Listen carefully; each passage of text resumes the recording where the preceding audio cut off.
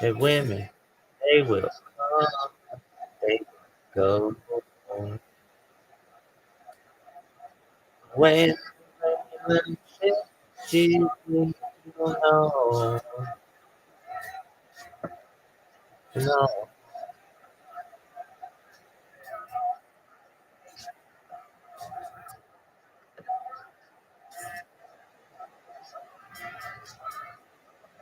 other people's clothes are. Now here we go again, say, with so is you can't finish too much. So the woman, when you're free, that is sun, and down, heartbeat, and looking my what you know, and what you have, and what you know. Thunder only happens when it's raining. Players only love you when they're playing. And when they will come, they will go. When the rainbow shoots you'll know. When thunder only happens when it's raining. Players only love you when they're playing. Dead women, they will come and go. When the rain washes you, you'll know. You will know. You will know. Oh,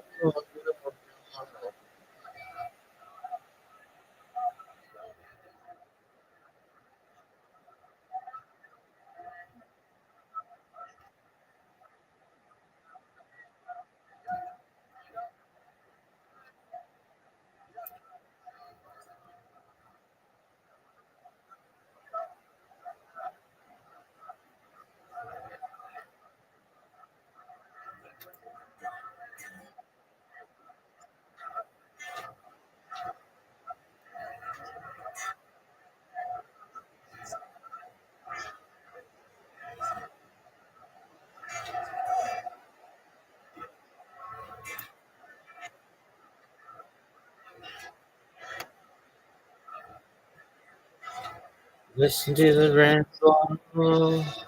What does sunrise?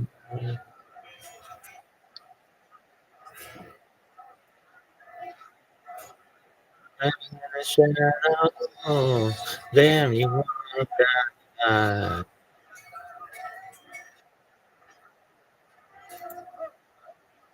You don't love me now. You will never love me again. Can still hear you say you will never break, can never break. You don't love me now. You will never love me again. I can still hear you say you can never break the chain.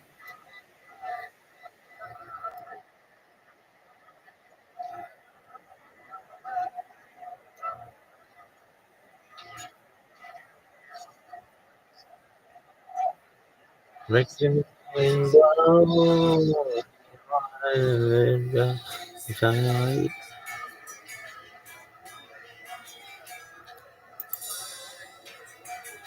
Running in the shadow.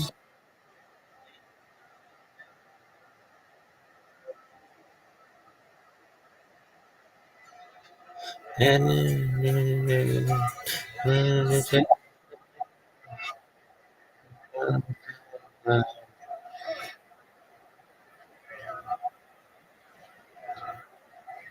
you don't know me now.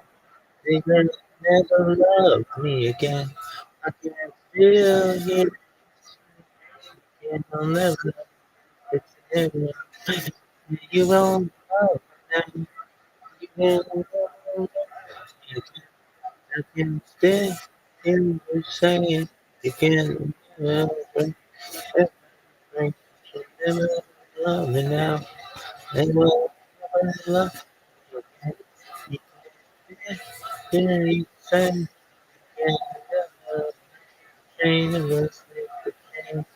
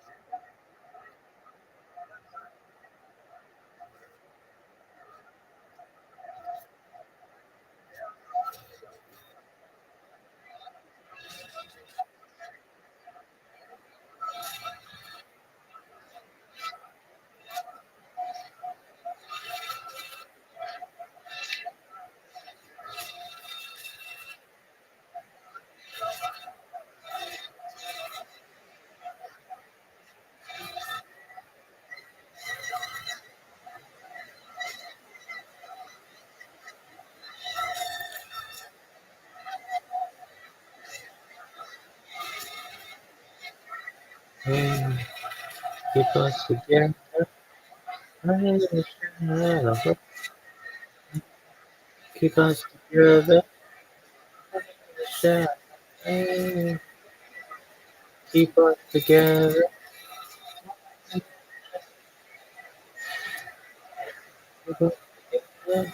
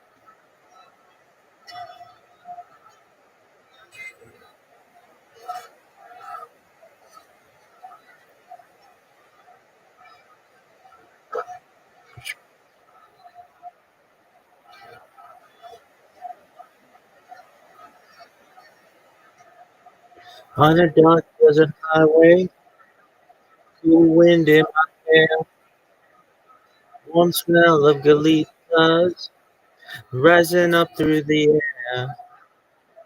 Up ahead in the distance, the sun is staggering light. Heavy in my sight dim. Stop for the night. This year's didn't go away. I heard the mission bell. As I could say to myself, this could be heaven, this could be hell. Then they looked out the candle, and she showed me the way. There was voices down the corridor. Thought I heard them say, "Welcome to the Hotel California." Such a lovely place, such a lovely place, such a lovely place. Plenty of room left to Hotel California. Steady California. You can find it there. The gem is definitely twisted. She got the Mercedes Benz. Got a lot of pretty, pretty boys that she comes praying. Other hands in the yard, sweet summer sweat. Some dance to remember, some dance to forget.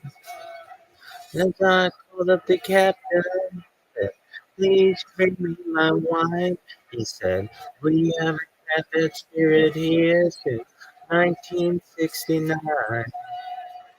And still those voices are calling from far away. In the middle of the night, just to hear them say, hey, welcome to the Hotel California. Such a lovely place, such a lovely place, such a lovely place. Ready a room at the Hotel California. Let me have the prize, bring your alibi.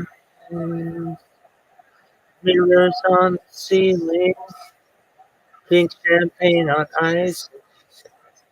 We are all just prisoners here of our own device.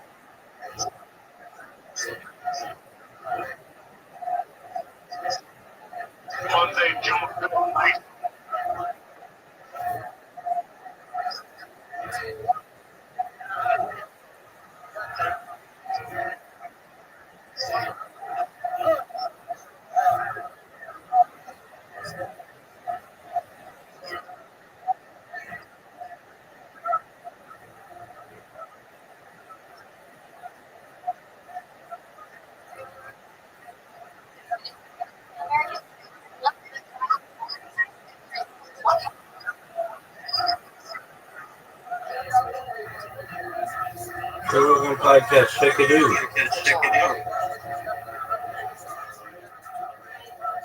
A boot.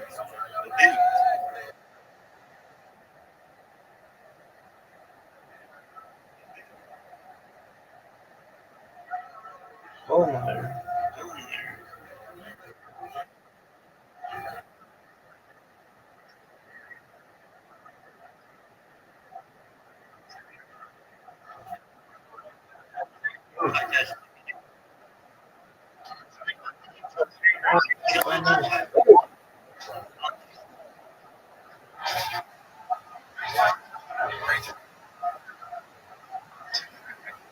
It's a good night.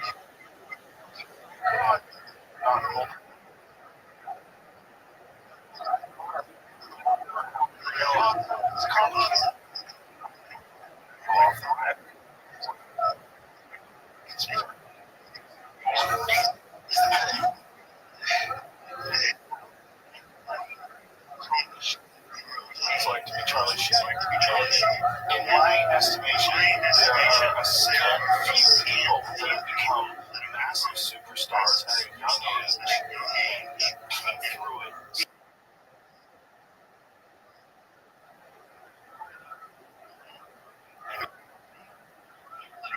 Olivia got the freedom back, and now we're on the right track.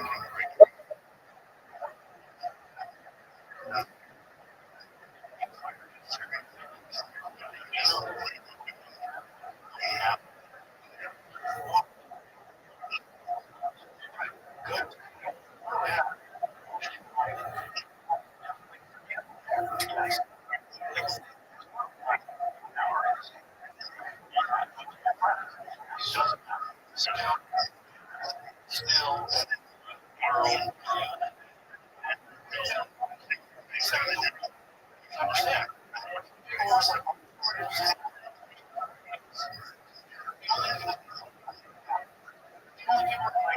I can't go to the market either. I can't. You know,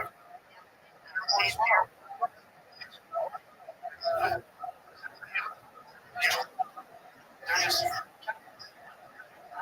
eager to be without one plan.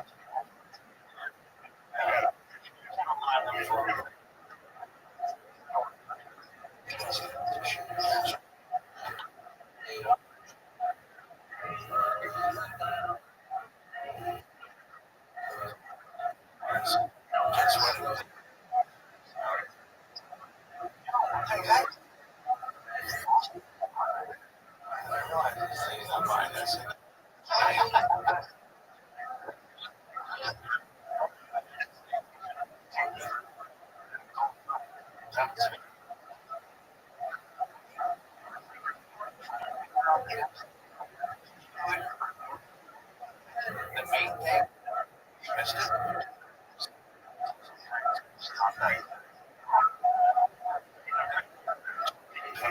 dogs and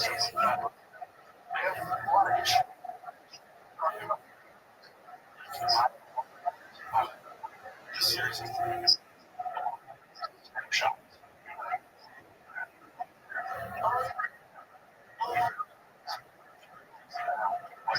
So,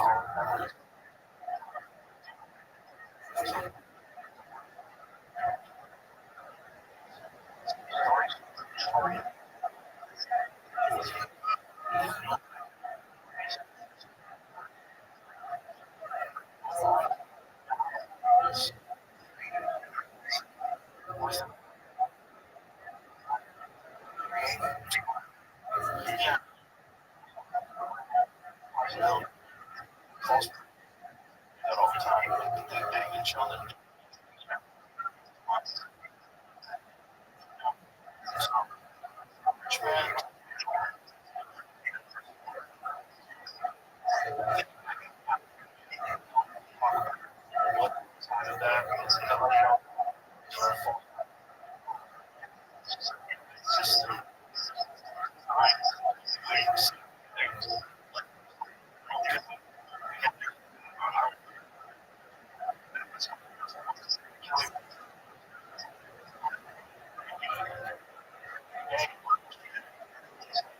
How much of a memory does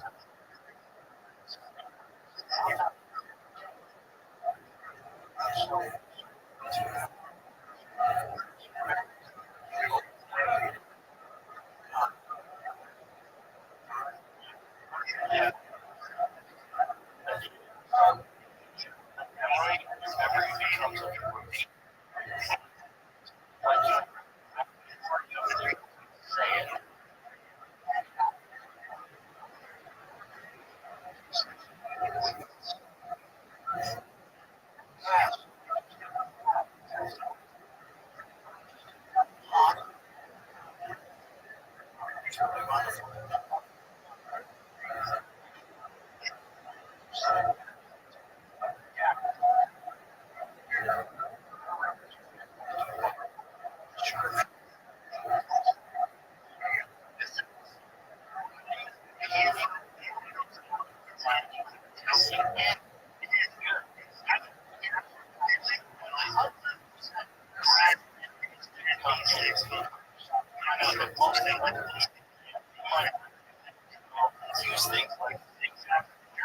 And even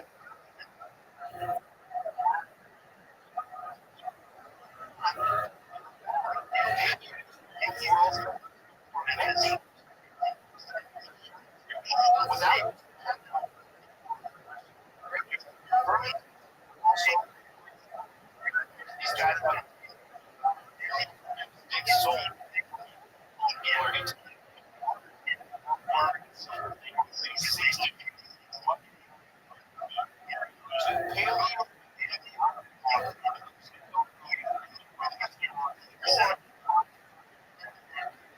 yes,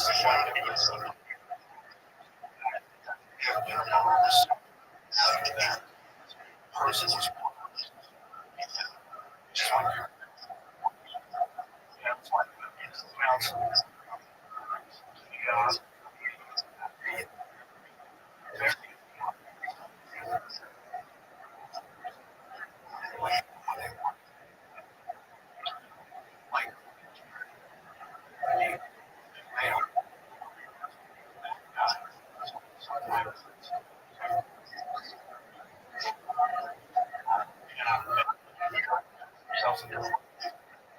So and then traumatic,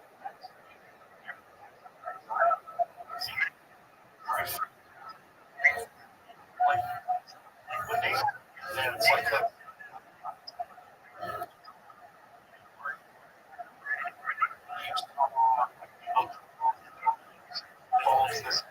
like your memories as are probably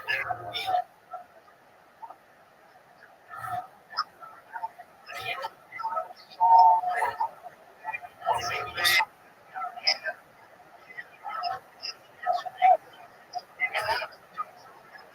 you probably who's now what the fuck now?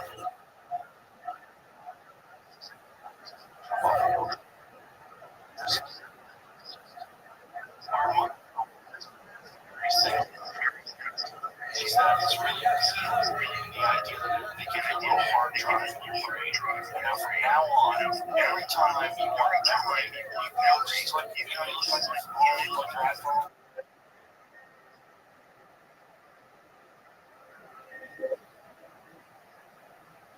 The way that we're gonna buy it, buy into it is because of it. So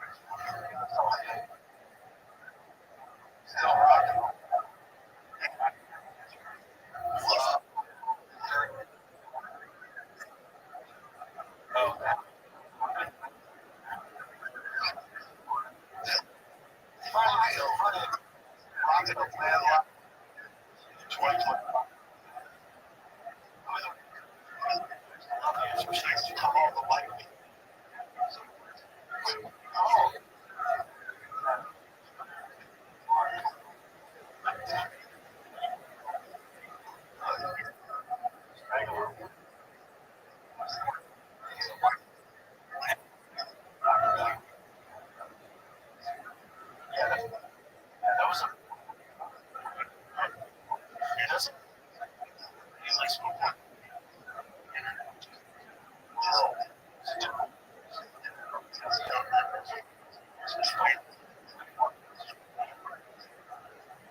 it's like it's a 20.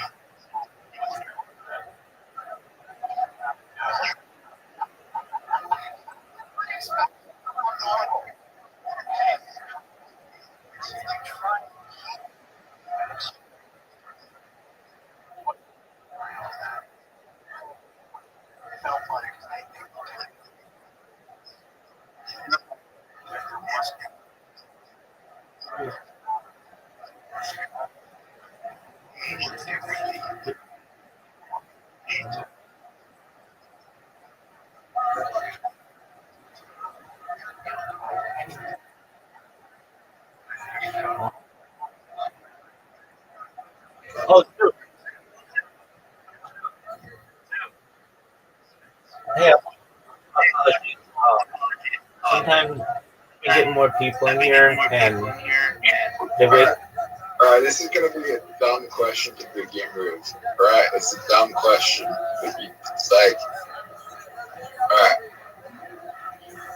what day of the week do you think the universe started on? Well, that's a good question. Welcome. How are you? Oh, Smoking King. Dude, how'd your stream go? Smoke King. How'd your stream go, big dog? Smoke King.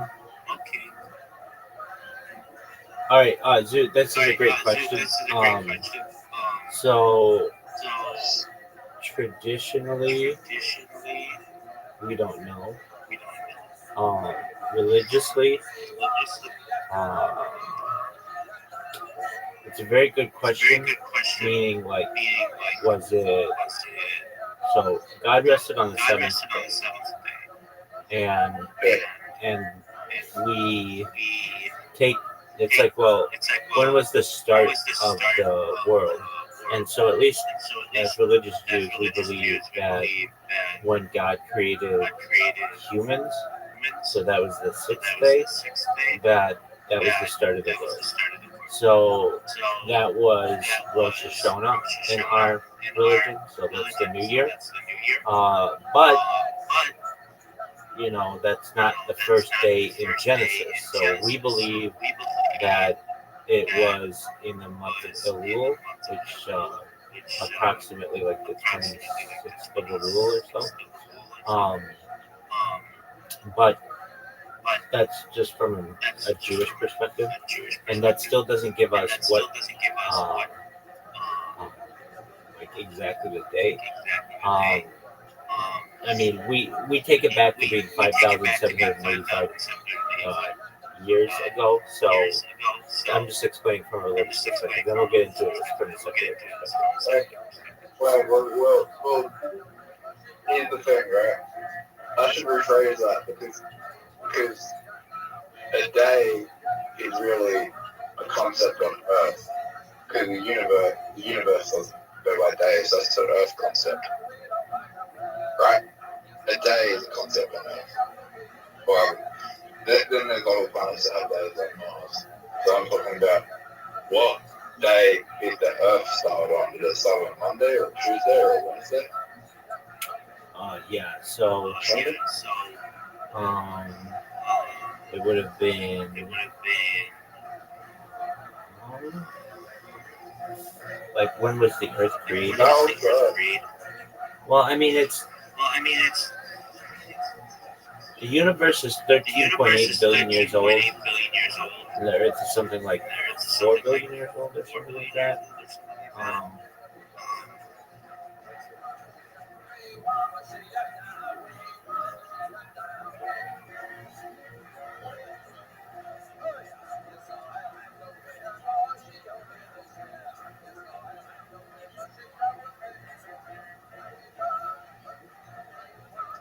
so the first day of creation is the 25th of Elul, and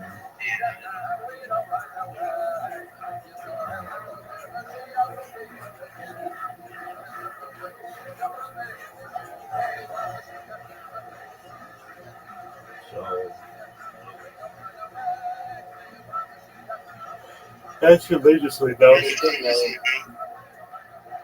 So if you're talking in a secular way, I mean, we don't know.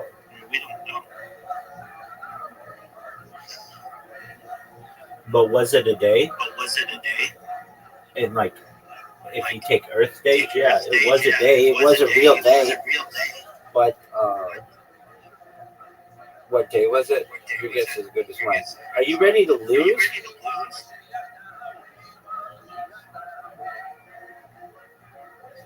Zoo, did you know that you have an invitation as of right now? Well, we could change the secular calendar at any time. that we can change to another color civilization. Yeah, I plan to do it when I go viral. I've already created it. It's in the section that says Rabbi's New Calendar. Yeah, it's 10 months, 40 days each month. Each week is 10 days.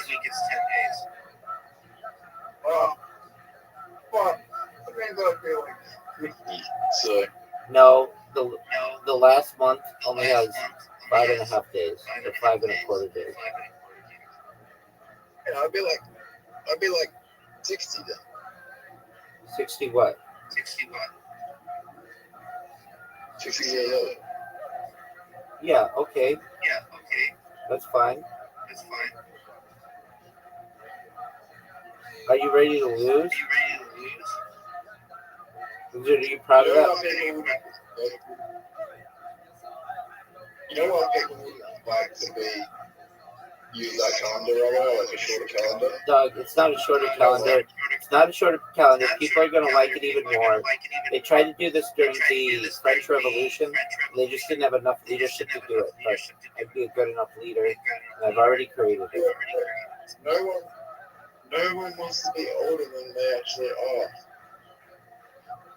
They wouldn't be older than they are. The year doesn't change, except for we don't have leap years anymore. The way that I created the calendar, How many days are in the year?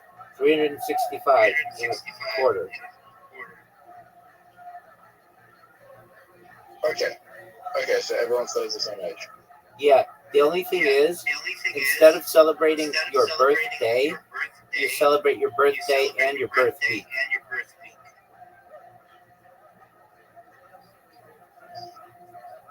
I mean, That's what a lot of people do anyway.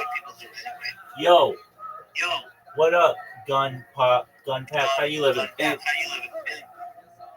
what most people do, because most people's birthdays, like their milestone birthdays, falls on a fucking weekday, and then everyone's working, so they have to celebrate it with their family on a weekend. So it doesn't really like people doing that anyway. Exactly.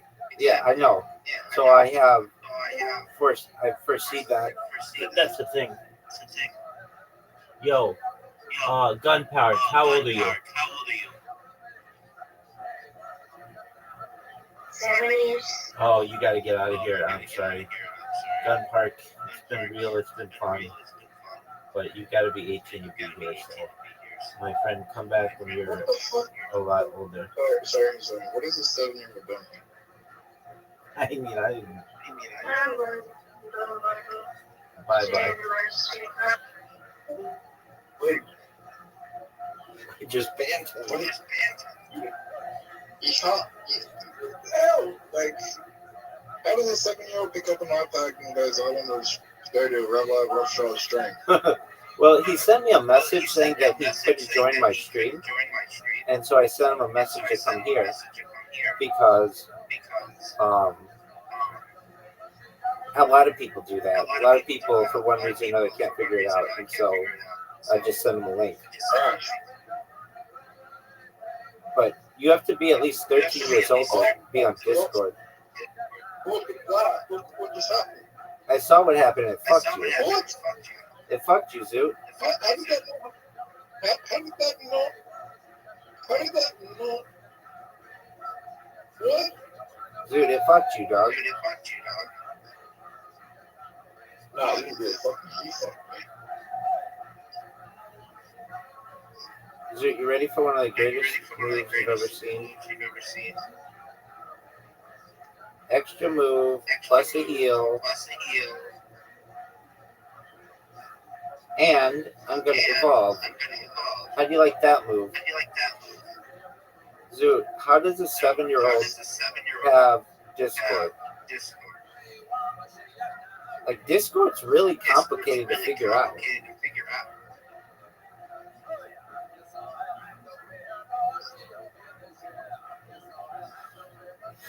I don't think I could have figured out Discord at 7. I could barely figure it out at 35. What's a 7-year-old doing on an iPad? Well, I'm sure their parents gave it to them, and the question is why is it like how do they have a Discord account that's name is Gun Pack? Like that shit's wild. It might be like their dads or their brothers or something. It must be. I don't know, but they turned their camera on for just like a split second, and I was like, oh, this person does not look old enough to be here. Does that look 7? Yep. That's why, I mean, I ask that to just about everybody, especially if they don't sound of age. And, dude, there's this one girl, this is funny. She came in and she's like, hello? And I'm like, hey, what's going on? How old are you? And she's like 18. I'm like, oh, you're like 18? She's like, yeah. I'm like, I'm about to just toss this girl. I'm like, all right, did you already have a birthday this year?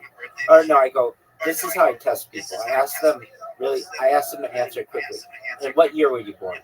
Because that's something that like people know, but if you're like trying to make up like a date or whatever, it's hard to do the math really quickly. And she's like 2007. And I was like, oh well, I guess that would make you 18. All right, did you already have a birthday this year? She's like, yeah, my birthday's January 27th or something like that. I was like, oh, so you're really 18. Yo, Zoo, what up? So, what age? Dude, I was telling a story. Okay. So I'm like, so you're really 18? She's like, yeah. I'm like, okay, because I don't want to talk to anybody who's a child. She's like, no, I'm really 18. I'm like, okay, well, what are your interests? She's like, well, I'm in high school. I'm a senior, and she like just tells me about her life or whatever. And I was like, you're really 18? She's like, yeah, I really am. Wow. Like, I guess there are people who are just barely 18 and they're in here. And so she was cool. I've also had people who are, I'll jump their shit. I'll be all over them. Like, there's this girl from Israel was here last week. And I was like, how old? I thought she was a boy. And I'm like, how old are you? And she's like, 23. Or she came in and she was a girl, but I thought she was a boy. And I'm like, you're 23? And she's like, yeah. And I'm like, I don't know. She like, we start talking and she's like, we're talking about Israel and like Judaism. And I was like, did you daven today? Or I was like, did you like tefillin today? And she's like, I'm like, do you have tefillin? And she's like, no. And I'm like, why not? You should have gotten them on your bar mitzvah. She's like, I didn't have a bar mitzvah. I'm a girl. I was like, oh, it was just super funny to me. Okay, what's your question, Zoo?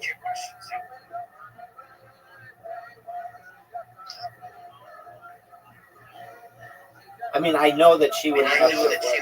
It was at that point that I found out that she was a girl, and then I was like, oh, of course she wouldn't have that. I mean, I think talking to 18-year-olds is weird at my age, but what age does it become weird to to be talking to 17-year-olds? Well, in my opinion, there should be a pretty strict line. There should be a pretty strict. 18, 19. Dude, are you gonna? 18, 19. Dude, are you gonna ask a question and let me give you the answer for what you asked, or are you just gonna give your own opinion? Yeah. So, what's your cutoff? Yeah. So this changed in my lifetime, but 18-year-olds should be with 18 and above, and 17 should be 17 and below. Pretty simple. Now, I get that it gets murky when people are in like high school and you have someone who's an 18-year-old in high school and they've been dating their significant other or whatever for, let's say, 3 years, and one of them turns 18 and the other one's like 17. I get that becomes kind of weird. Not weird, but like it becomes um, like it can cause issues. I get that, but um, I'm just pretty strict about if the law says that like 18-year-olds can't date 17-year-olds, if that's what it says, then 18-year-olds should be with 18 to 80 or 800, and then 17 should be 17 below.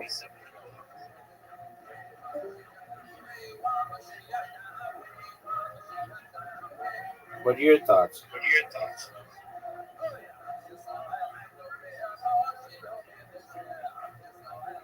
Waffles. What are your thoughts? Um, if it starts going with like if they're still in the teens, like teens, but then it starts getting weird when you get into the 20s. Uh, yeah, I when I grew up, I didn't know anybody. I knew somebody who was like 26. They dated someone who was like maybe 18 or 19, and it was totally legal, and they didn't date before then. But I did not like that, just because I was frankly envious. Like this guy had a house, he had a car, he had graduated from college. I didn't have any of that stuff, and he became my very good friend, very one of my best friends. But that was just something like that was difficult for me to. I don't want to say comprehend. I could easily comprehend it, but you're done. It's over for you, Zoo. You're done. Yeah. Um, the thing that changed that was the show To Catch a Predator in the United States. That made everything like really strict on ages and such. And um, what game are we starting? Oh, this game is Riser playing? No way he's playing. No way he's playing. He messaged me earlier. Dude, I made this new bot, and I already got somebody in here from it. That was that smoking. He wasn't talking, but I talked to him earlier. I do. Go baby, go baby, go baby. Look at this shot, Zoo. Look at this shot, Zoo. You do think what? Zoo, oh, it's right. Well, every state has every state in Australia except for 16 and 17. Yeah. I had this girl who, there's this app called Whisper, and this was funny. This was funny to me. I was like spamming people on Whisper like a few years ago, and she was like, she was from another state. She was from like Mississippi or something, and she was like, oh, what a shot. Um, she's basically like, I think her whisper was like something like, I forget. It was just, I think it was just, will you buy me cigarettes or something like that. And I thought it was interesting, and I was like, I think I responded to it, and I was like, why are you looking for someone to buy you cigarettes? And she's like, oh, I'm a college student, 19 or something like that, and I smoked for the last year and a half or whatever. But I moved to California, and you have to be 21 to buy cigarettes now. And I was like, oh, like all you need is someone to buy you cigarettes. She's like, yeah. And I'm like, well, it's not like a really good habit, and so I don't really want to promote that. But I just thought it was just like an interesting whisper. Like, well, I can tell you this. It's one fucking story that I have. I was with some friends in college, and um,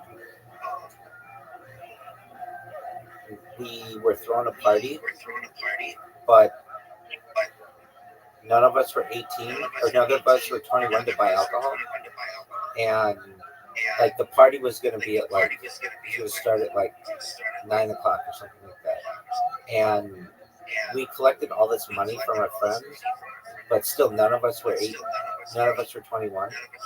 And so I went to a pharmacy, not even a liquor store. I went to a pharmacy and just stared at the alcohol, and some guy comes up to me and he's like, "You need some help?" And I'm like, "Yes." And he's like, "All right, give me the money." I'm like, "I'll put the money down right here," and I did. And he bought us like a bunch of alcohol, and he like saved the day. He absolutely saved the day. This other time, um, we had we were throwing a party, and none of us were 21 again, but one of our friend's sisters was 21, and so she and I basically filled like a U-Haul vehicle, U-Haul truck full of alcohol and delivered it. It was a big deal. All right, are you done? Are you gonna play?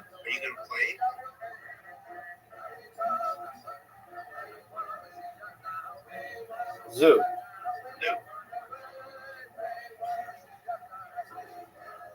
Zoo, you have an you have an invitation. All right. Well, I just sent you an invite. Are you gonna go? All right, we'll go.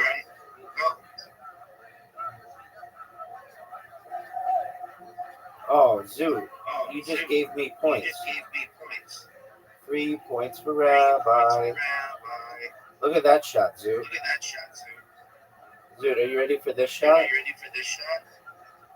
I have this thing. If I don't focus on like aiming, I just do it really quickly. I can do it like really well. All right, I don't know what to do here.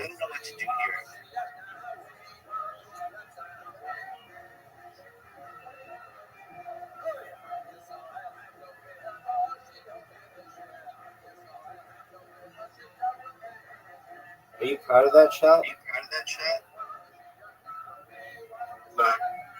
I wouldn't be either. That shot's like donkey dick. Dude, the guy, Smoke King, he has a goat. Pretty amazing. You're proud of that shot, too? Because in my opinion, that shot's like dick.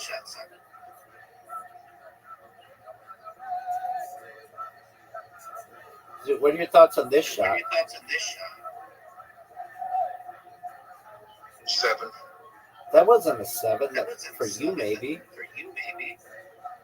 Dude, when you came in, I was watching the Joe Rogan Charlie Sheen. And you're right, he got popular. He got famous at 21.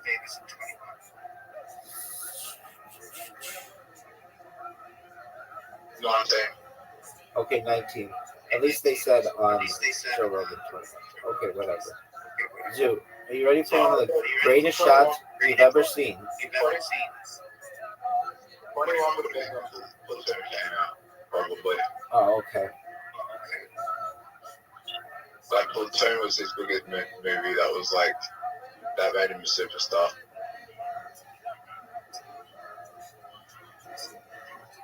You fucking love Charlie Sheen. Yeah, he won.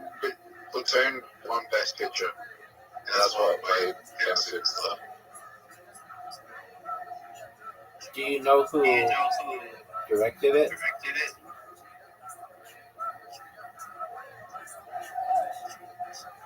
Charlie Sheen. No, Oliver Stone. Love this song. Do you know who Oliver Stone is? No. You don't know who Oliver Stone is?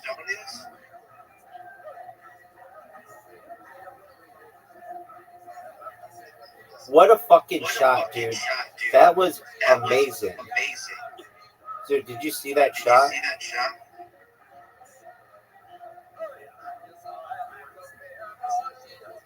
Dude, I had one of the best shots in history of mankind. Dude, do you want to hear how my fantasy football team did tonight?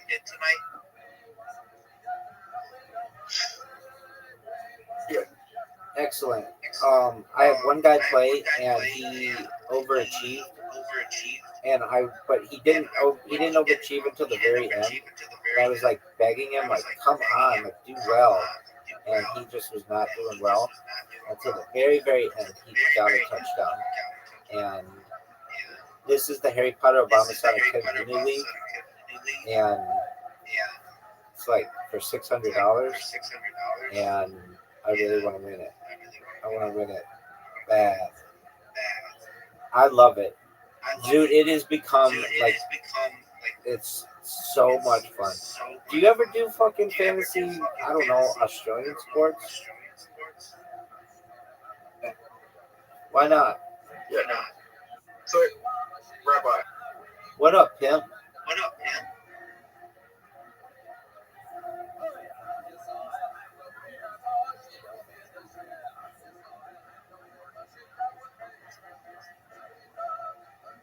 there's one thing that my mom did that really fucking frustrates me. What did she do? She decided to hold me back a year in school for the reason, this reason, okay?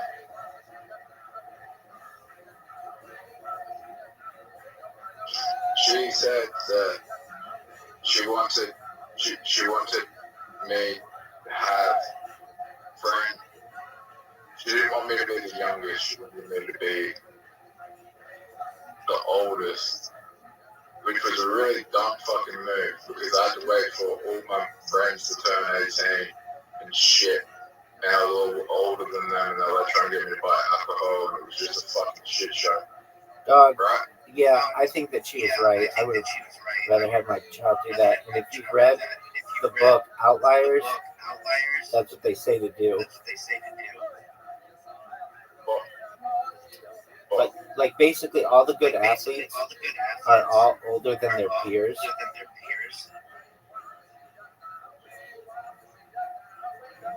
No. Yeah.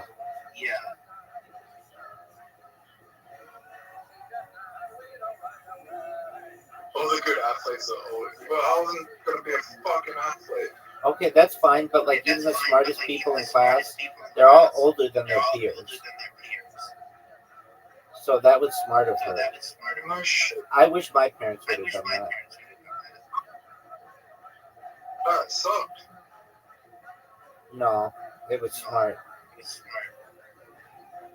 That made me fucking socially retarded. Okay, I mean you can think that.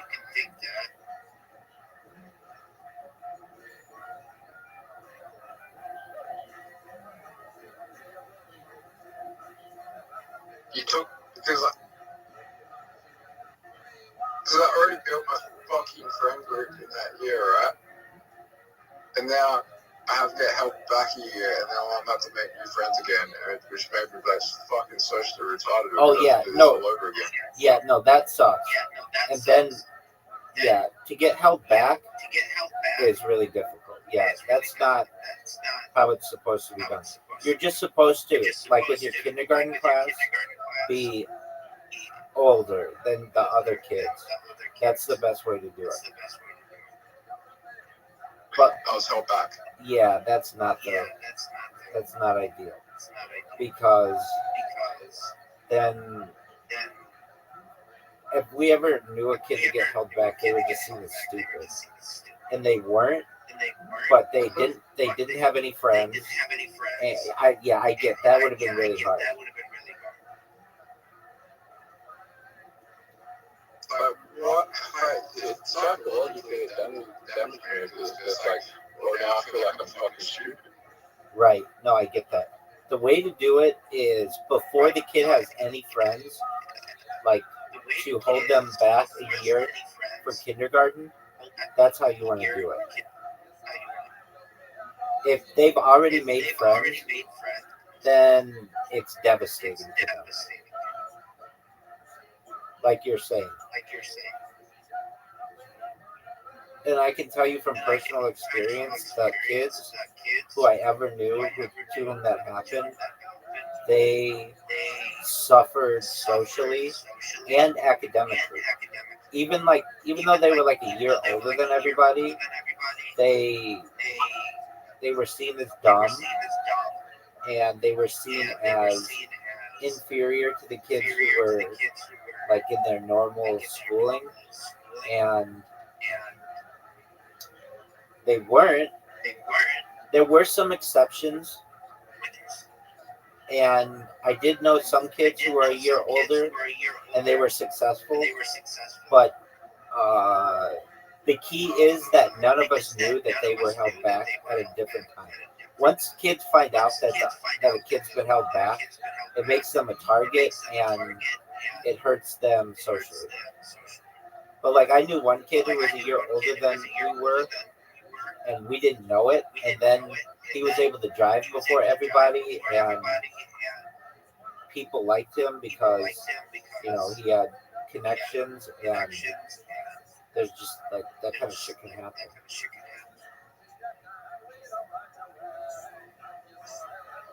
Zoo, you lost.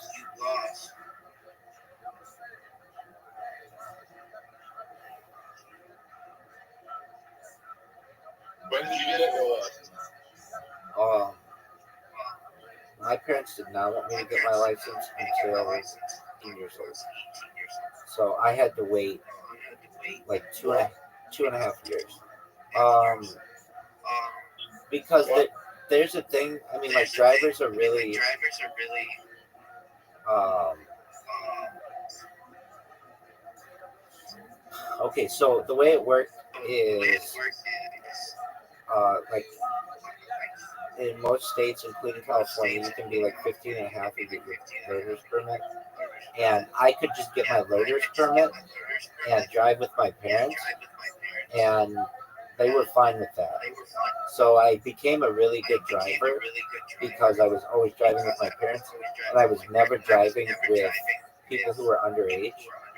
And that because you can get in a lot of trouble, like if you're going out in a car with people who are underage. And my friends had cars, so my it wasn't like necessary for me like to have a car, and um, I wanted one, but it just wasn't deemed necessary. Um, and then when I became 18, I moved out, went to college, and I did not have a car, but I had friends who had cars, so I could just go with them whenever I needed to do anything. And then when I graduated from college, then I bought my first car, and um, it was a Toyota Corolla. It was a really nice car for being young and very reliable and such. And if I were to do it again, I like you. I like me too. But I'm gonna have to shut you off, baby. Um, if I had to do it again, I there's part of me that maybe would have not had me get my license as young as or there's part of me that would have done it the same way, because when you're 16 years old and you've never driven before, especially on highways and stuff and the freeway, it's a big risk to a child. So, um, Oh, Rabbi, what up, baby? you might be fucked here. I You know, might be fucked here. I know. Let's see here. How could I get out of this? You might, I don't think that. Oh, that was the big time move. I fucked you. I fucked you majorly. Did you though? Oh, for sure, dog. You're up, baby. I don't think he did fucking go home.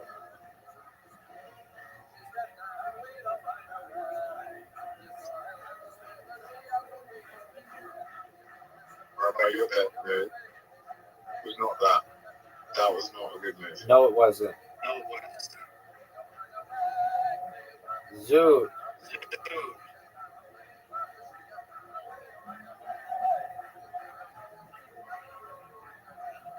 Oh, but I got that turned out. That turned out to be really good for me. Holy shit. 6, 7, 19, 20. You won. Maybe. Now I did. It's over for you, Zoot. Zoot, did you know this game is over? Oh, yeah. Oh, for sure. You're done. You're done, Zoot. It's game over for you. I won. Nope, that's 2 games in a row. And you should have won that one. I made a major mistake, but then I made a really good move. Zoot. So, in your case, you've never had your driver's license?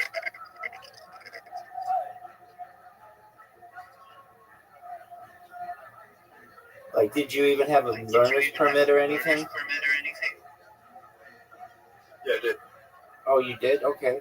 But never your license? Okay. Well, when I go viral, we're going to teach you how to drive. You're going to be a really good driver. So, look, you can look forward to that.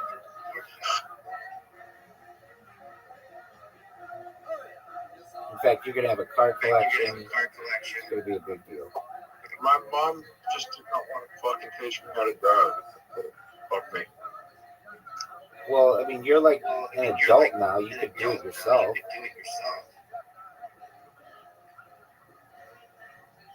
Will they not let you get a driver's license medically?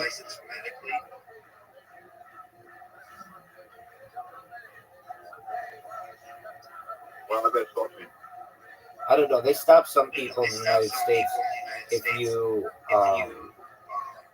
get like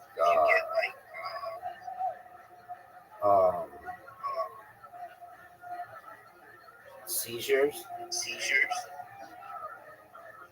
I know you don't get seizures, but you get some shit like that might make it hard. Tourette's? Yeah, but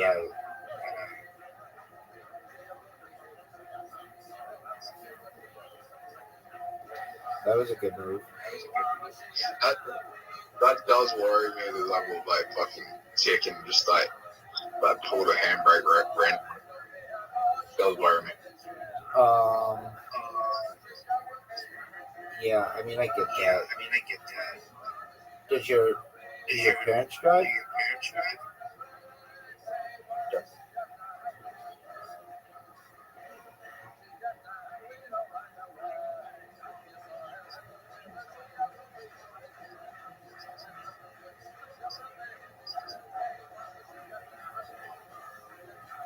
You know, I haven't got a diagnosis with Rothschild.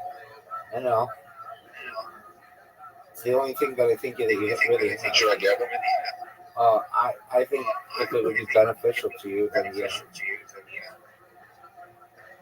It doesn't fucking do anything. They don't give you anything. Like, it's crazy that they say, like, this made up thing that doesn't even exist, like a disability, right? That like, it doesn't say Tourette's as a disability. They don't see Tourette's as a disability? Not in the same way.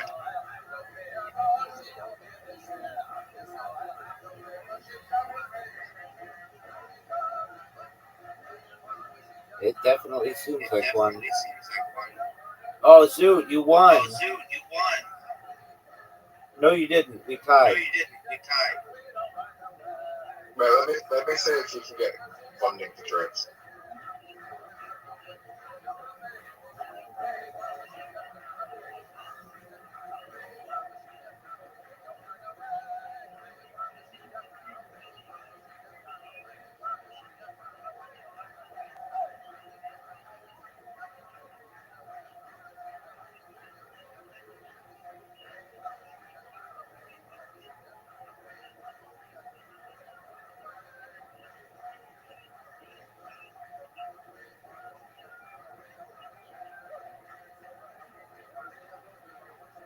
All right, well, you do that All right, too. but you do that Do you too. mind if I go to the Do you restroom? mind if I go to the restroom?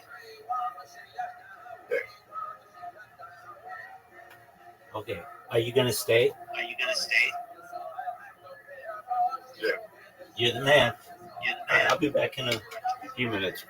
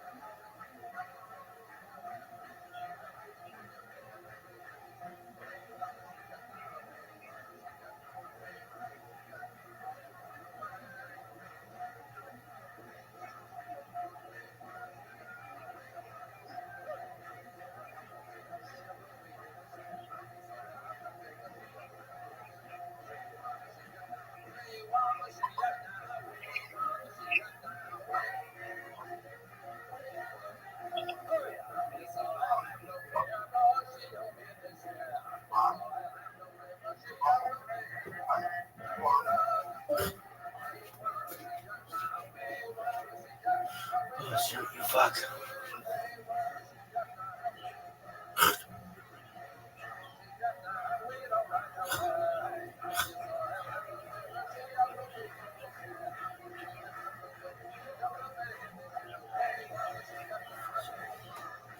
So,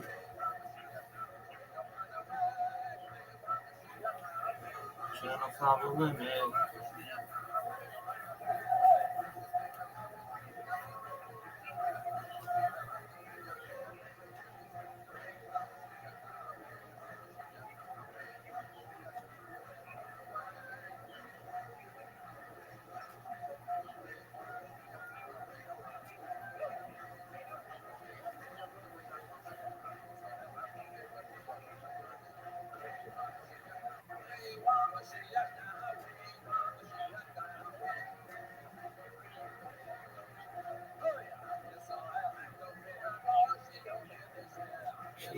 Shady.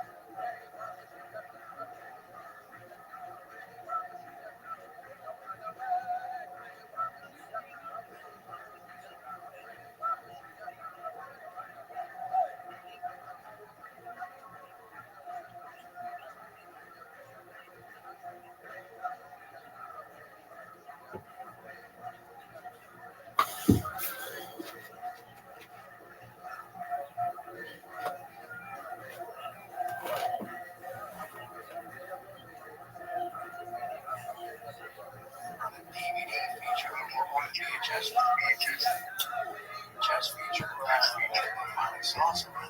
Yeah. Wasn't access 24/7, 365. And for some people, they can't leave it alone. They have to live stream during the day. They're live streaming from their trailer. They're live streaming on their car on the way home. They're like, they're nuts. They're just locked into this weird new world. But is it because they're genuinely people are tuning in with enthusiasm? They're looking forward to that live stream while at home? Or because the person's or is it a combination? I think it's those things, and it's also the things you said that you did never get. They're scared. You didn't never get alone time. Just time to decompress and think. Just be by yourself. No phone, no TV. Just fucking sit on the couch. Just like catch your breath. Right. You know, they're scared. I like to just constantly engage in something. I like entire days alone on the couch. Yeah, that's nice. It's nice to just shut off. Right? It really is. It's not work, no play. Not good, not good at all. Not good, not play. And bad for your work too. Because it makes you just kind of just try your confidence and enthusiasm for you. So yeah, discipline. Awesome. I was going to say earlier, thanks, okay, fine, the memory just, dropped it there, in the slot, is that I found out, it doesn't, let's find out. Well, no, then I actually forgot it. How about that? Is that fucking nuts? It's normal. It's normal. When you first got into it, did you have any idea what the fuck was going on? For people today, they don't understand how big that movie was. Because it was one of the very first realistic war movies. And I think very importantly, it was done by Oliver Stone, who was actually a veteran in Vietnam War.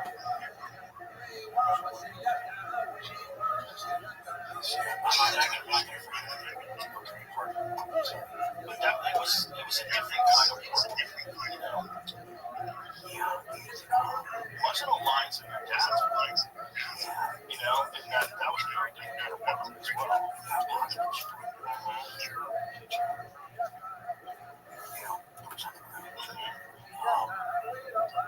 The script, like it was going to be a masterpiece. The script,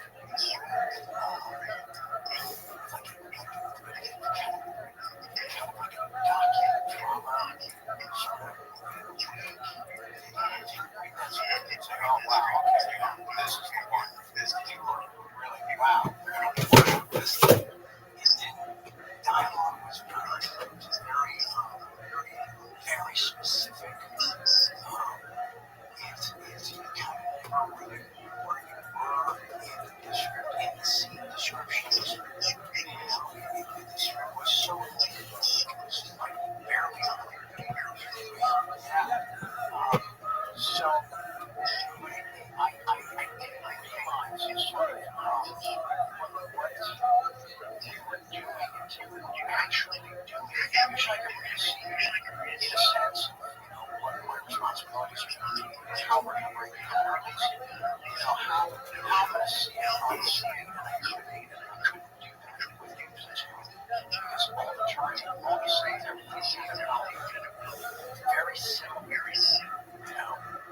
yeah, the original title was lovely. I think it's as big as it is. It's a great movie. Thank you.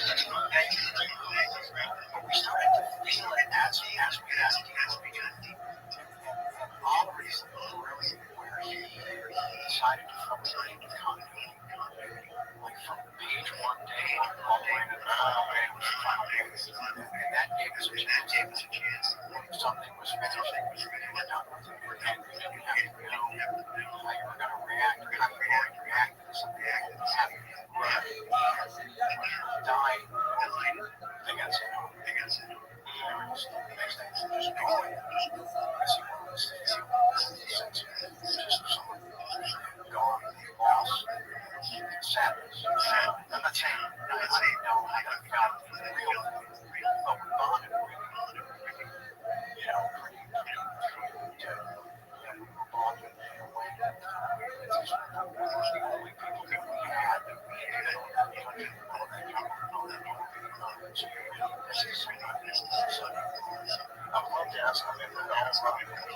I went up to ask him what it's like to make a movie about a story. Like, what kind of bizarre mental conflicts he had to deal with. Not really. He talked a little bit about his experience in Vietnam, but I don't think we really talked about. Did we talk about the making of platoon? We got so heavy with the JFK assassination. I was covered in especially the last time we saw him. The last time we saw him was at Showtime. JFK documentary was a Showtime. Was it? I think it was, yeah. It was multi-part. Actually, I think put together a story. His recall is insane. It's insane. And their conversation with him, he's pulling up the dates. He's got notes. He's got a couple of his own at this point. Number 70. I think he turned 60. So he was 78 years old. Rock solid memory. Rock solid. Wow. The dude was just pulling up dates and names and Alamos did this. Harry was almost the entire war industry report. He's like citing different passages in there. It's bananas. Yeah, has he landed on point two? So I think everybody can point to, but there's a lot of people who wanted him dead, and for sure there's a lot of fuckery going on with the Warren Commission. For sure. There's a lot of nonsense with the autopsies, there's a lot of nonsense with the single bullets going through both him and Connolly, and leaving more bullet fragments in Connolly's wrist that matched bullet was missing. The one they found, it's like bullshit. The story's filled with bullshit, and no one really knew how much bullshit it was until they had that video that they played on the Zapruder film on the Geraldo Rivera show. When Dick Gregory came on, and he was a comedian, it was pretty wild. He came on and had the footage of the Kennedy assassination. Everybody sees his head go back to the left and the right. Hey, what happened there? And you apply simple common physics to death. Especially when it's fired a weapon. Also, it's a good shot in the chest, too. Like when he grabs his neck. Right. Good shot right there. There's always that on a tray. But there's two different autopsies. There's the autopsy of Dallas, there's the autopsy of Maryland.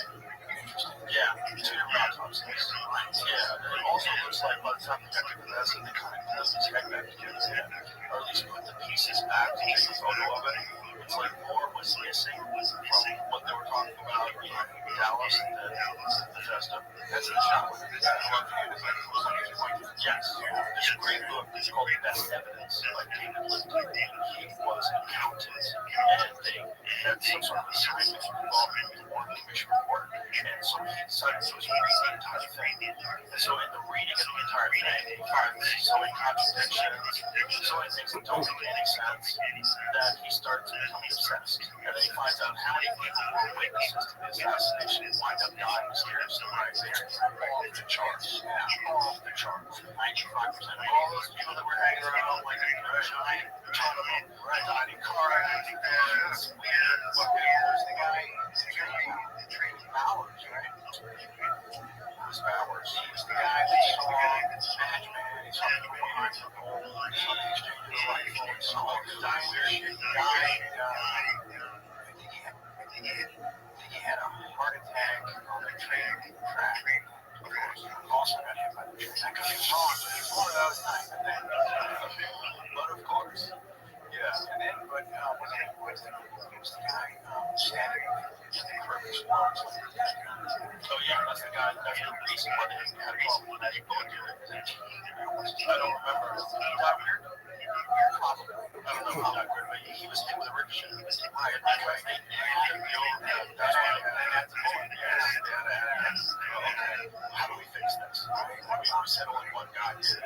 It's only 3 shots, so how do we come up with a reasonable excuse to come up with magic bullet? I had an architect of that. I think it was Rothschild.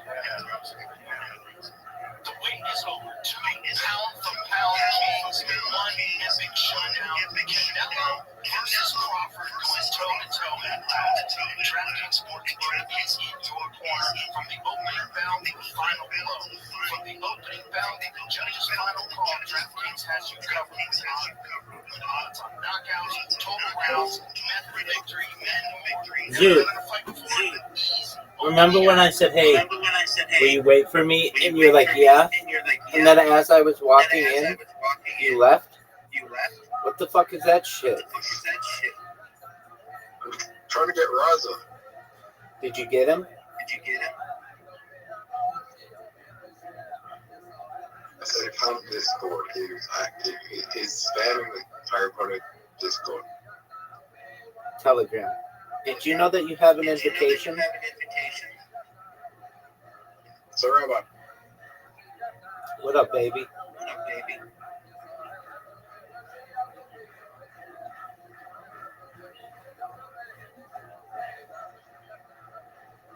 I think I want to be religious. Why? I think I want to learn more about God. Alright. That's cool.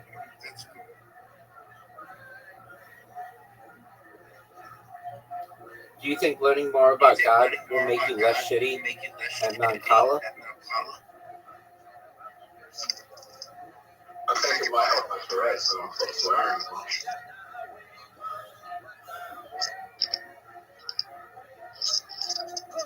We gotta work on a fucking cure for that. I think that one exists. We gotta figure that shit out, son.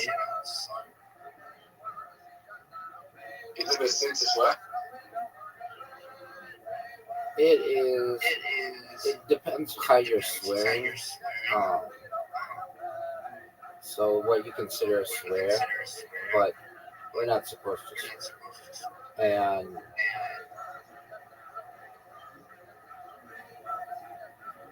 what do you define as swearing? Cussing, you can cuss, but like swearing to a Jew means taking an oath, and we don't do that. And we also don't like take God's name in vain. It's like you'll notice I'll be like, oh, go fuck yourself, you loser douche. I'll say that. We're allowed to say all that. What we avoid saying is something like G damn it or something like that. Even though that one's not that bad, there are some other ways that we would just try to avoid. Right?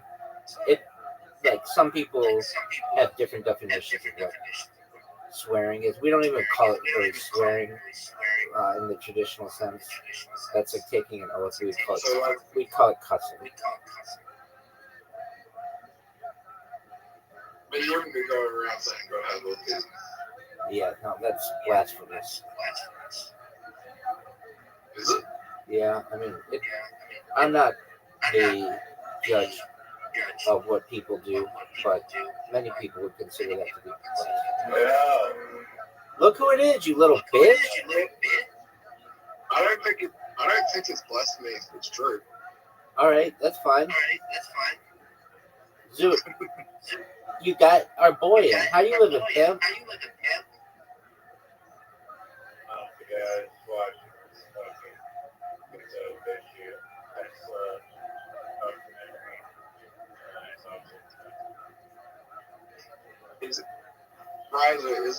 Is it blasphemy to go around saying God has autism and ADHD? That blasphemy? Blasphemy?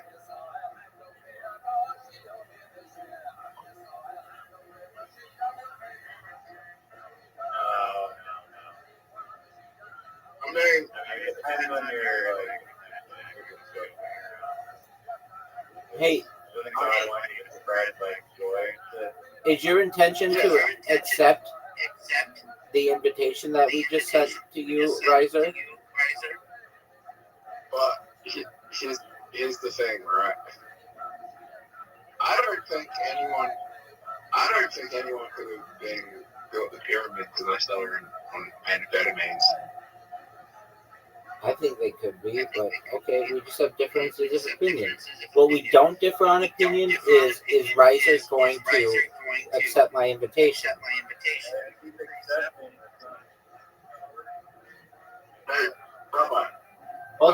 Hold on. Riser, game started. Okay, there you go. All right, focus, Riser. What were you gonna say, Zoot? I didn't think a pyramid would do. Perhaps they were slaves. Perhaps they were paid craftsmen. There isn't really too much of a record on it. Look at you. I mean, there are records of like people who were paid to do it. So maybe perhaps some people were paid.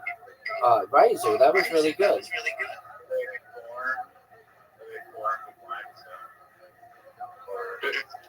You don't think it was slaves? Dude, how about you fucking go? What the fuck? I was in the wrong fucking thing.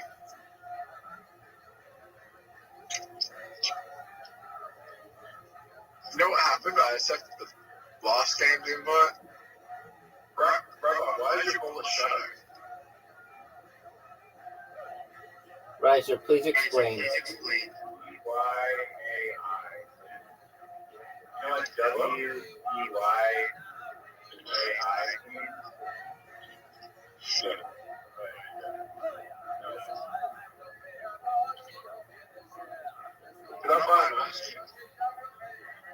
I actually do not like that ball. It throws me off.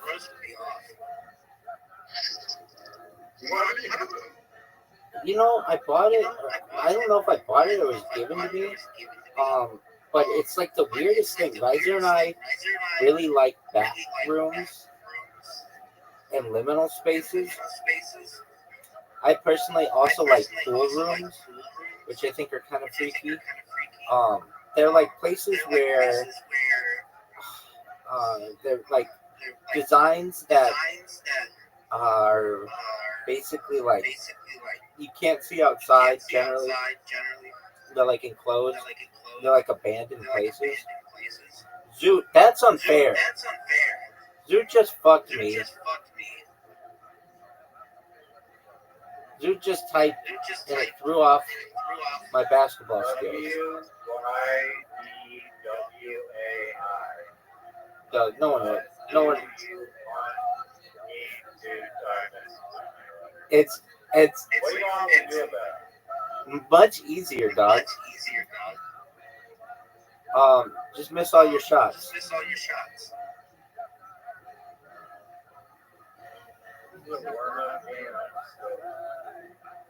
I like how you call it a warm-up game. That's nice. It is a warm-up game because you can get an honest effort or an honest opportunity.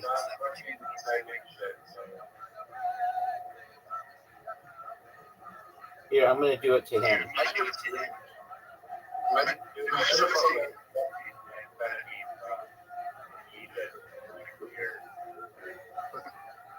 think that was.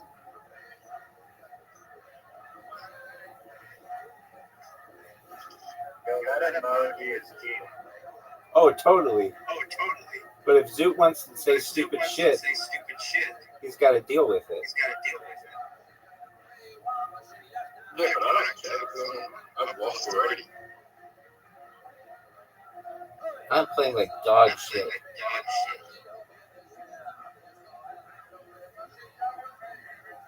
All right, warm-up game. What is the greatest rap feud of all time? Puffy and Tupac and B.I. Notorious, Biggie. Without a doubt, West Coast versus East Coast. There's no doubt about that.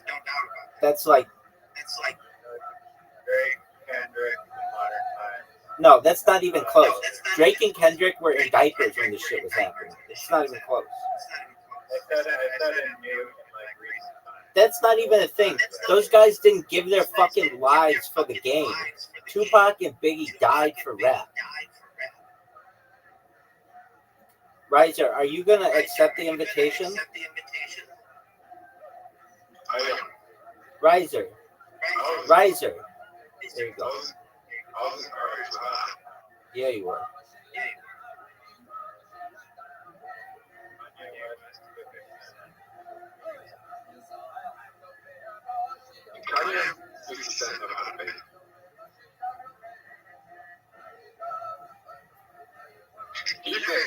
You think Hitler would like honey?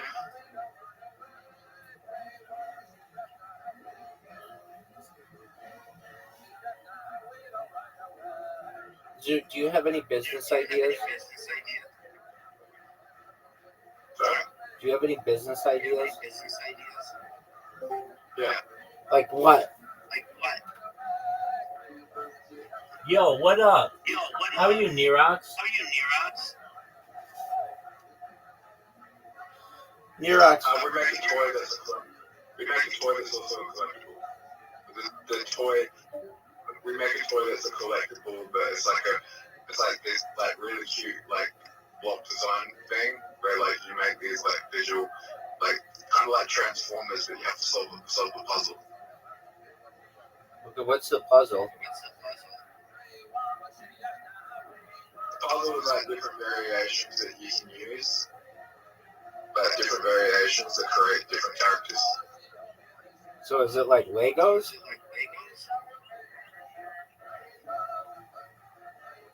Or Lego, I should say. Is it like Lego?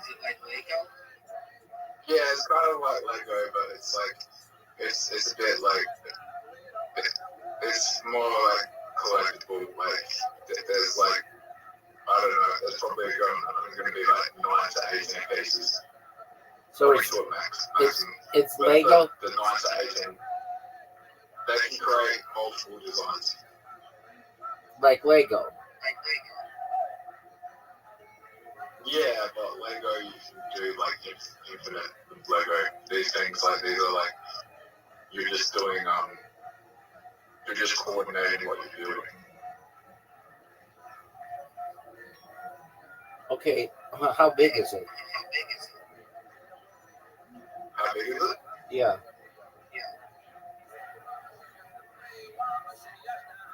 Not very. Like, does it fit on a desk? Yeah. Okay. There's multiple variations. And they're all collectibles. You put them together to build something.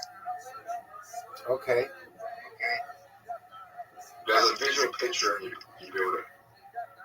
Dude, there's this game that we used to play that was so much fun, and I think you could do it today. You could make a machine that does it, basically. We used to just take tacks, like from jacks, I should say. You know those like little X-shaped things that you play with like a ball? Do you know what jacks are? No one knows what jacks are. You don't know what jacks are? Okay. Okay, imagine just like a top that spins. I think they already make this.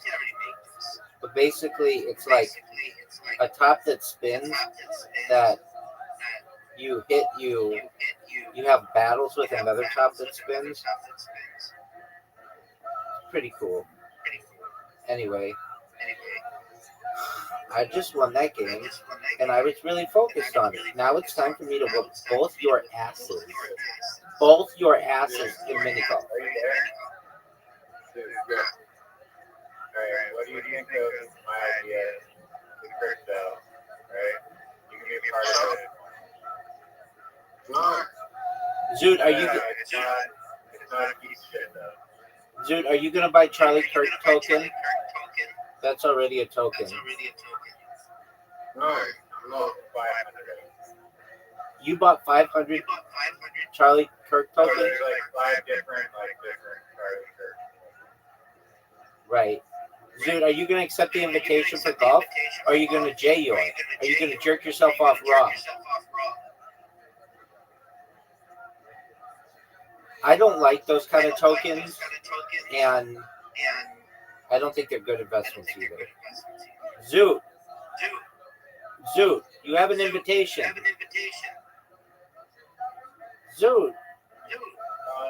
Facebook, they're like this Facebook advertisement where they're kind of like fake people into buying this like AI book, and they're like, oh, like day before they published this book of like the assassination of Charlie Kirk, and was like a link to buy this AI flop book on the assassination of Charlie Kirk. Dude, what the fuck, man? Okay, are you back? Yep. Did you know you have an invitation? What the fuck? Every time you guys takes me to another day. All right, well, this Every single time.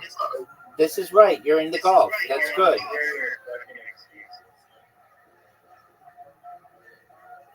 you gonna record it next time? Oh, I already got jokes already. What are your jokes, big dog? About RFK Jr. Okay, I like how American your comedy is. It's like I get it. That's cool. Okay, so what is it? Oh, don't go in the water. That's not a good shot. One of my jokes is that RFK Jr. said that autism is a plague. These people will never pay taxes, never hold a job, never be able to write poems, and some of them can't even go to the toilet unassisted, like most politicians in America. That's funny. Dude, now that's funny. Dude, that's the first joke. Dude, that's the first joke I've ever said is a funny joke that you've had. That's funny.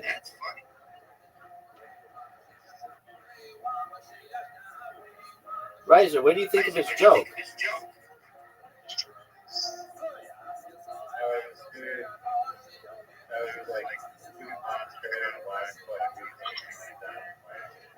Riser, are you on a phone or are you on your thing, your iPad?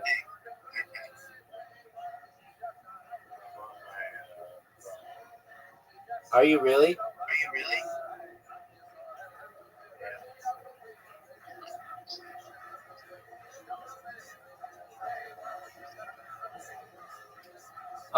Zoot, tell Riser your joke again because it's funny. Look at you, big dog. Riser's fucked. Yeah, welcome to the real world, son. Zoot, can I tell your joke? Yeah, sure. All right. So RFK Jr. said that people with autism will never be able to vote, will never be able to go to the bathroom by themselves. They will never be able to pay taxes, just like most politicians in the United States.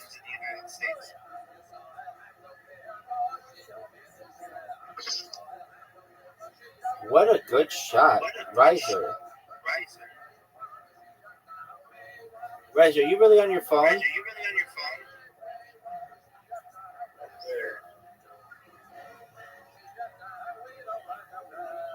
Are you gonna be a bitch and switch between your phone? I tell you about my fucking.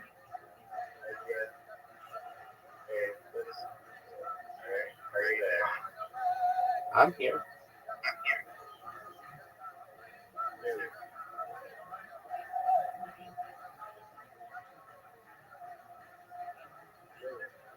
Zoot. Hey, what's up?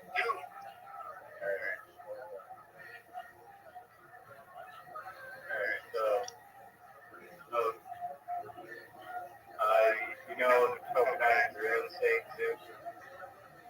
Yep. You buy a property, right, and split it. Same kind of concept, but it's for tokenizing the creator economy, like podcasts, YouTube. So basically, it's like Patreon, where if you pay access to the tokens, but It's like buying stock in a creator.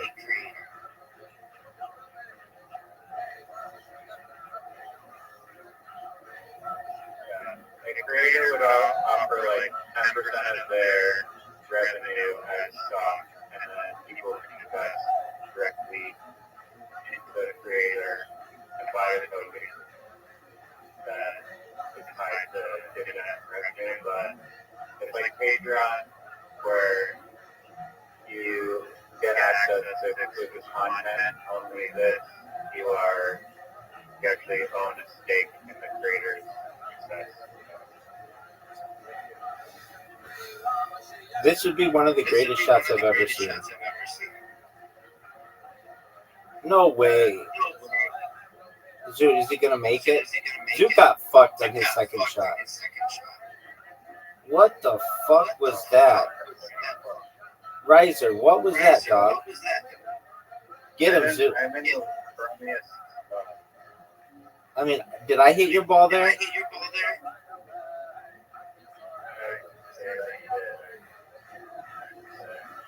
Riser, do you know what I want to say to you? What do you want me to do about it? I mean, I am in the worst position right now. Hey, Raza, you know what I'm going to say to you? Oh. I don't think that's a thank you, Zoot.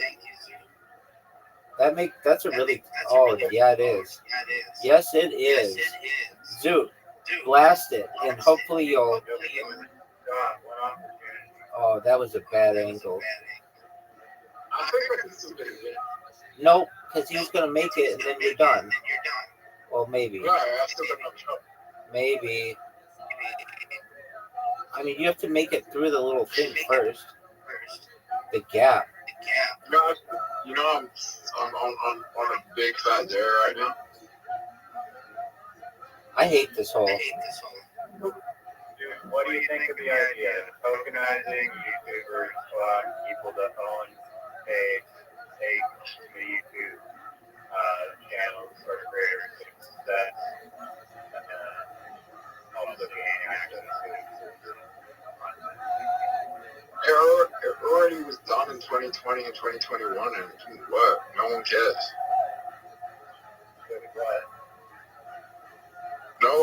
No one cares. It was already done in 2020 and 2021. What was it about?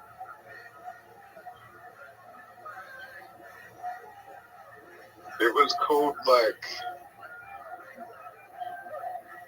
I can't remember what it was called, like, Friend something? Friendster? What a terrible... How did I fuck that up? Well, it's Friend Check as well. How did I fuck that up?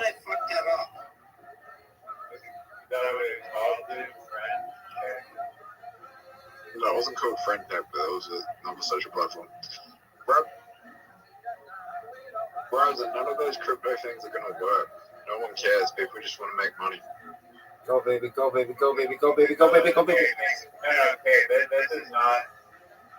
think of it as like a Patreon, like either like, and plus you can still make money on this because there's speculative value of people betting on the creator's growth. But this is a Patreon where instead of getting nothing in return, you get. Rise up. People only want to use crypto for two things: trading and gambling. What about trading, buying drugs?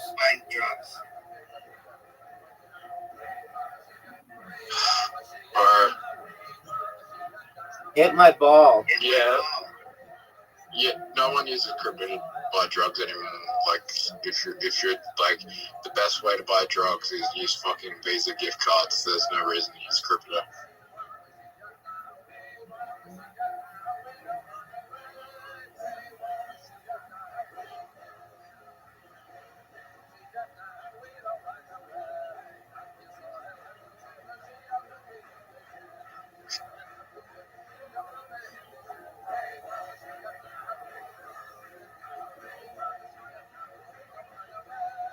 This would be the greatest shot in the history of the game.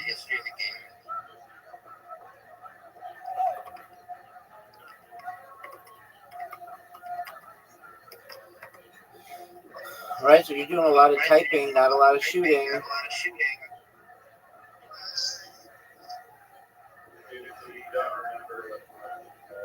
Why don't you use ChatGPT? Right, but if you want money, Rob, I'll give you $100 to tell someone that I don't like that is a dumb fuck drug addict that will never amount to anything.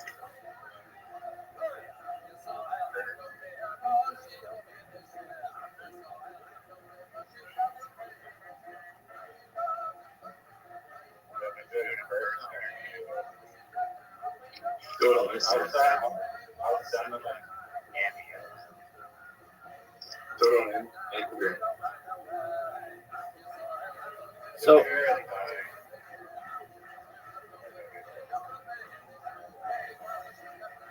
oh no. Worst hole in the world to have this would go first. Woe is me. Woe is me. Riser, make it. Hole in one, first hole. Oh, that would have been amazing. Go, baby. Why it's actually not an advantage.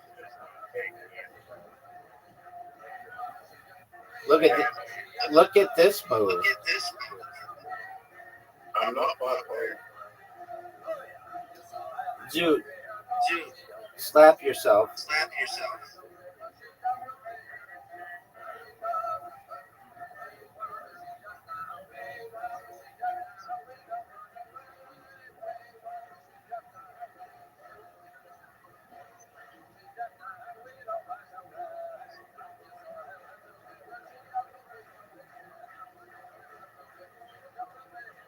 If it's there, I'm gonna be pissed.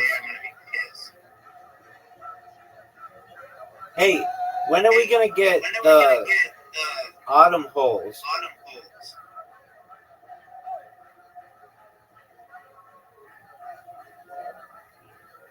The autumn holes, the skeletons and the portals and things.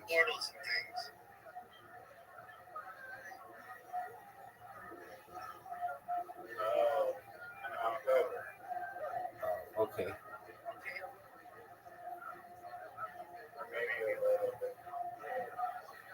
I just won.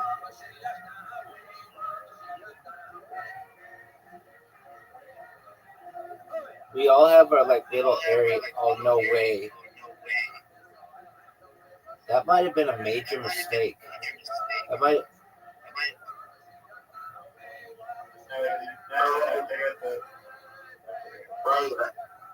How do you feel that you had 100 share of my Bitcoin with Barcelona?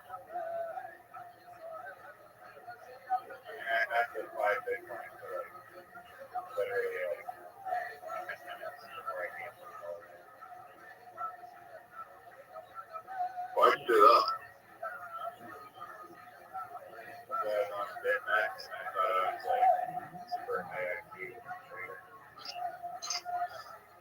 Oh, riser. Riser. What was the price of Bitcoin when you did that?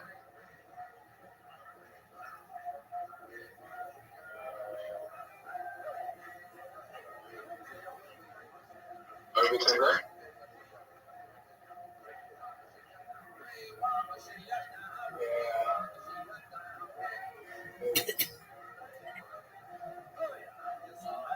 What year was it?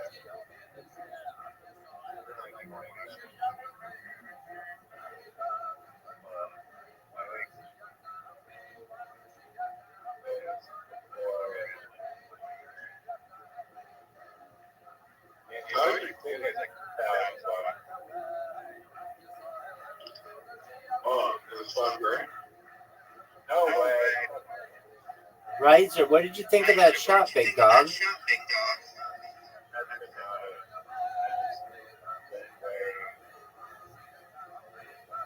Riser. Oh my. Dude, how did you get 0 points in the entire game? Intentional. Dude, that's really bad. Zero. Not even a single. I fucked up with a lot of money. Didn't look like that. You look like you were trying. Because when you missed your last shot, you were pissed. If you weren't trying, you'd be like, whatever. Dude, you're up. Yeah, I was just trying to do a trick shot in the last one, and I was like, fuck it, alright, I'll try and get it in. And then I was just like, oh shit, I wasn't really super focused.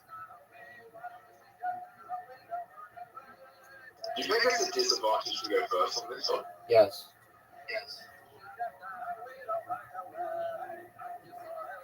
Riser. Great Rabbi shot. Rabbi, you actually might have the best, be the best edition out of everyone. Perhaps. What are you going to do?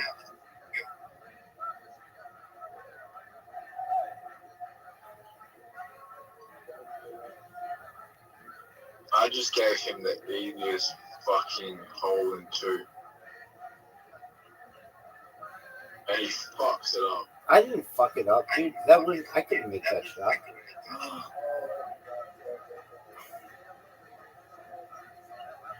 I fucked up. Don't go in front of my ball. Whatever you do, don't go in front of my ball. Don't go in front of my ball. What a shot. Dude, that was one of the best shots I've ever seen.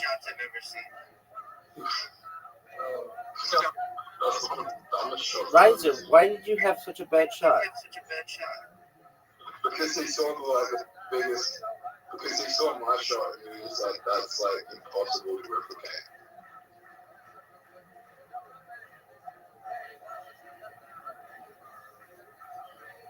Rabbi. What up, pimp? That was actually a really good shot. Thanks, baby. But I'm going to say something. What do you want to say?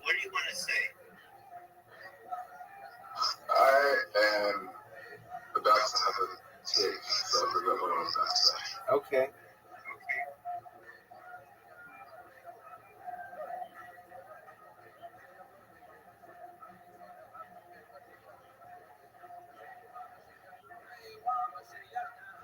Riser, were you proud of your shot? It's weird, Rabbi. I can sometimes feel ticks like coming on. Like, it's a weird feeling. I get you. Just remain calm. Riser, what are you going to do? Zoot, if I were you, I would blast it and try to go around the pink.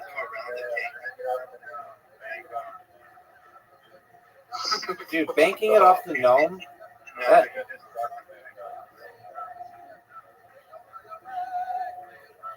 Bank it off the tree. Nah. Rabbi. That's a bad shot. I think that's true. Yeah, but fast, not like a pussy. I would have expected you to, like, put some oomph on it.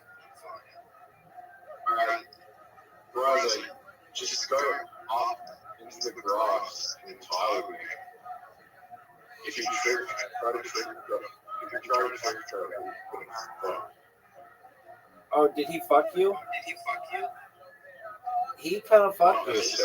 He fucked you. Bounce it off the left wall. Off the left wall. Left wall. Off the left wall. Off the side. Oh, dude. He water bumped you. Newfie shot, right, Zoot. Absolute brilliance. Zoot, that was... Oh, now this is why I love this game. This is why I love this game. Because that was such a good shot. And you got 0 points. Look at you. You're the one with 0 now, Riser. Maybe next game, next game, Riser gets. Sorry, Rabbi gets a 0. No, I'm not dog shit. Have you ever played a game where you got complete zero? No. Dude, you fucked me, dog. I think you have played a game where you played zero, where you what was like a 3 game hole or a 5 game hole. No. Riser, what the fuck was that? Forever. What up, baby? I'm not gonna knock Rabbi's ball. Why wouldn't you?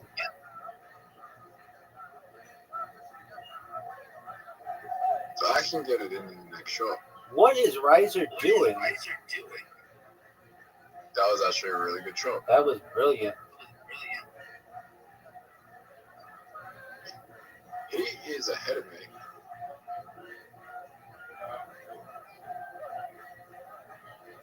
Dude, bank it off of the merry-go-round. No, I got no idea. Pinwheel. I got no idea. That shot sucks. It's gonna hit the pinwheel. You're just gonna go in front of his ball? And what was that? Yeah, that was my plan. That was a terrible shot. My plan was to go in front of his ball, but I fucked up. Hey, he scored. Yeah, you fucking knocked me in the. Rabbi, I have a feeling I'm gonna win here.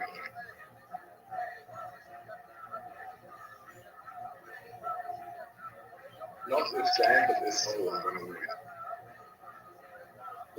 I've got a strategy that's gonna fuck you completely. Riser, what do you think of my shot?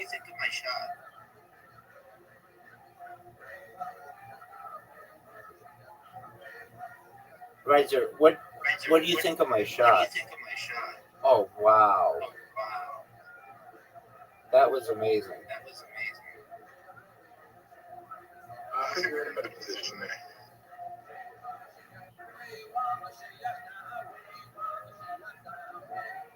I am not. Rabbi, who's in a better position? Maybe. You're gonna fuck this up. Who's in a better position? Maybe. I am a little bit, I would say. Who's in a better position? Maybe or Rabbi. Well, it's definitely not Riser. Look at this shot, Zoo.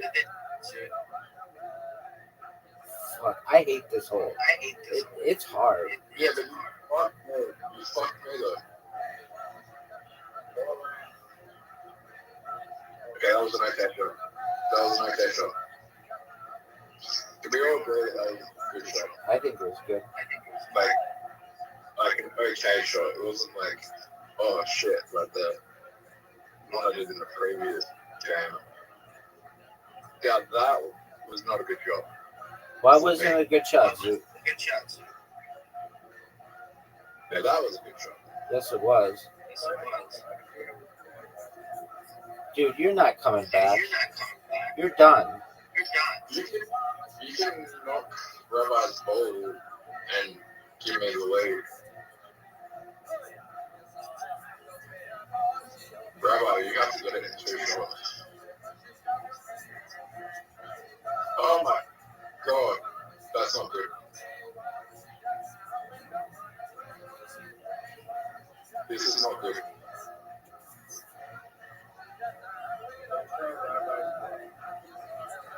Right. Bro. Riser, do you think I can make it? I think that's too much sand. You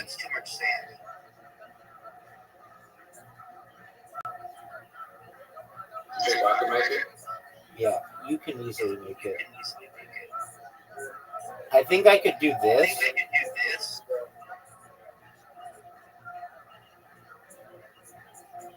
I think that's not. Holy shit.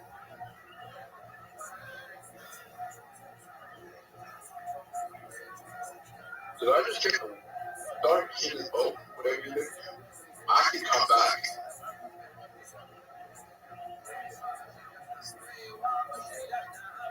Rabbi.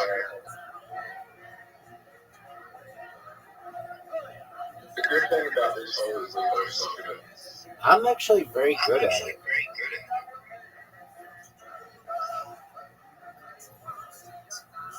Dude, that shot was terrible.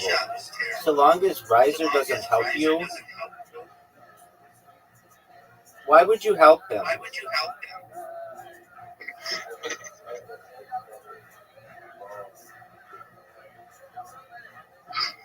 He could have gone around me.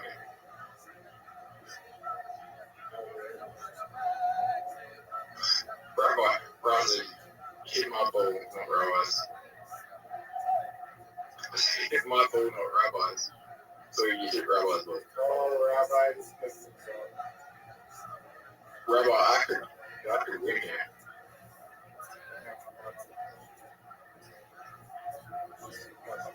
Yeah, perfect shot.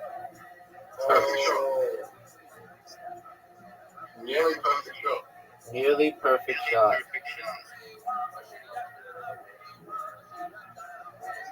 That's not gonna help me. That's just gonna help Rabbi.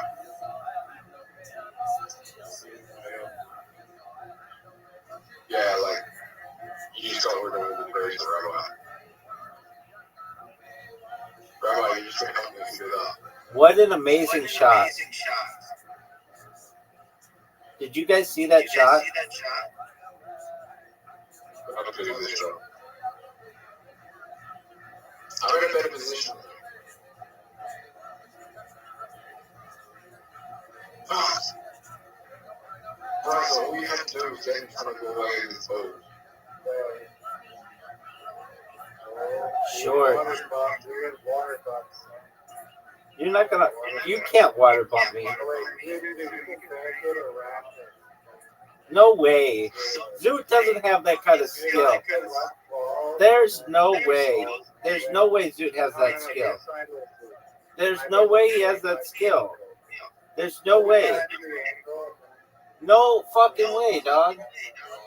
No way. This is the hardest shot. This is the hardest shot of all time. That was the hardest shot of all time. You're not gonna water bump me.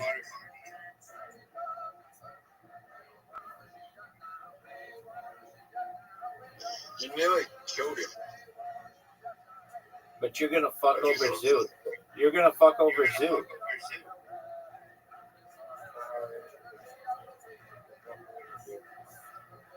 It's over. Zoot. Zoot, you lost.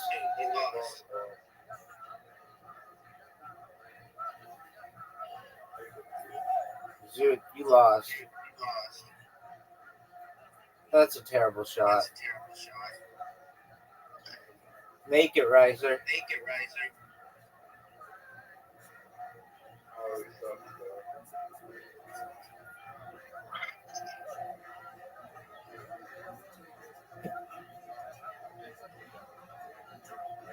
Why wouldn't you just make it?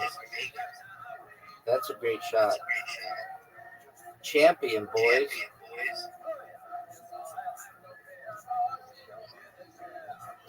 All right, next game is going to be. Can we play it with that many people? Can't play Mancala, can't play Cup Pong, can't play Literati, can't play. I don't understand why you can play.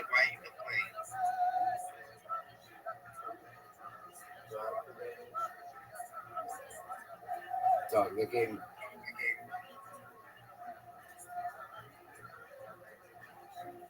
Have you ever played Draw Together with Zoot? It's hard.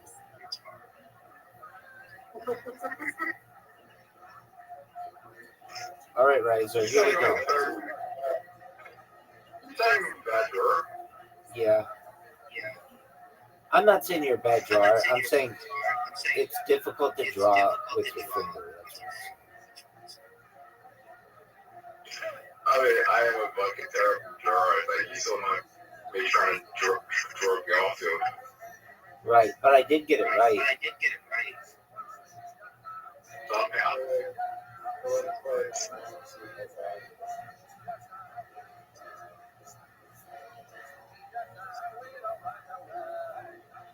Zoot, Get it. Zoot tied Riser.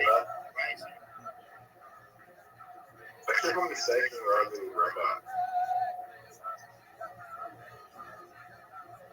My sexiness should be easy to differentiate.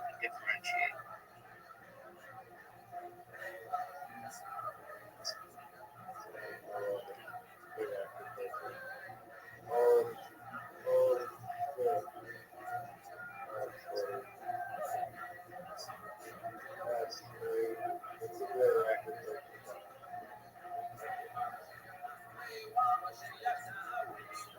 35's the record.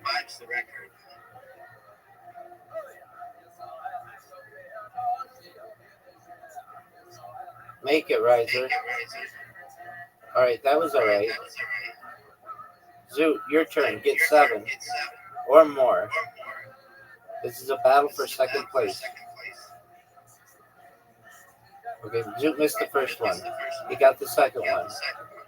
Missed the third. Missed the fourth. Swish the fifth. Made the sixth. Missed the seventh. Made the eighth. Swish the... One more. Oh, he tied. Alright, everybody be quiet. I have to focus. I'm going for the record.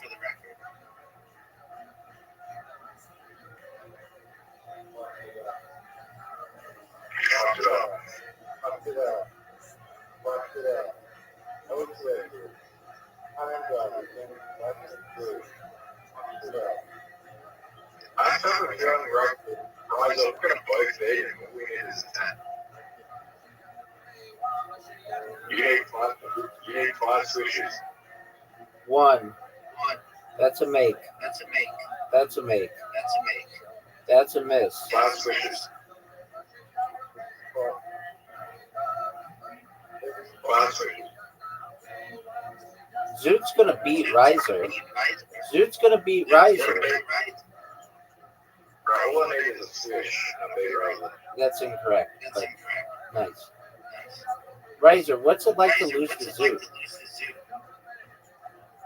Because it's lost yet.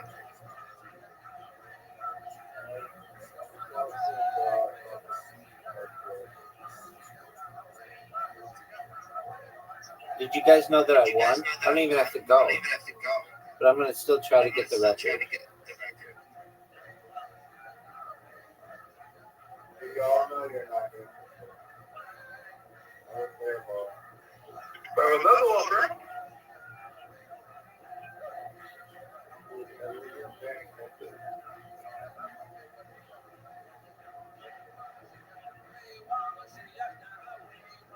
Draw together.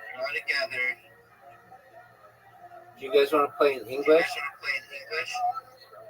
Yeah. No, I'm playing Portuguese. Okay. That's not okay.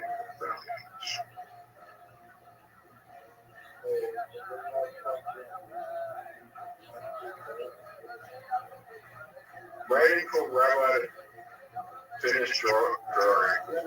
It's a play. Oh, it's a say. Yeah.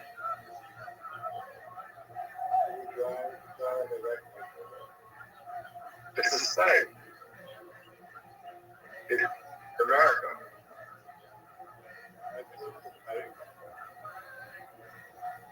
Yeah, it's the United States of America. It's not the U.S. How do you know it's a state?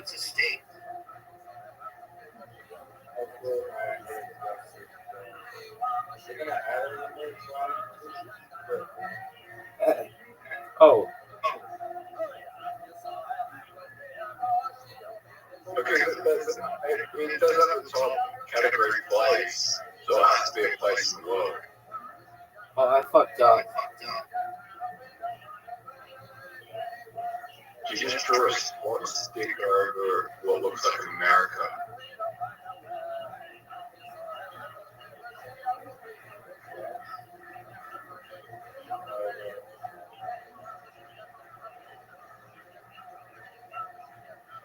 How does it feel? No way.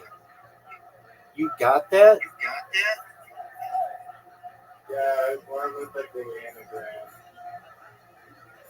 That was supposed to be maple leaf.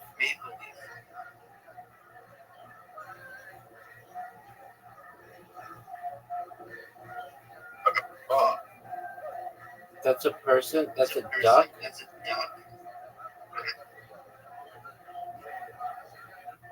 a person. It's a duck. Uh, wow. hey, Jerry.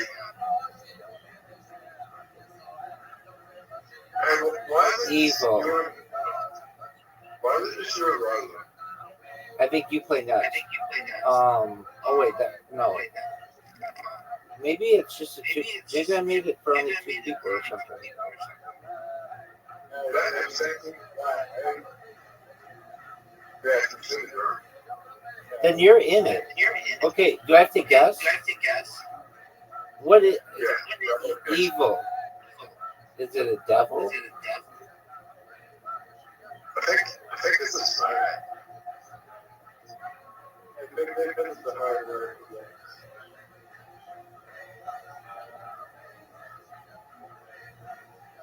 Hashtag? It's like kind of like the ghost, so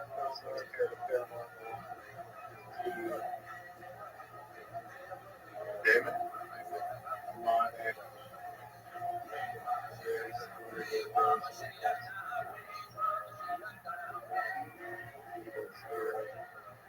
Cool. Dude, shut the fuck up.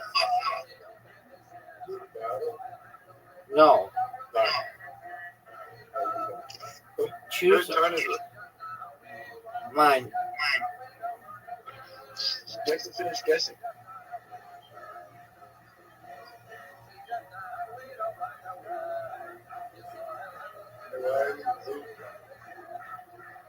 Because I was saying, correct. Movies. Is it Cars too? Why would it be Cars 2? Because you're true. Car. Is it Cars?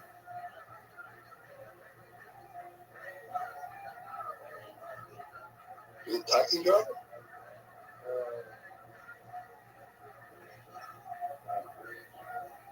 Is it Taxi Driver? Zoot's pretty close. Zoot's incredibly close. Driver? Oh, Baby Driver. What movie is Baby Driver? The one with Kevin Spacey. Before he did all this allegedly good stuff. Boar? You guessed Boar? It was Cars. And I said Zoot. I thought if I guessed it wrong, then Zoot would have to take Cars.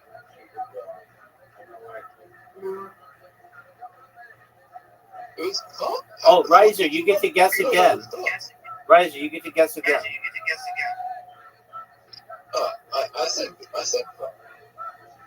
I said Cars 2. That's why I said you're incredibly close. Should you say Cars?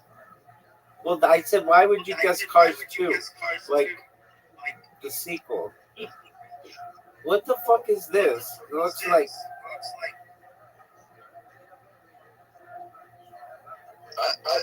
I just said Cars 2 because it was. Oh, it's a piano. It's a piano. It's a piano.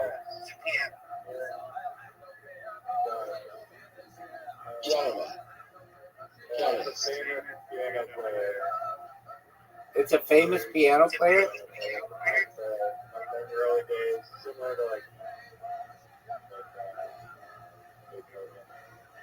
Mozart. It's Mozart. It's Mozart. Mozart.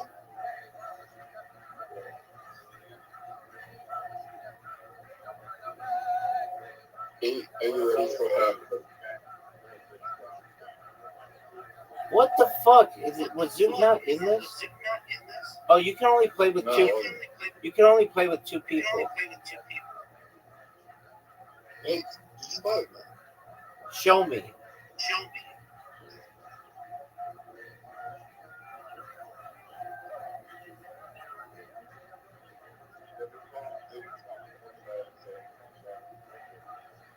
Yeah, like they're gonna catch that. The guy's in custody. All right, word box time. 3 players, 60 seconds. Dude, we're not playing draw together. Can't play with two people. That's You what. can't play with two people. That's what we learned.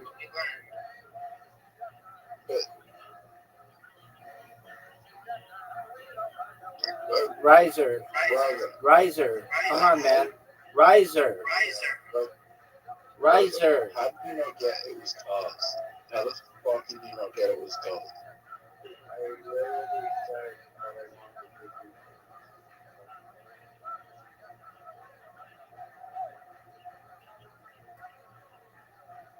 Well, yeah, some fun.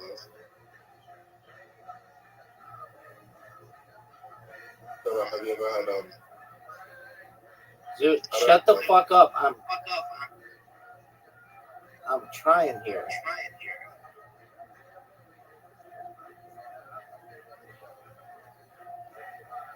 who's your favorite? Dude, shut the fuck up, man.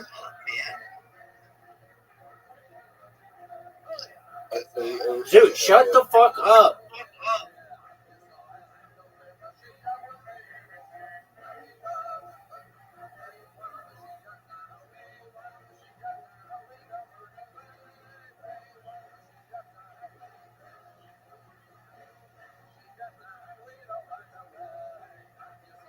Okay, now what do you want to say?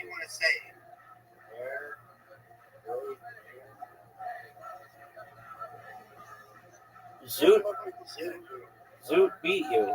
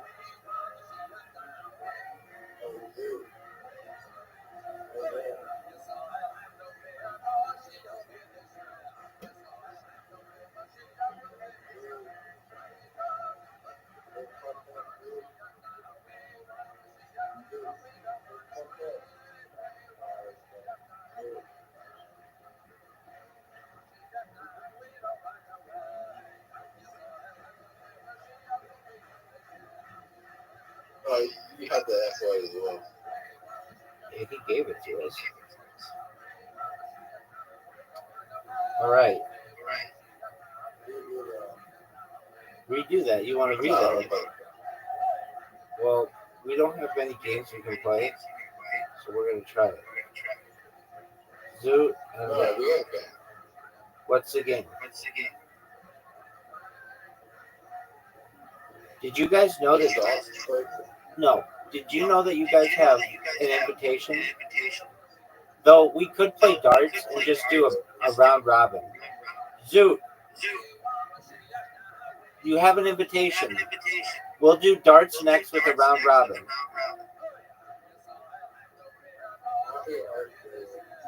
And then we'll do archery with a round robin. And then we'll do archery with a round robin. Zoot, come on, man. Zoot, come on. Zoot, accept the invitation. Yeah, we'll do whatever that is. Whatever.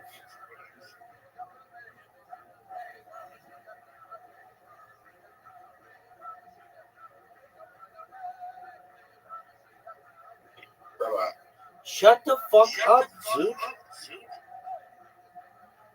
I think you're like your thing gets really bad when you're playing and you want to just talk.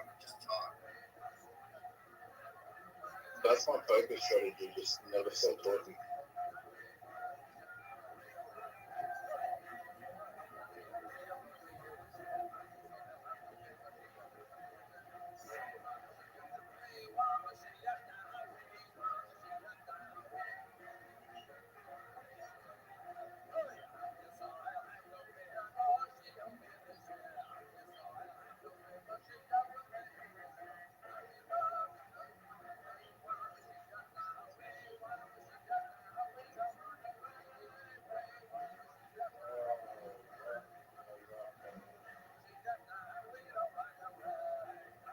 Yeah, but you haven't.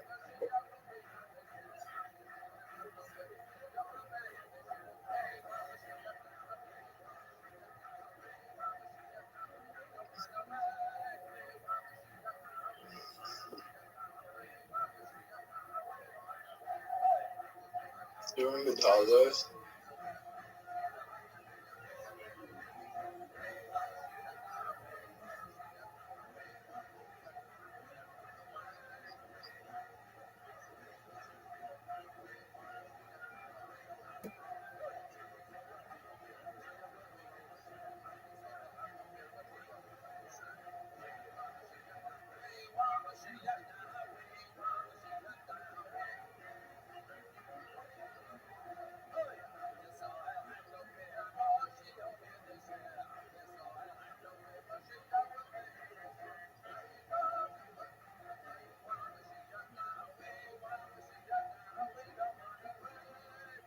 Oh, I come back at the end.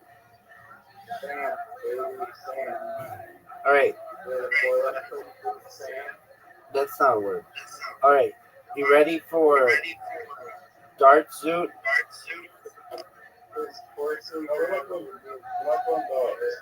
Okay, are you ready for archery? That's funny. What's darts party? That's funny. What are you saying? That's funny. Dice party. It's a two-player game, dog. We're gonna play poker.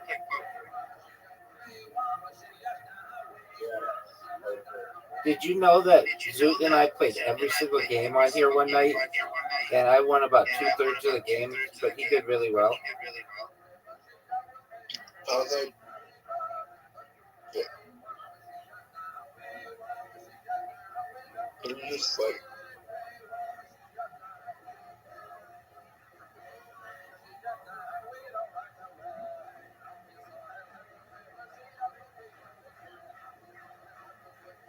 Zoot, are you gonna accept my invitation, or are you going to jerk yourself off raw? Zoot, what do you send me an invitation for?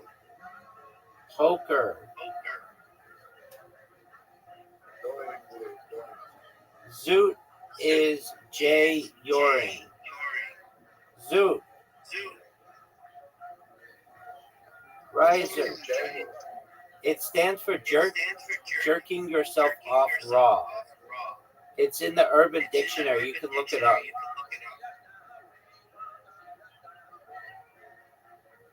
It's a real word.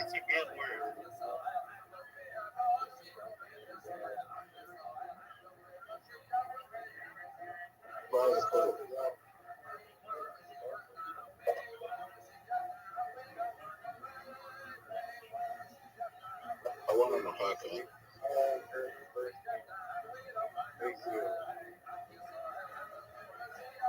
I'd fucking answer. You just said you won on a high card, and then you said you had pocket aces.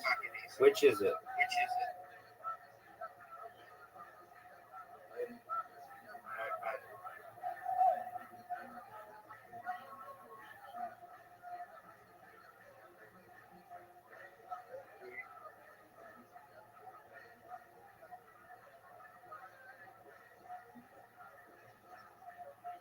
Whose turn is it?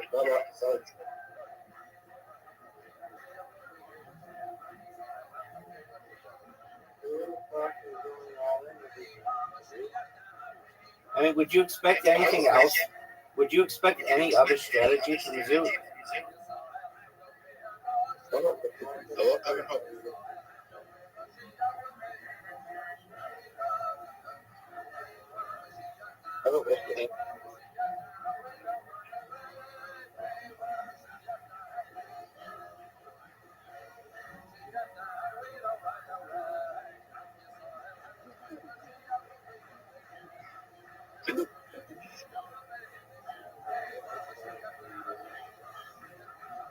I mean, he is doing well.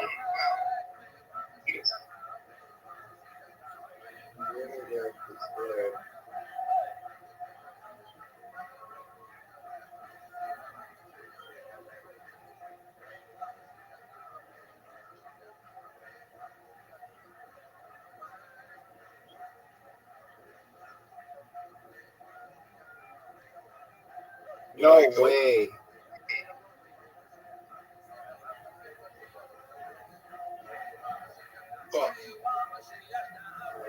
Nice strategy there, Z.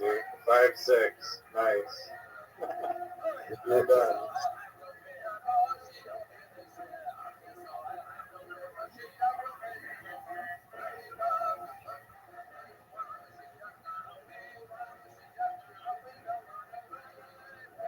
You can bluff your way with 5-6. I want him to be able to get the money back. Done again. That's good as 8. No, you're done now. Take a seat, son. You're done. What?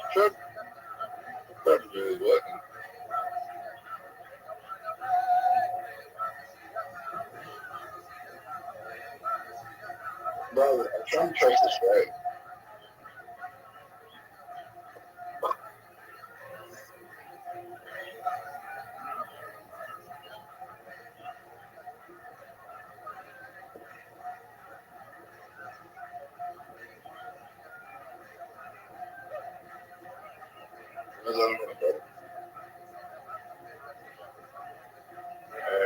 You got to go to the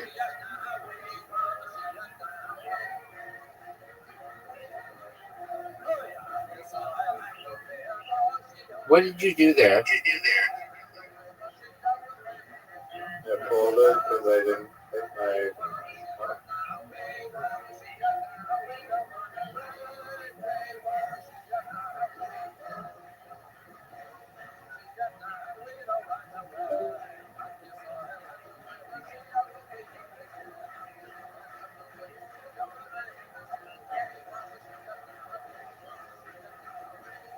You made this really difficult.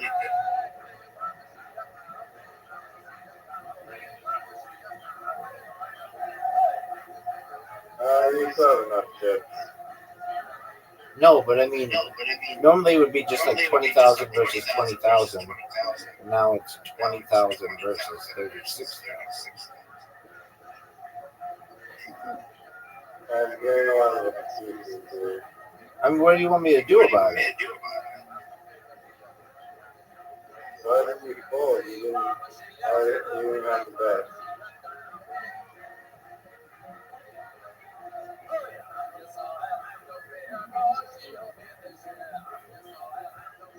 Why are you folding? Do the antes keep going up? You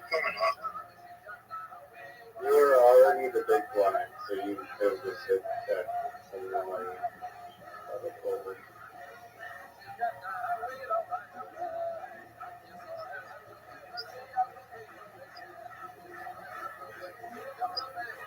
You're throwing the preview chip so that's even. No. Just play it normally.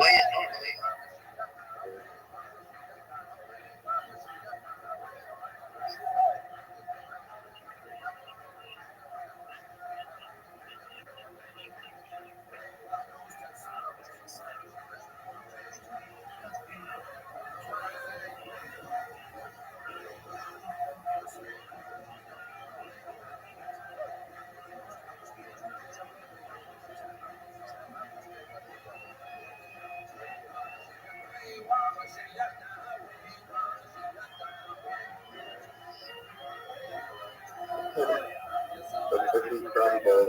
You had a pair of fours? Oh no. That was on the board. I had six. I had 3 fours. Oh, that's good.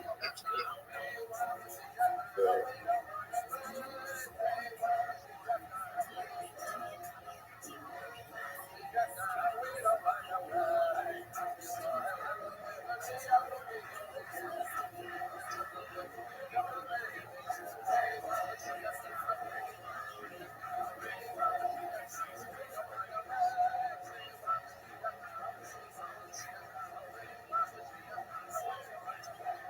Do you think you could beat Zoot in a fist fight? depends how drunk I am. Okay.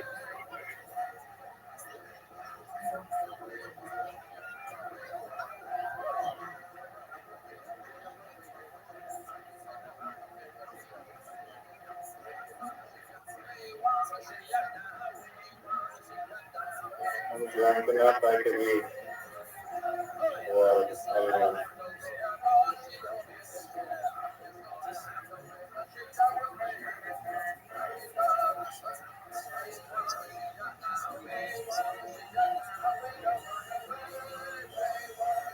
have you been in a fight before? Fortunately, I've been able to avoid all of them with my beautiful, beautiful mouth.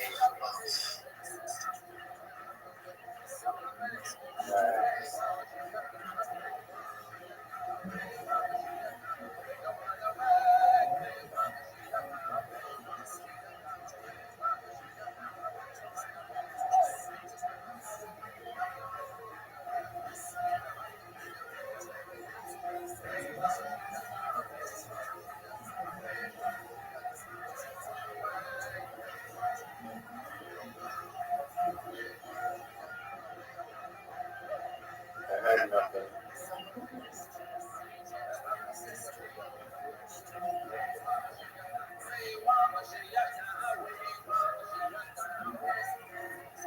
Okay.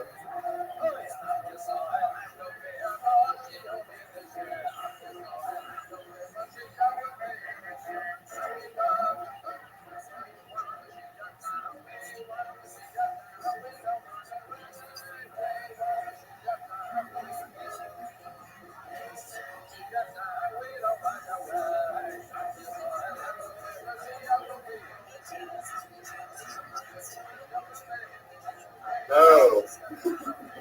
Fuck. No, no, no. Pair of tens, ace. No, no. Why? How did it?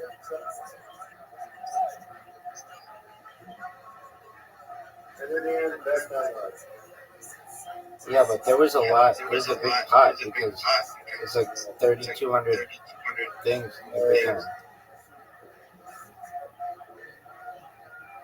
We like switch positions. Yeah, you hit call and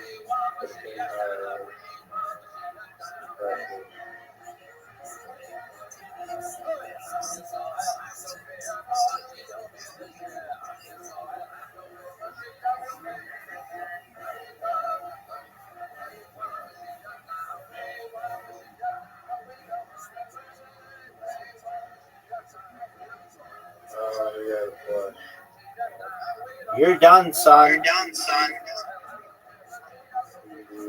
All right, let's call it a night. Come back tomorrow, please. right. Peace, big dog. Night, night. Shout out to Riser and shout out to Zoo for being such cool people. For something simple like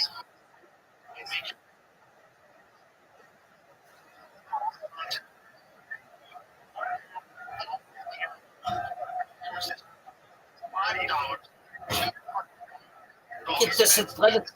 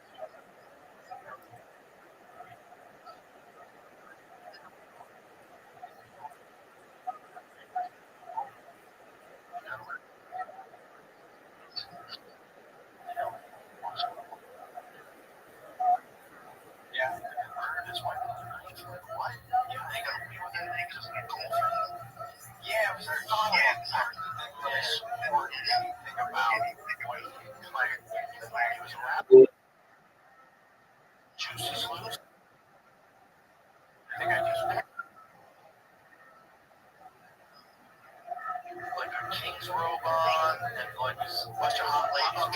Okay, it's coming back. Yeah.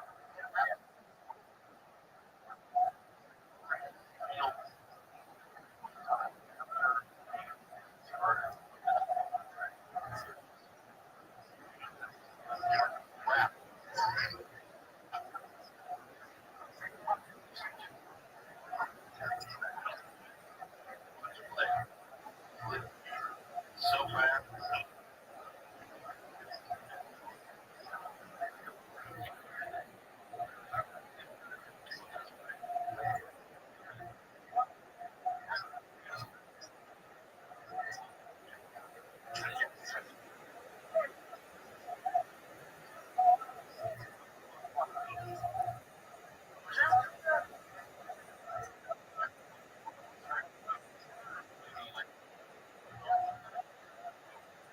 That was fun.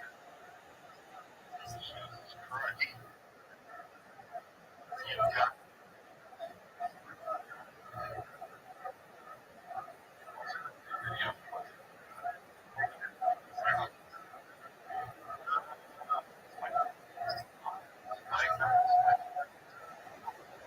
Yeah.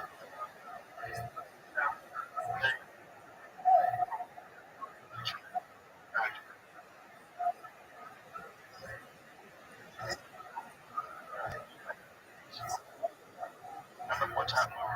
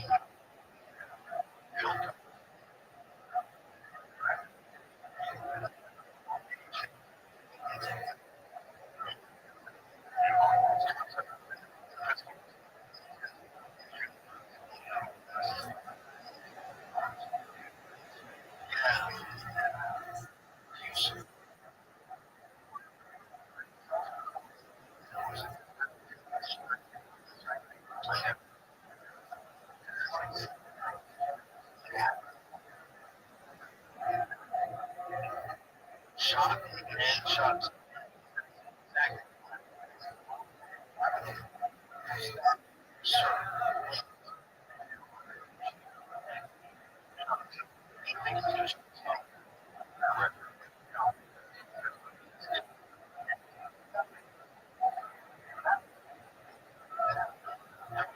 Guys, shot in the leg.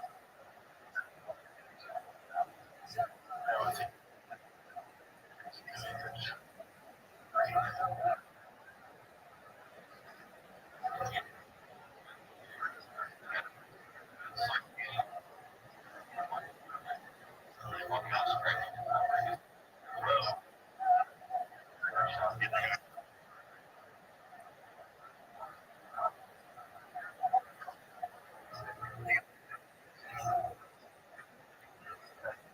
so. This direction.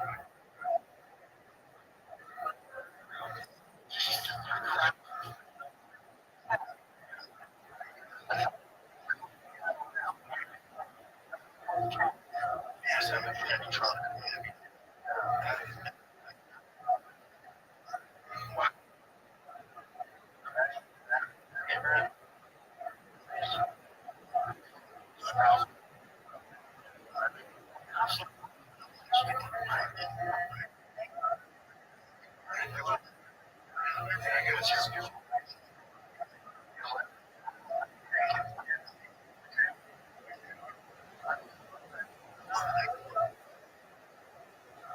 Wow.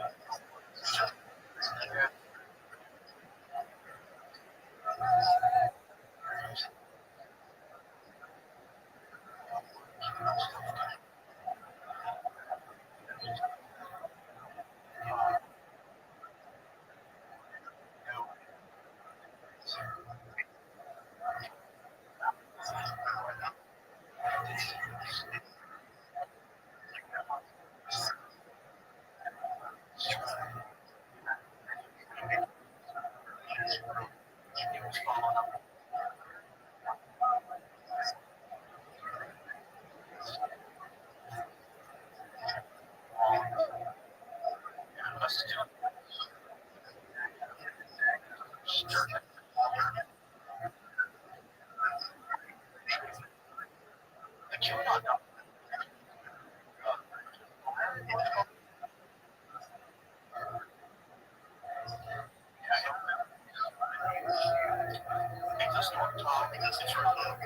a multi-part thing on all the people that were involved in 4chan and the creation of QAnon.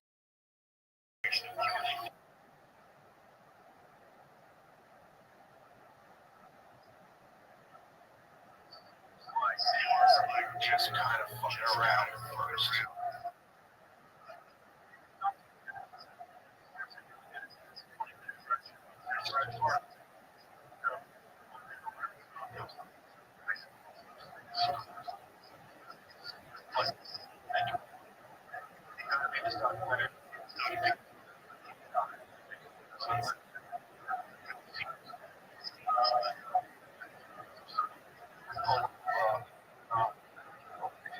Yeah.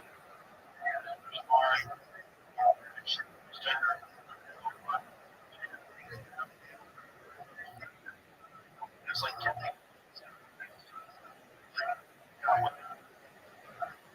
start pushing.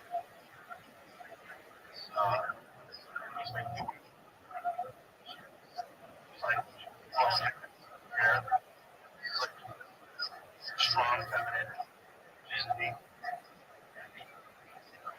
bunch of women.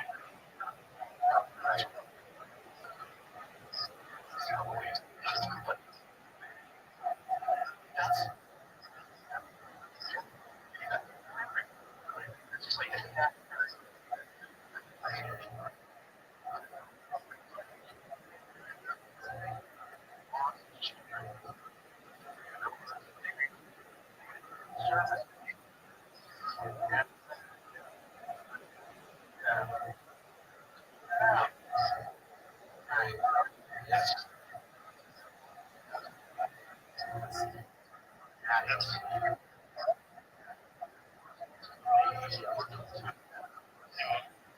life and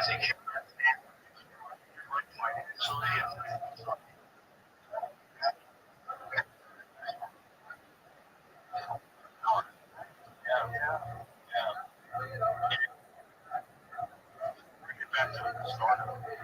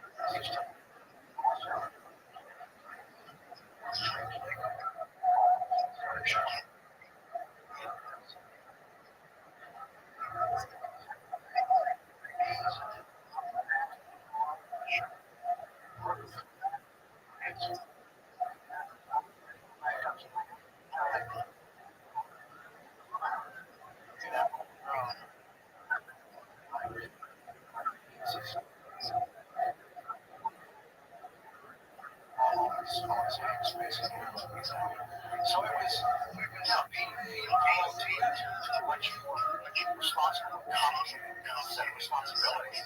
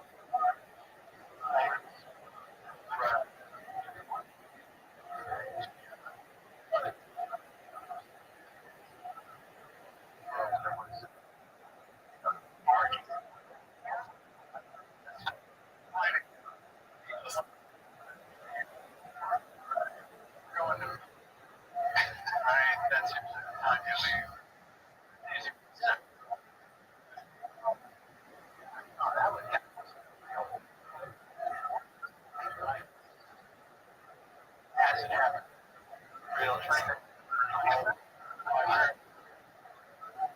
it's still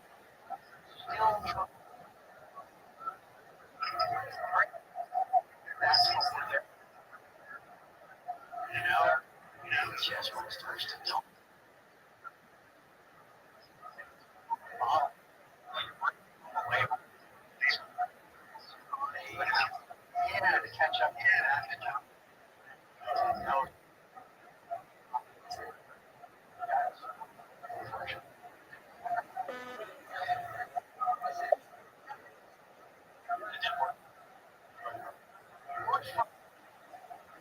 work for it. You just find out here.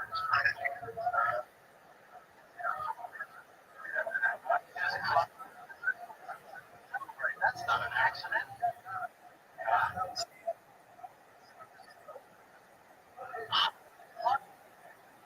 Yeah, well, it's very soft. Yeah.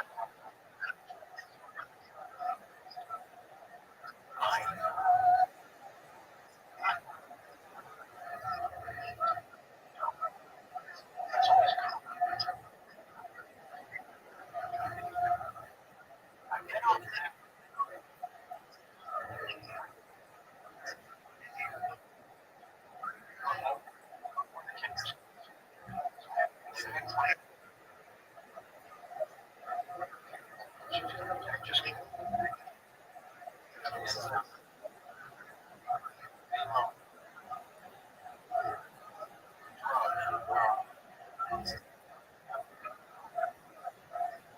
tricky.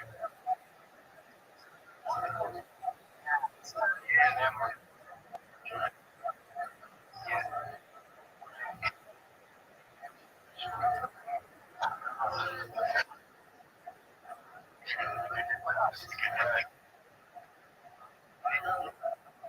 It's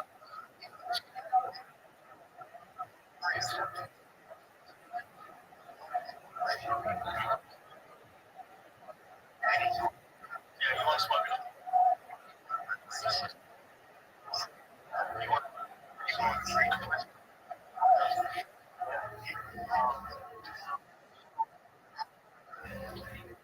I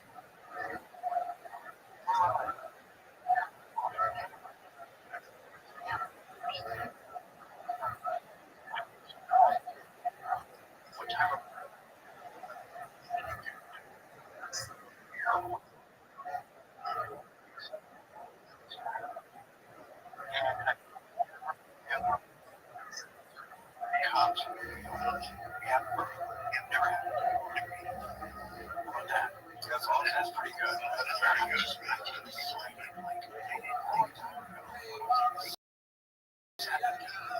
Very small. Yeah.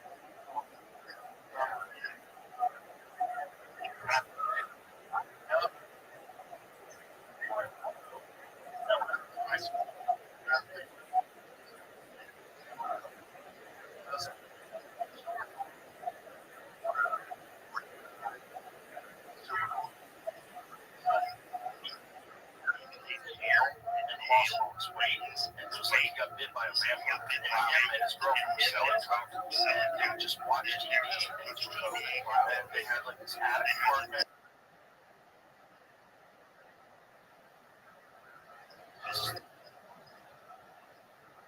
And I saw some other kids that had drug problems around me where they were just, and, you know,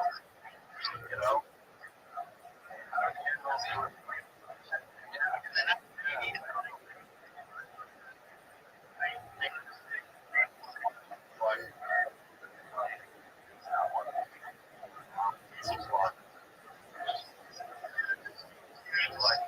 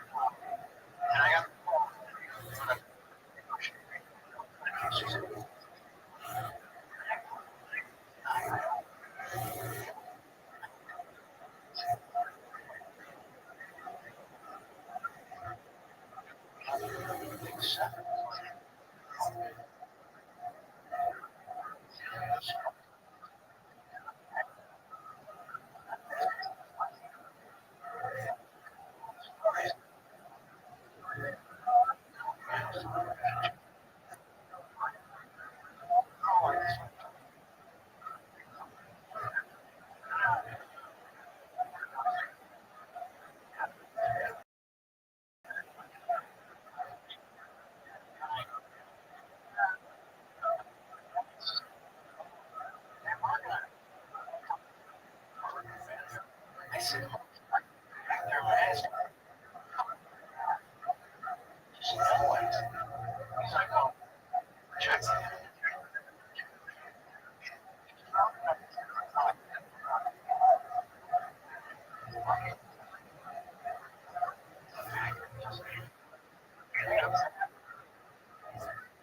Why go back and say,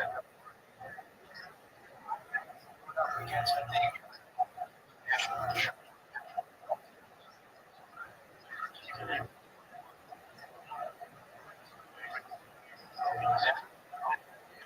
Yeah, that,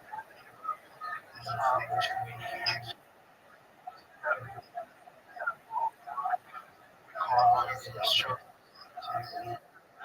Guys,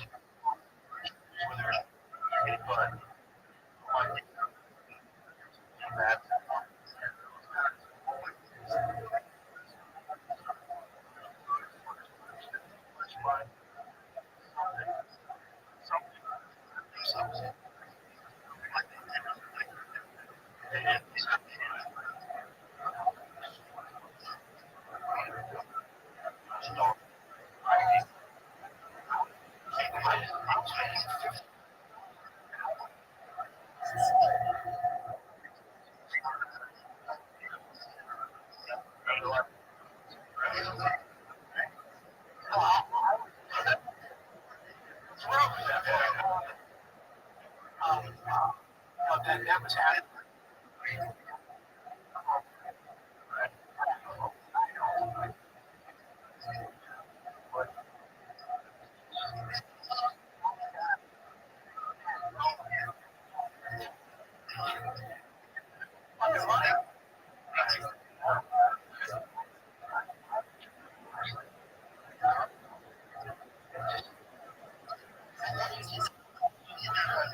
So,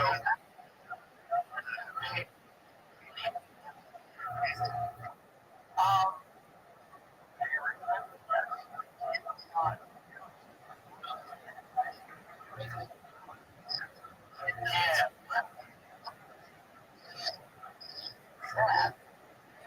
you're not going to get fun. You know,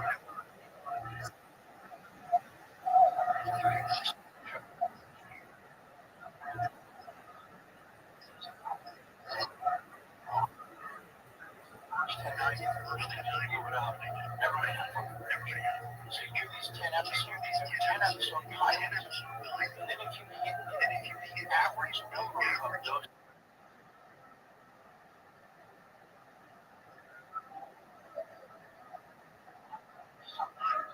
it's like a share,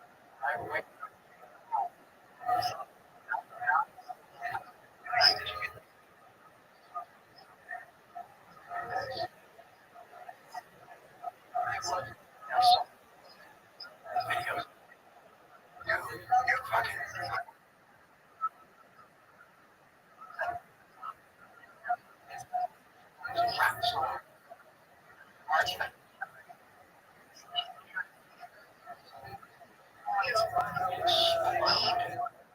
And so, like, okay, let's say that.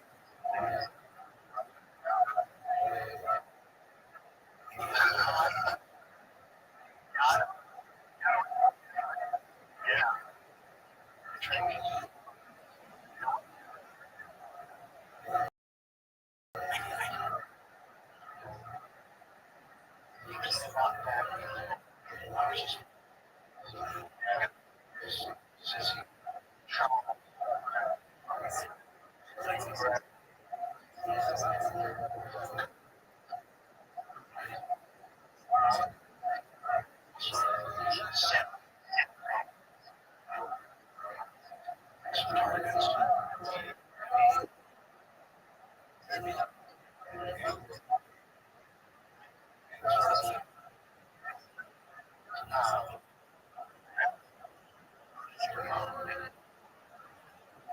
away from it, you know, what your life would be like.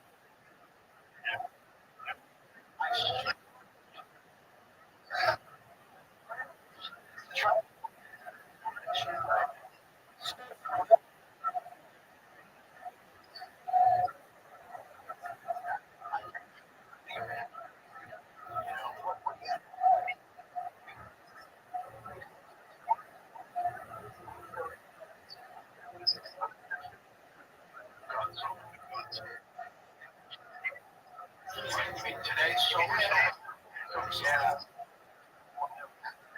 that complete chaos and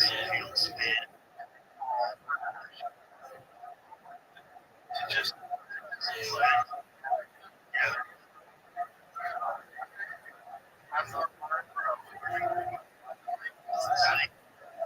Let's do it differently.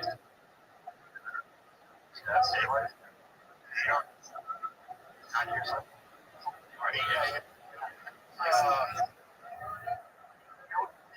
maybe you have to have it.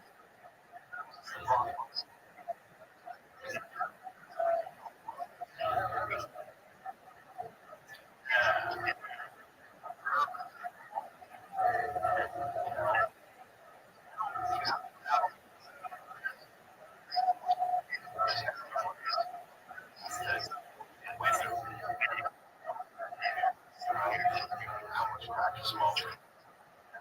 So,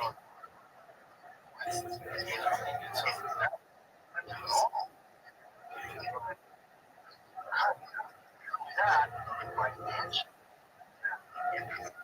helps you. It's like that.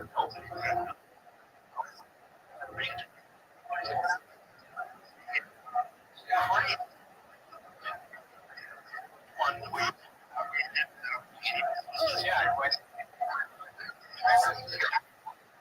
that is what you got there now. Door.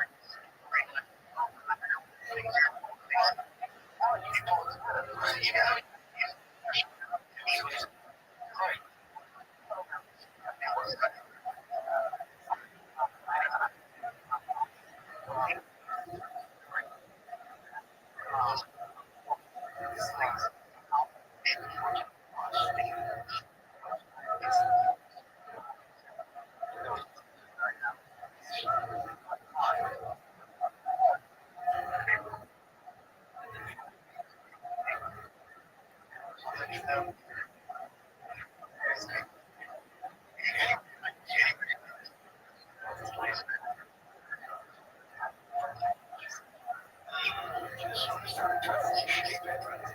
Got Chicago, there were special effects we needed.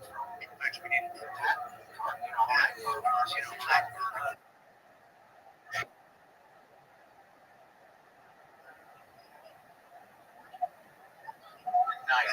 Night on a particular train over train.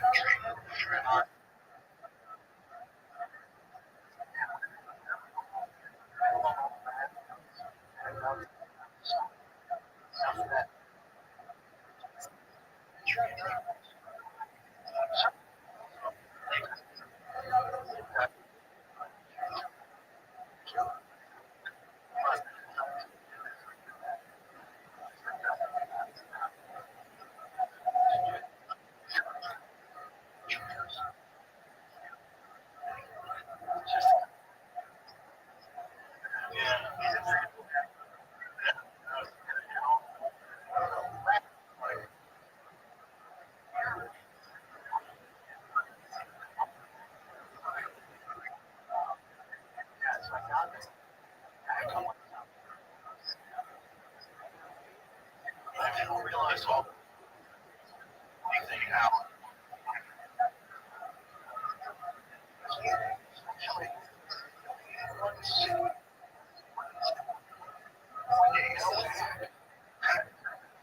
That's what Jeff Rock great at that master.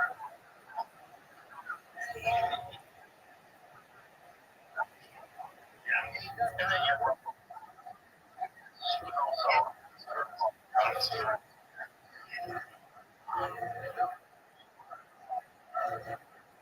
years of children. Like that's so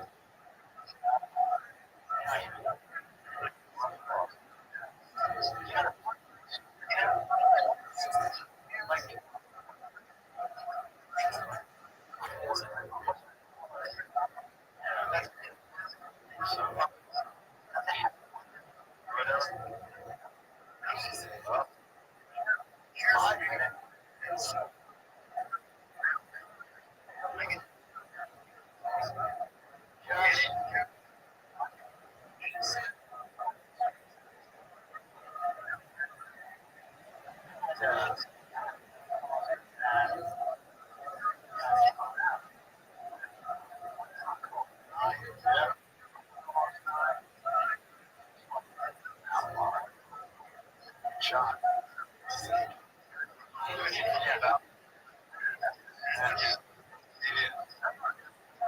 it's not now. One thing of it.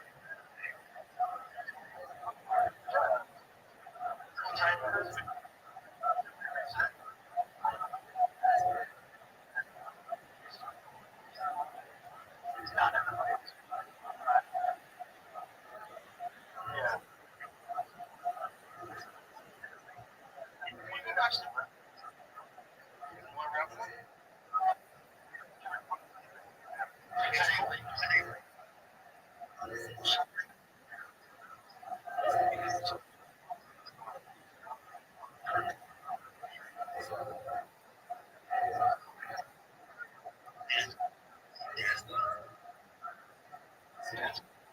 Some guys out there do that.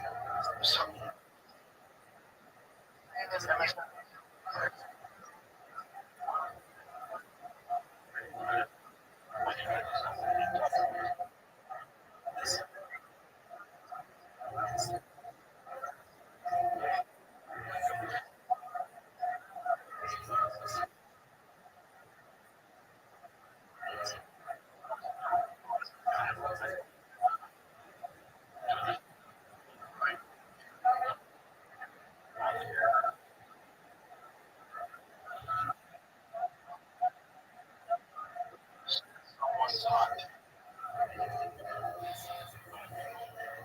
Yeah, that's a crazy take. Crazy take. Crazy take. What was the take that they just right?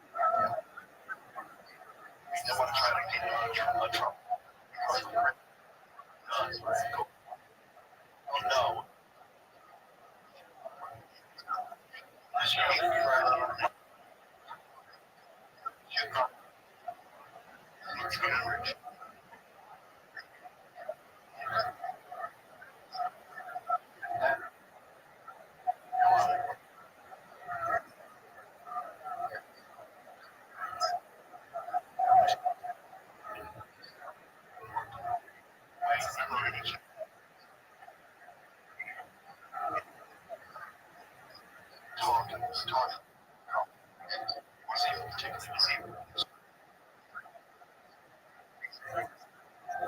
everything I know, but there's a lot of stuff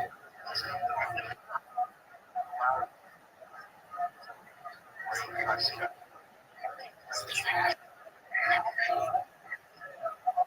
supposed to do.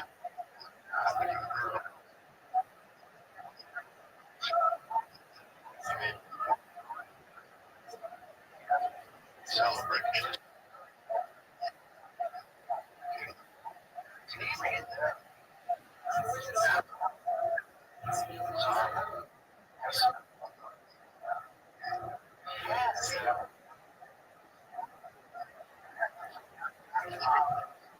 So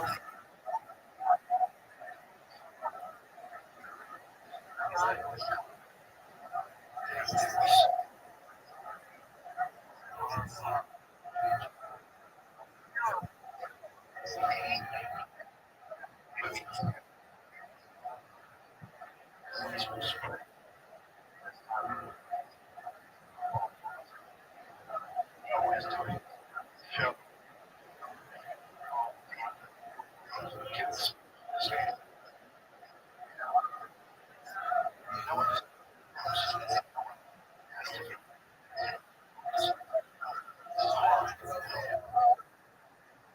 help people get but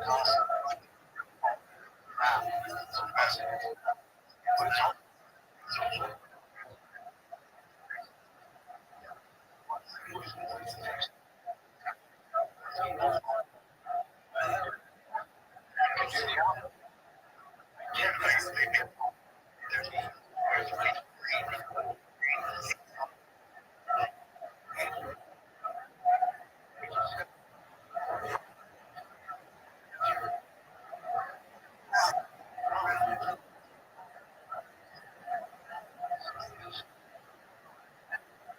So much spent money putting down the entire town.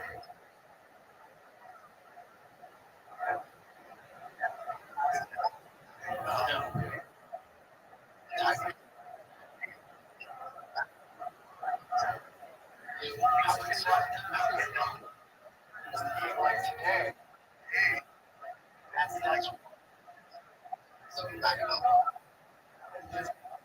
once we're trying to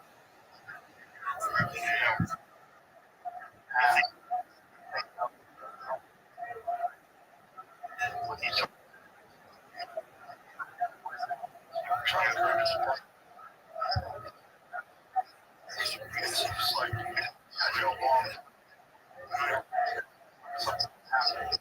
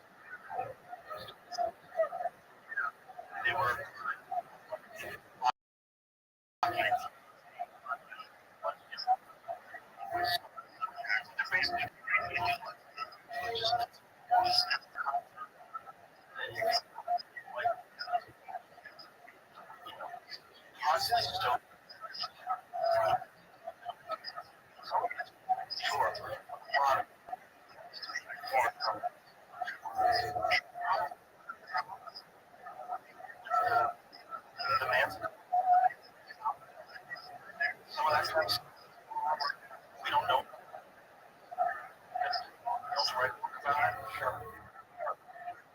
also know that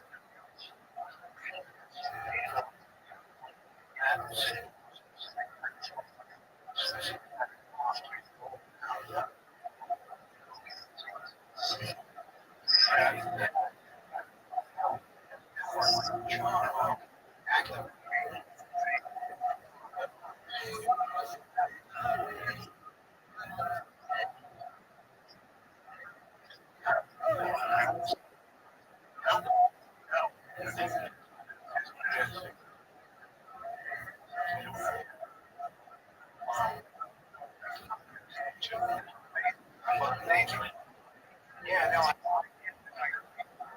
I was no,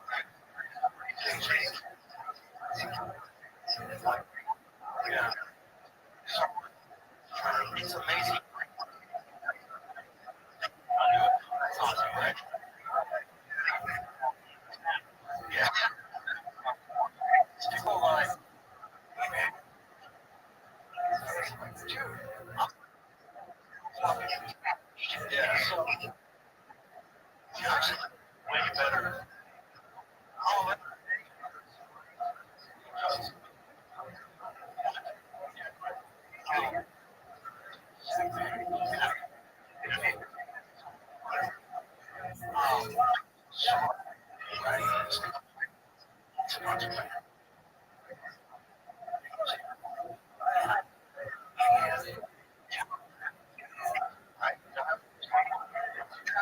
I do if I know. Okay,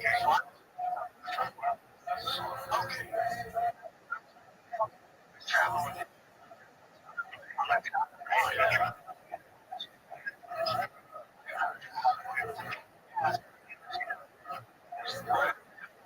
cares. It's worth it though. It's great.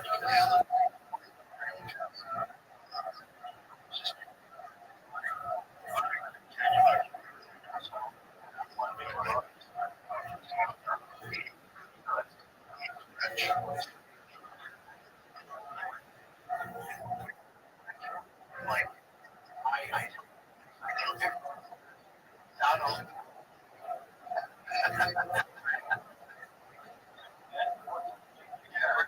I'm sure. Yes, that's all.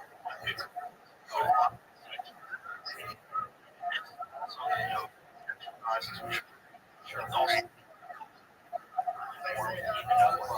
which really helps. But a lot of what there was actually a study that was actually I don't know completely, but they were doing it a couple of years back about the benefits of hot yoga and whether they're comparable to the medical, the known medical benefits of sauna, which are pretty well documented. I don't know.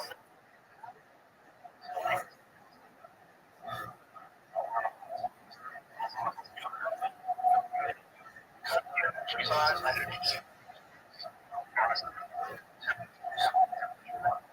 Ray jacks up so hot.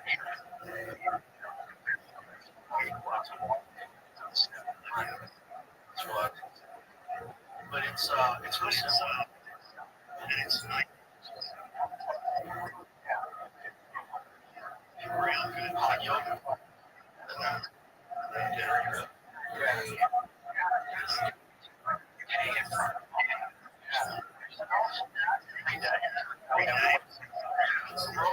So much money.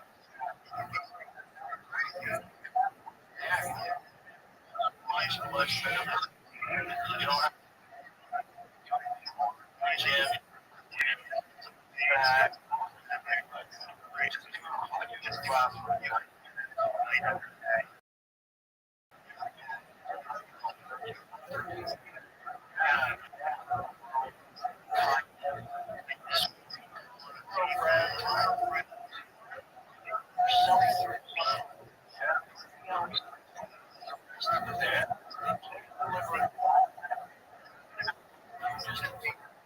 And it's a constant. It's 100% now.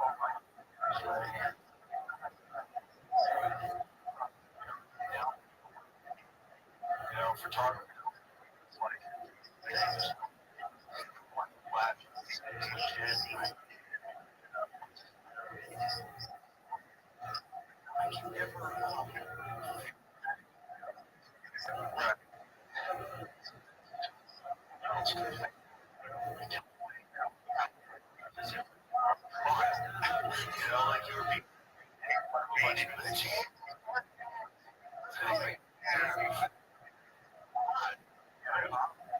It's almost it's a form of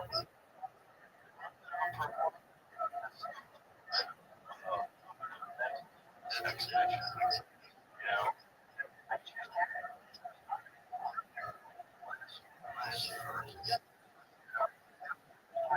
oh my god.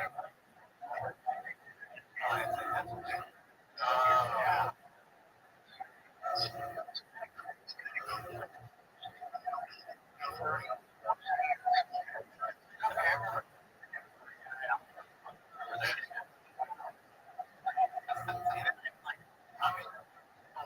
It's not just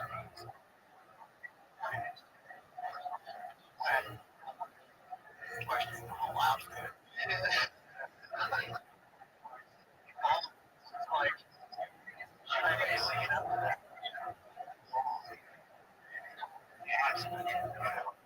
It's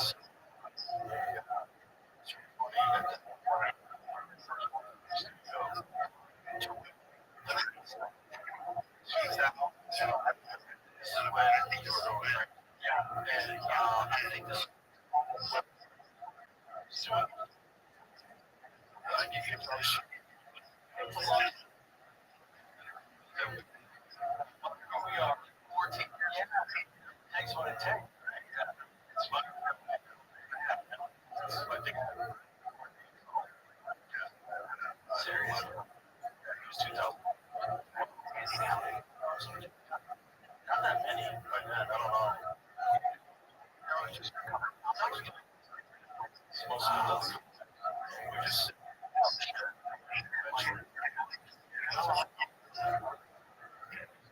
nothing like this. No, no, no. It's like weirdos that young kids straight.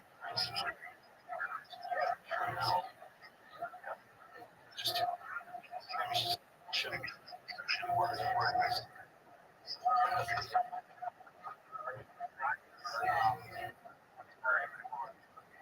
For the right reasons. So it's kind of like sacrifice. That's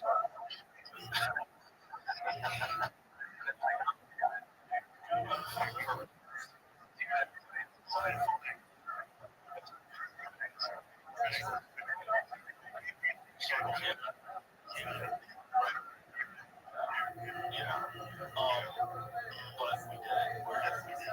Yeah, those things that you did with Russell, man, they're so fascinating. It was the whole thing was so fascinating. I watched the Netflix. I watched the first episode, and the whole experience of watching the guy from Platoon, the guy that everybody knows, and everybody's stuck. So why do you go off the rails like super motorcycle? You know, and everybody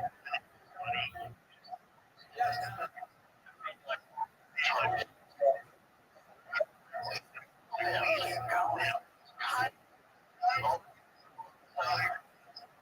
everybody was saying, what was that like for you? Was the first kind of like we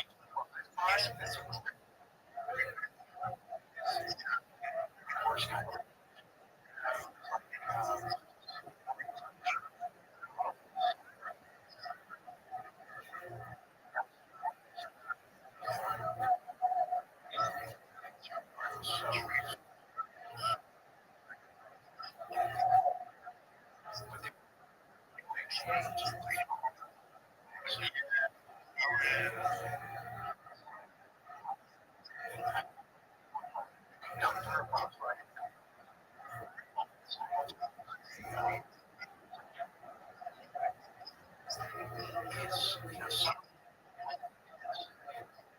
some polarized action. Other moments are like kind of seen through time.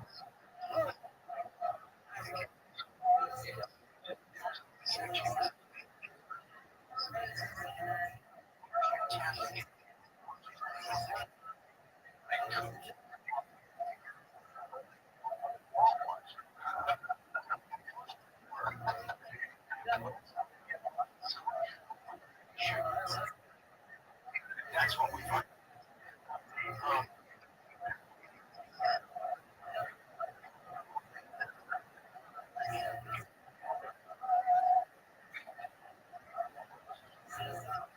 come, yeah,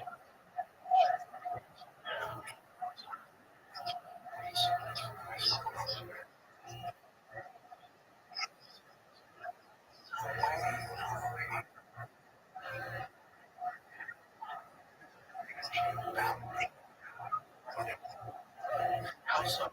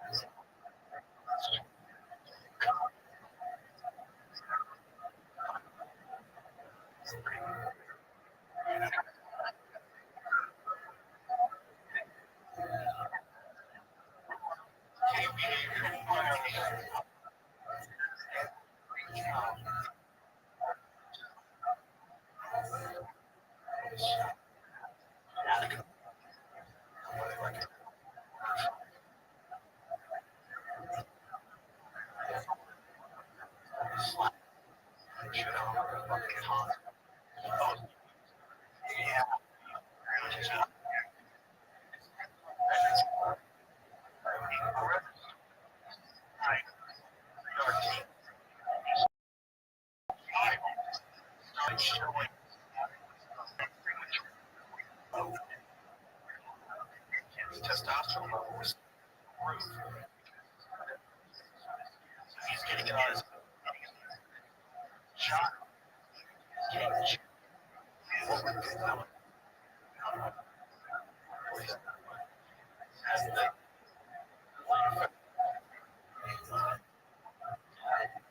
This kid is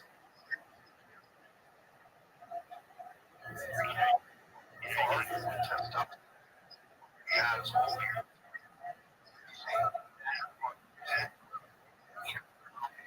application.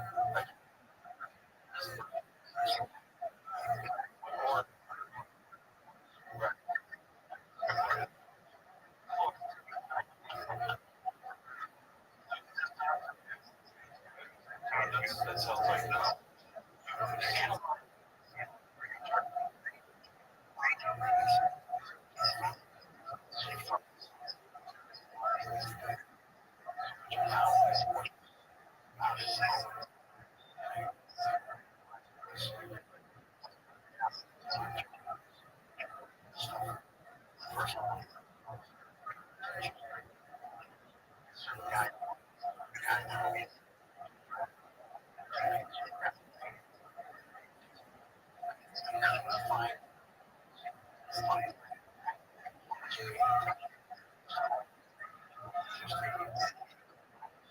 That's all.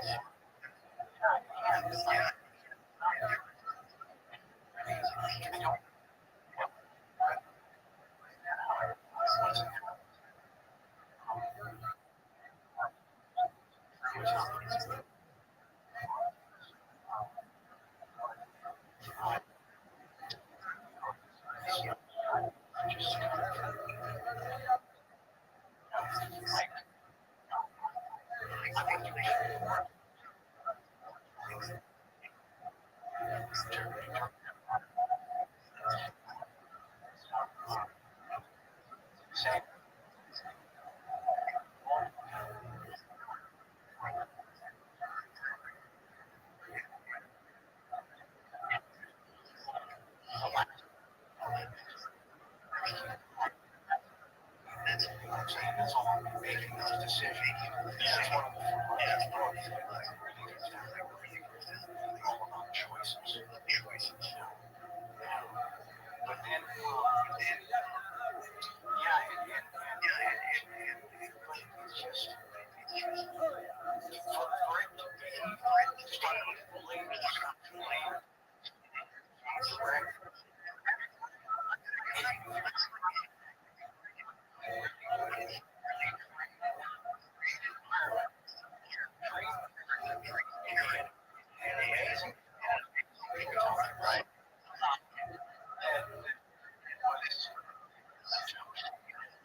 right.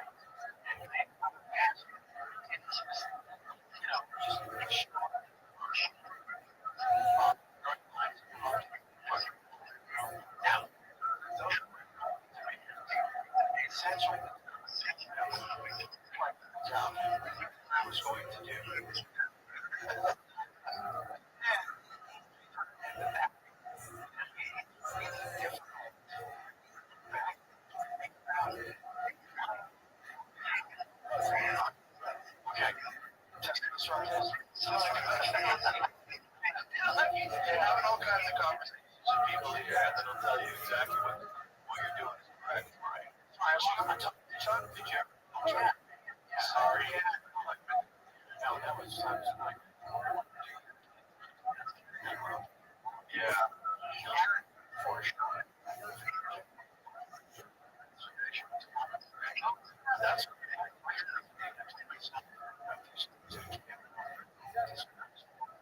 just kind of sad.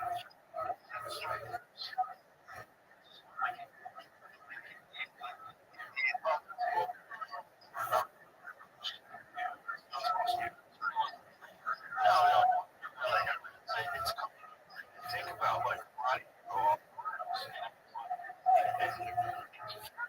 reasonable reason.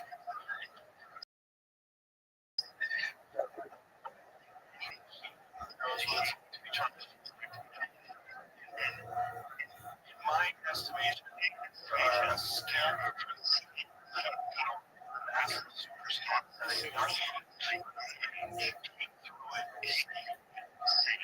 I don't know anything. Olivia got the child. Everyone kind of goes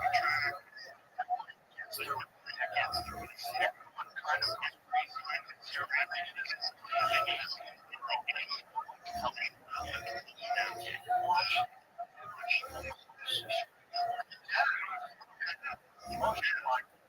Like, just like, yeah. Right. We're in the same room. Right. Right. Yes. But it's still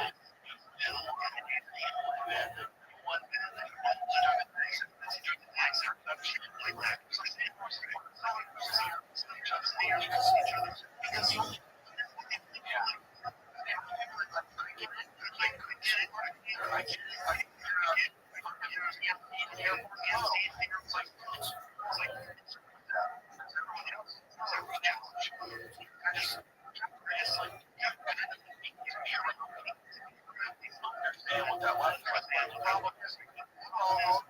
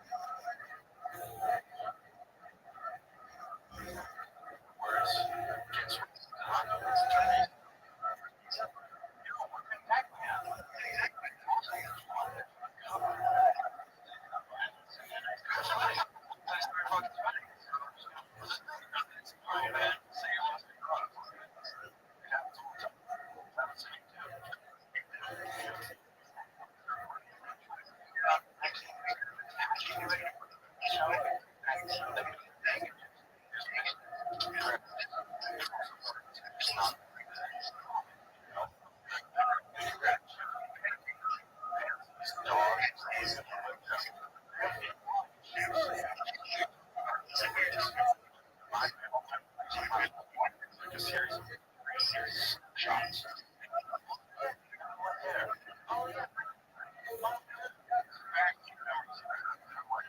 Solid. Yeah.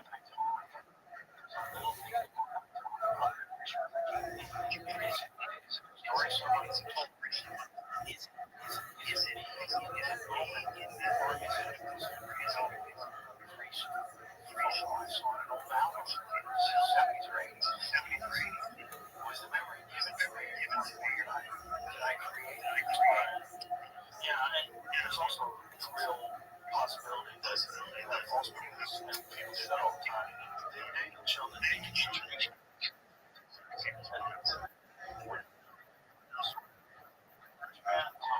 Revisit that person.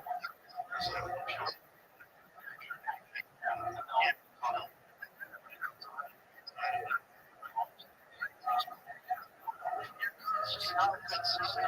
It's just a design that scary thing. Like, you know,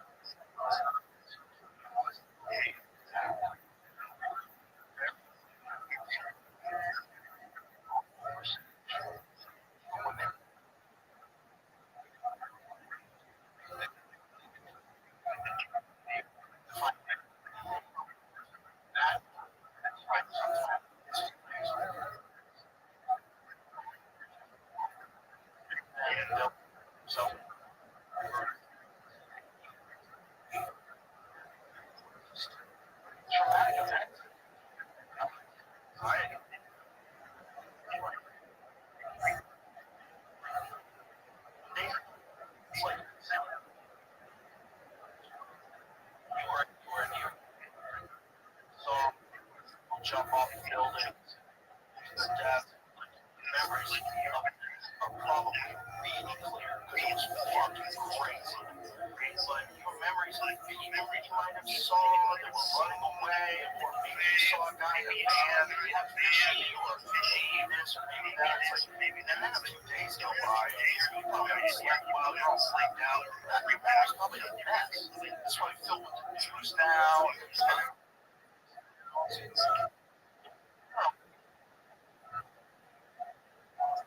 Someone died.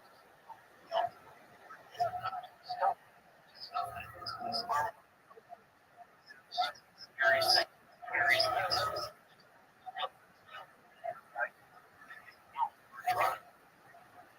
Now you want a memory, you can go just 2007.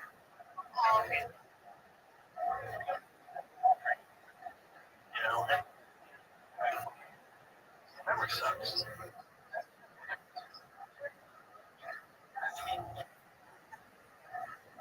Um,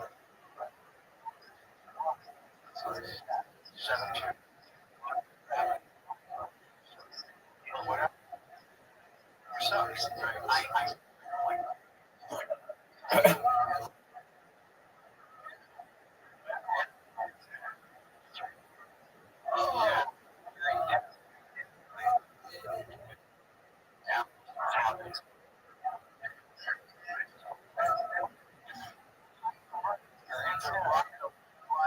Answer in 2020. It's fine. The answer machine. How old? Like someone like it's like you had a dog.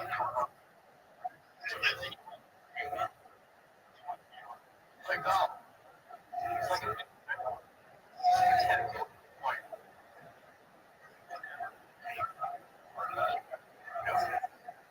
yeah, that was a you guys. Just a different one. This is way less, way more years with no internet.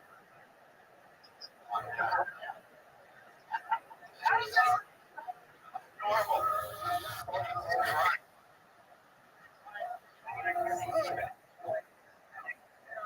Wasn't a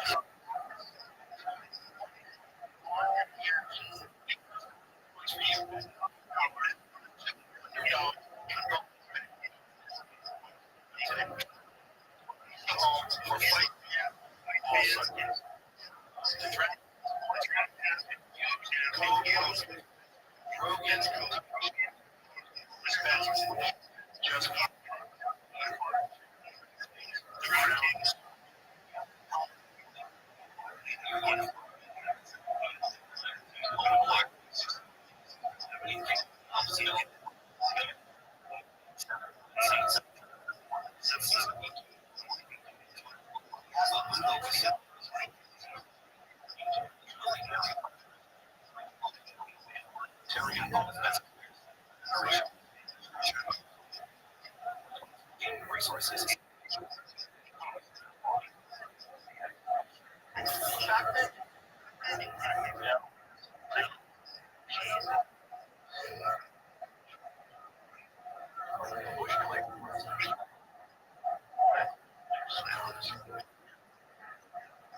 they have this real for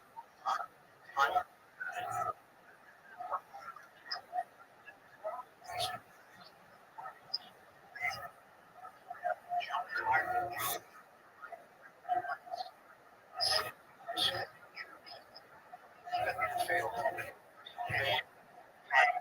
so that I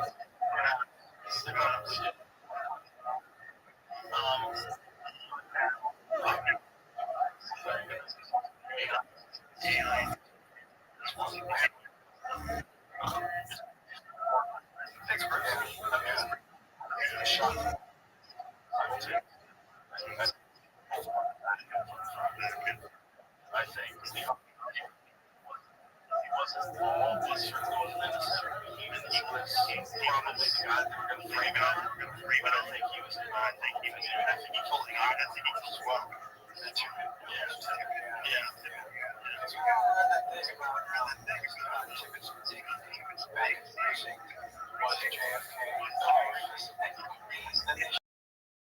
Side by side,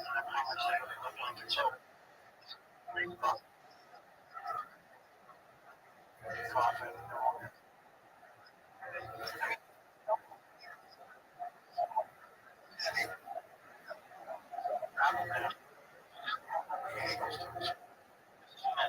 Somebody grab.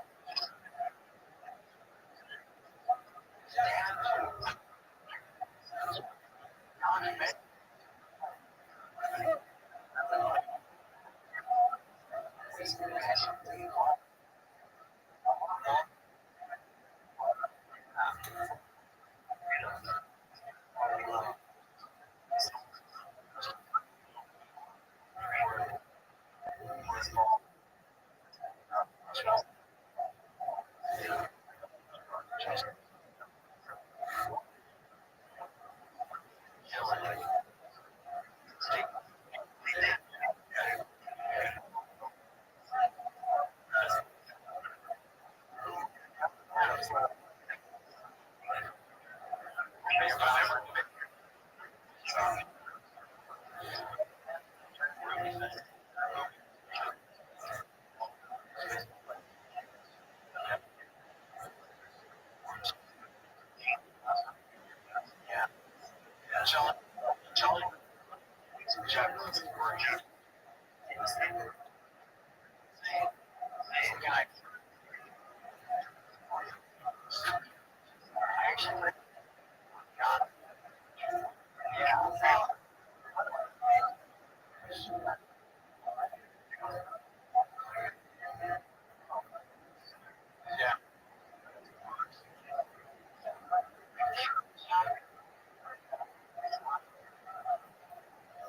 I did one.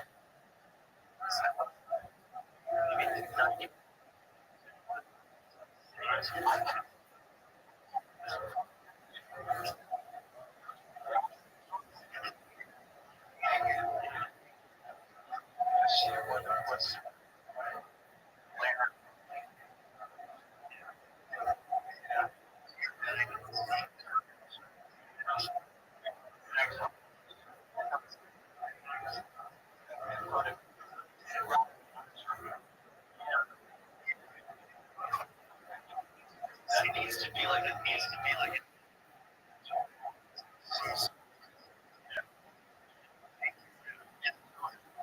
He's so nuts.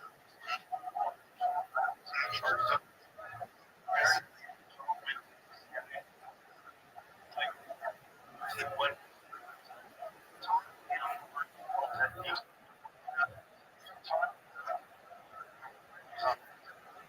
you know on that.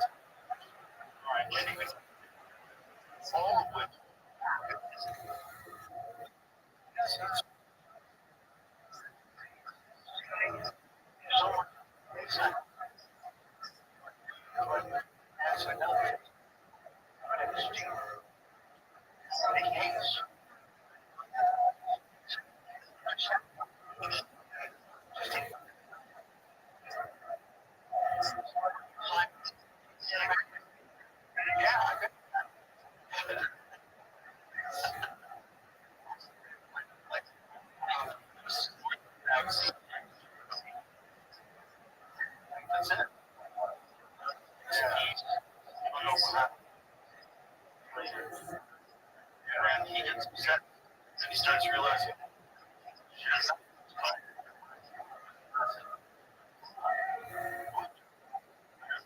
Okay, Ultra, this is real information.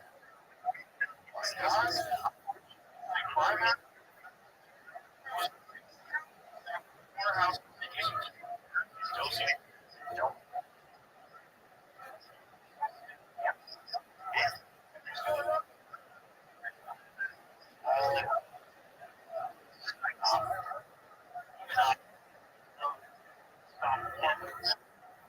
And then what I do is I work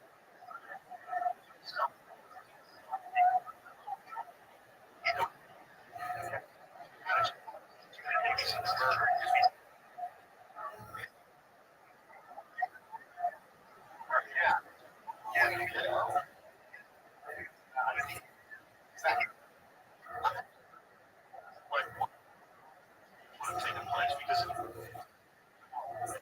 what happened to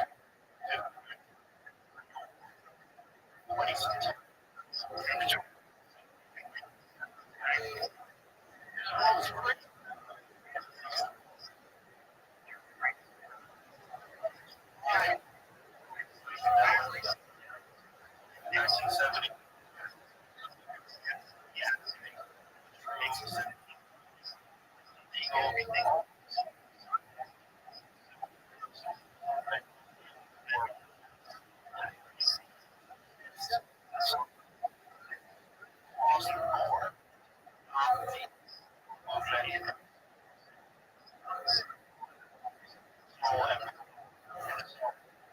I mean, like a serial killer, you think of serial killer, you think of the family. Oh my God, these are murderers, right? But you're murderous freaks on drugs. How do you do it? Babies out of their stomach, writing pig on the wall. This is nuts. This is what the pills. And our whole goddamn government engineered this cultural shifts. This government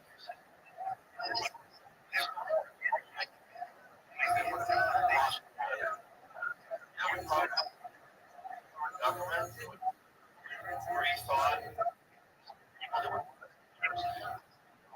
involvement in no rethought what psychedelic and something is it would have been a long time. They didn't see that.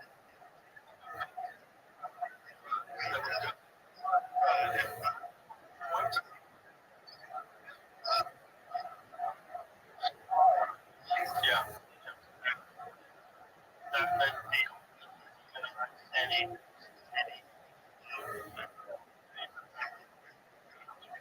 real problem now. Now,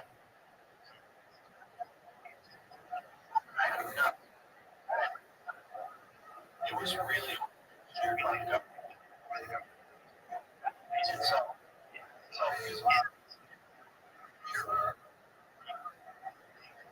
and control maintain. And the way they did it, powerful jails whole life teaching. Right. Yeah. And I like it. She was a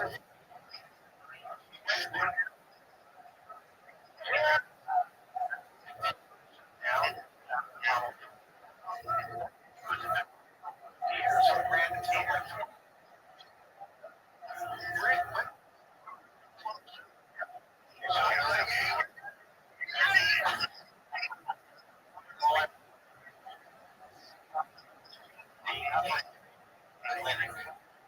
So, connect marijuana.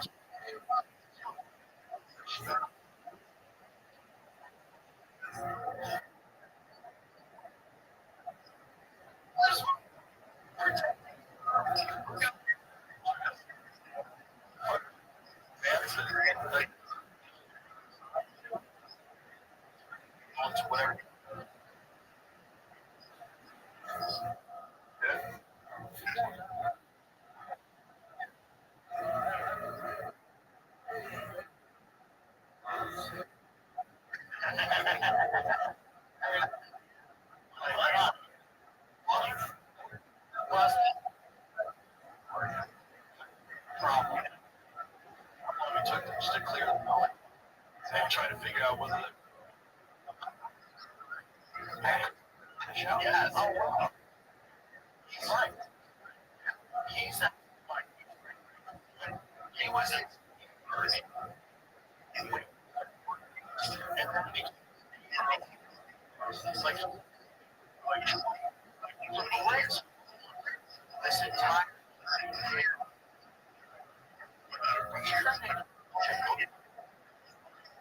He says, got it.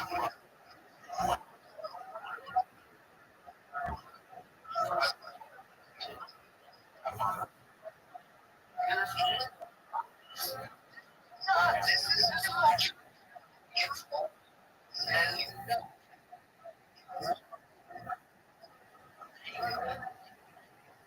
here,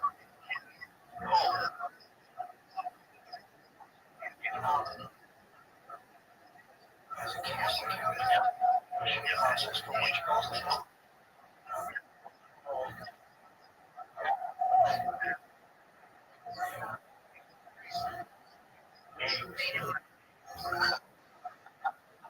it's just, I know they were supposed to just stop,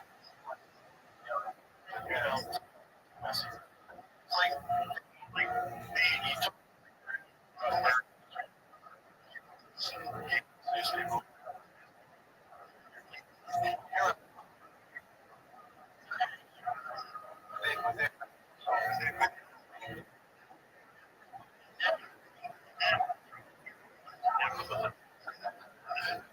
guys, figure faceless.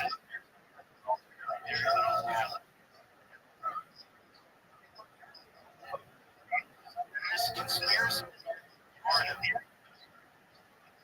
like Kennedy assassination,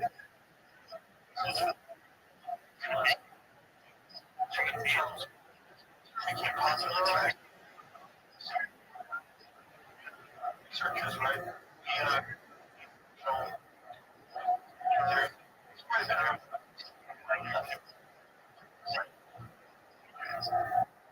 it became a thing. It became a thing. So, like, people that had no, see what, there's shots, shots,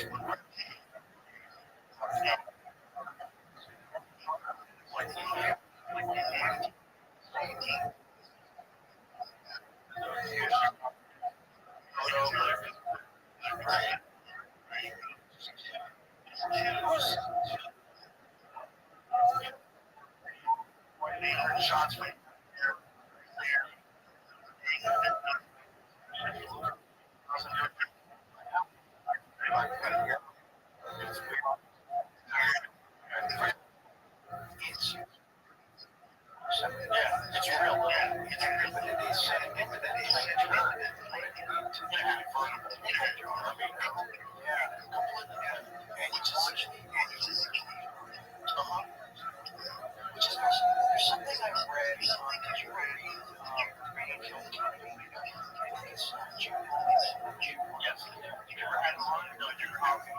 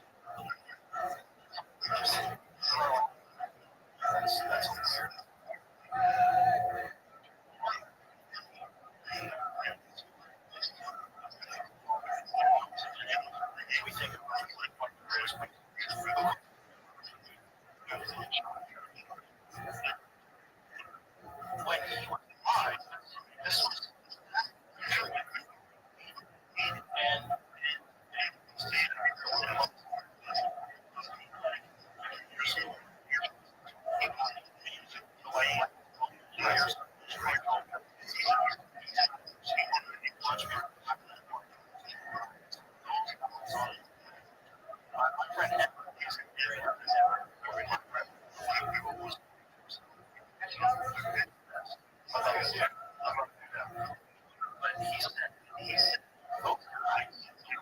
Those guys are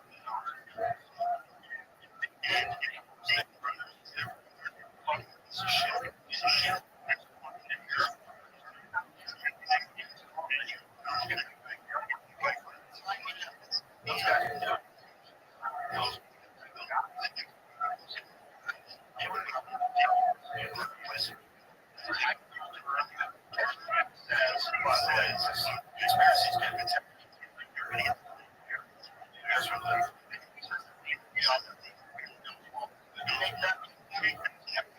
never showed up there. It was not that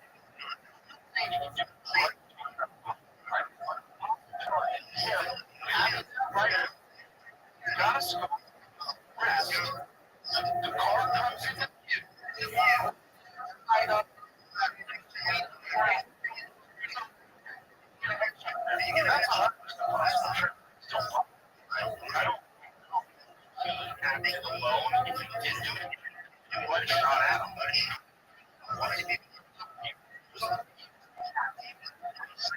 I'm just the way exactly. I just don't think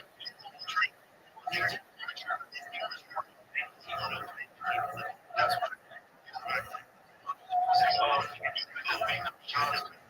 what was off. That's I could your zero. I dropped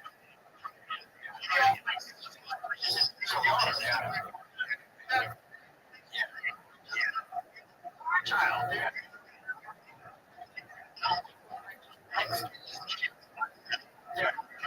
But you get it done.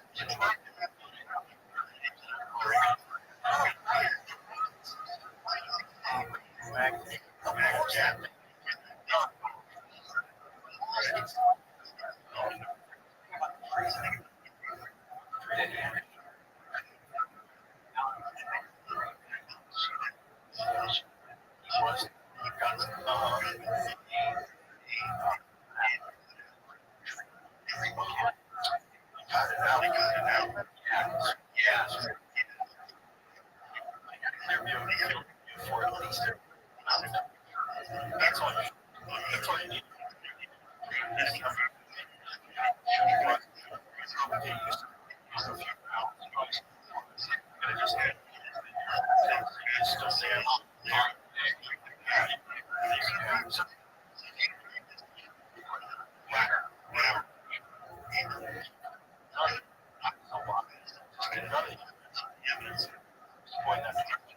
All the evidence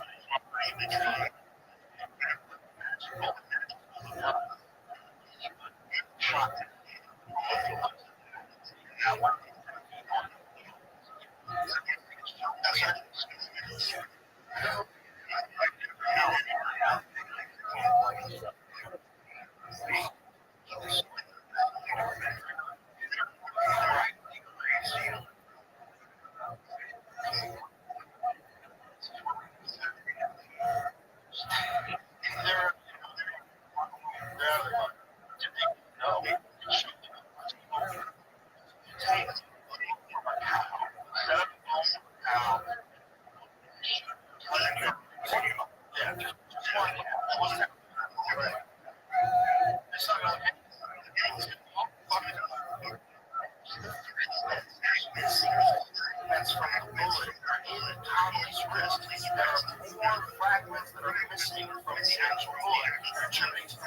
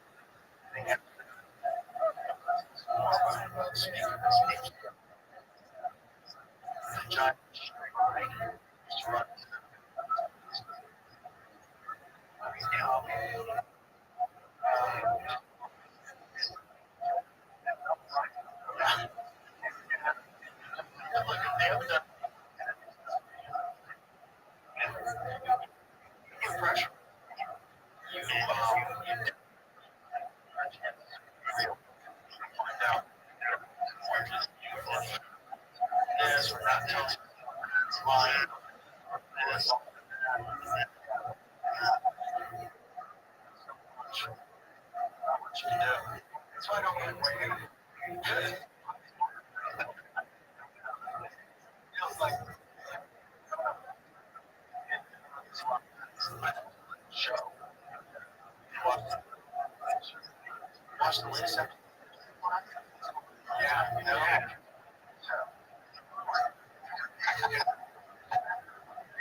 that's how my dad live in my apartment with his she couldn't see this.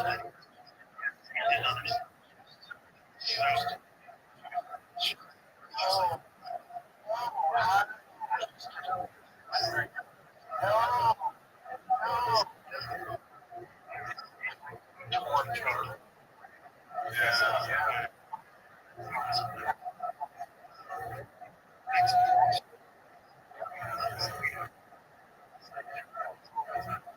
High five. I, oh, thank you. Yeah. Both the day. You're right. Talking about the high five. Thank you. Thank you. What's the mashup? Yeah. One.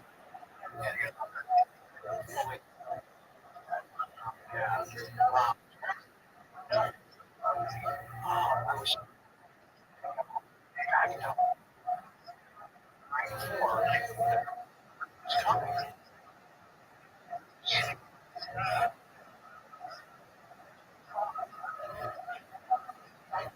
Right?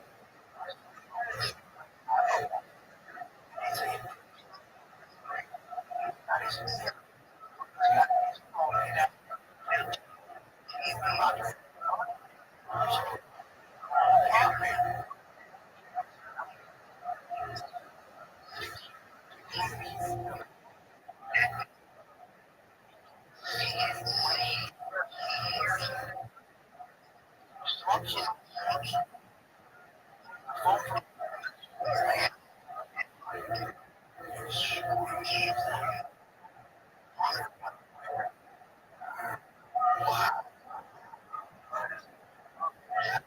see, that's yeah.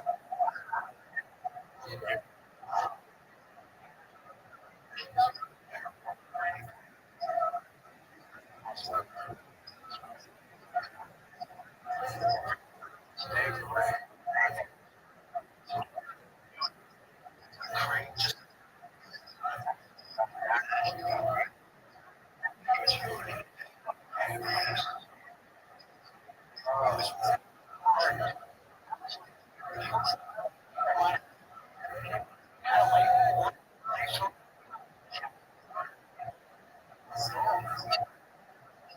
size.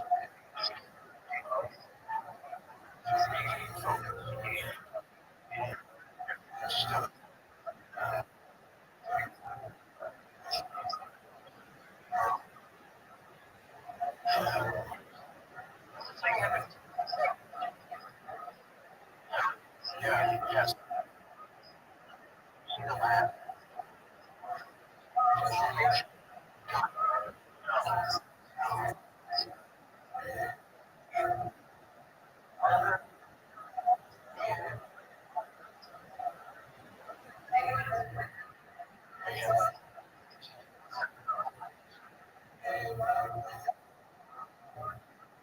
Because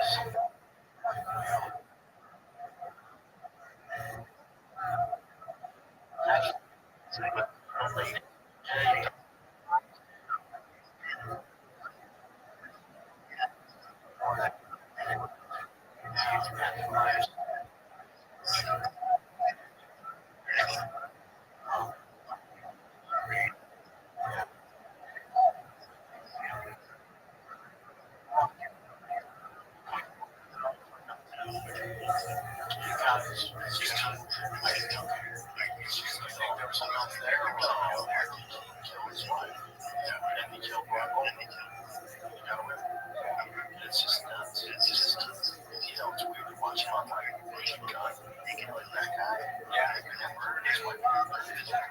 Yeah, he got the whole thing.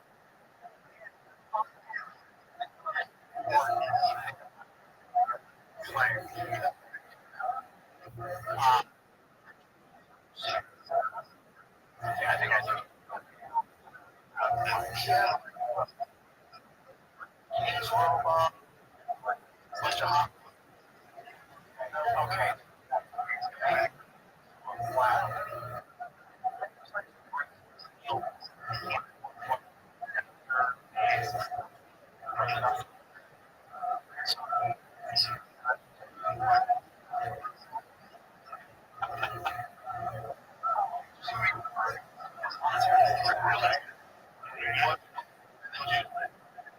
It's so. It's is it all?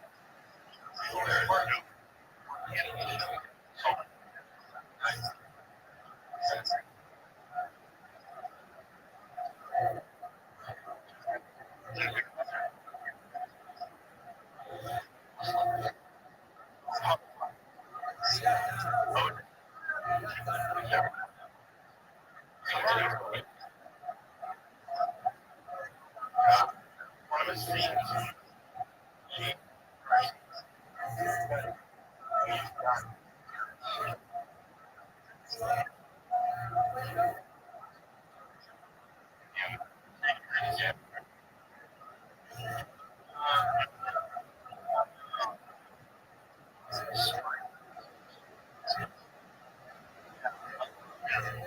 But that was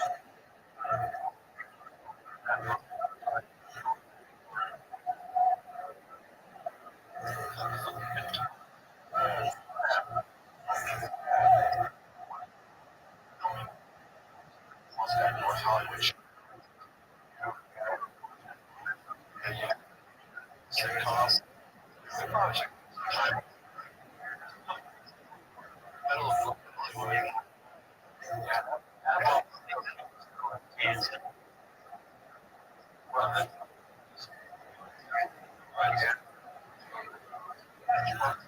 something like that. The story.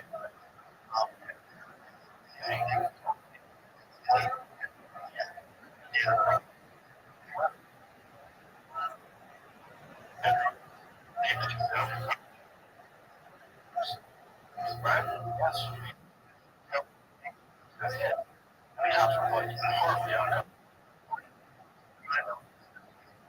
Yes.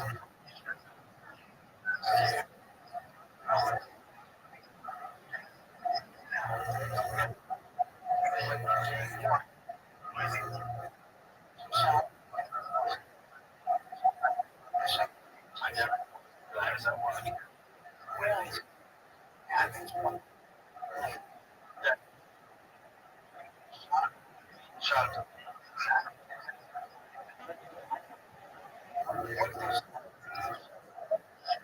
Maybe they were already going to shoot. Right.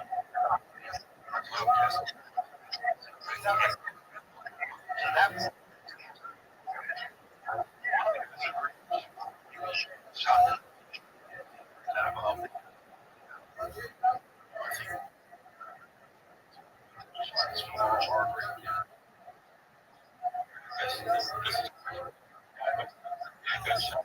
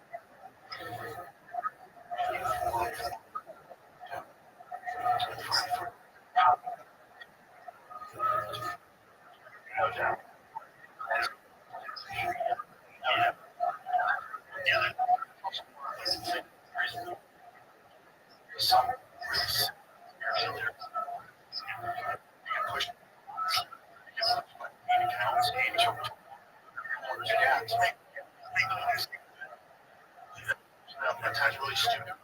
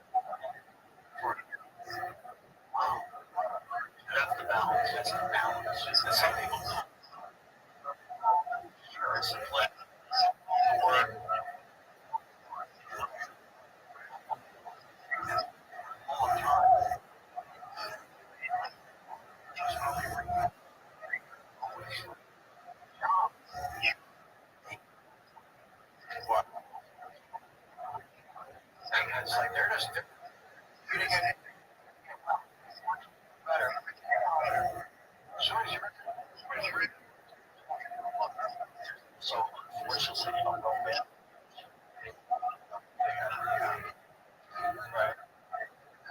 Shows jobs. Face.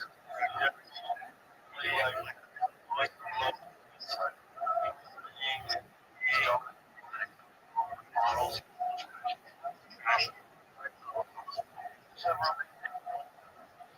Sure.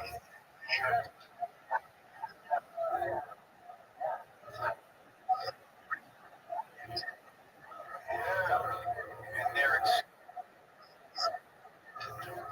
yeah.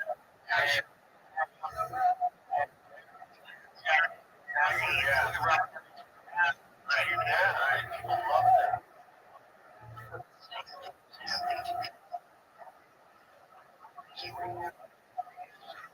And breaking what he was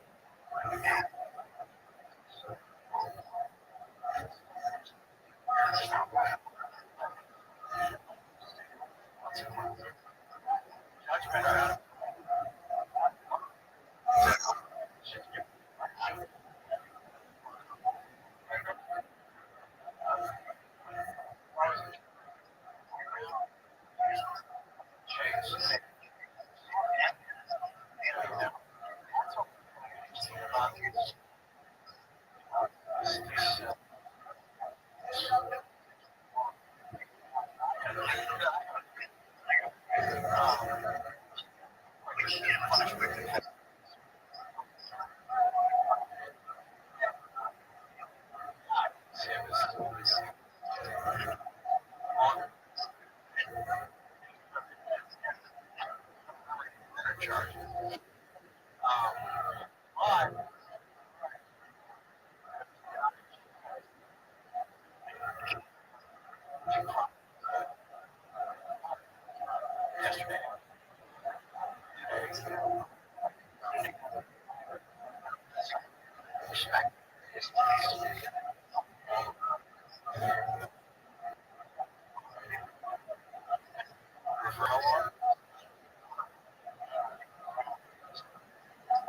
That probably helped everything. Keep that absolutely. Just kind of stay in the mix a little bit.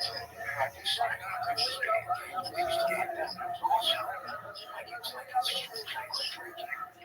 all my kids are showing.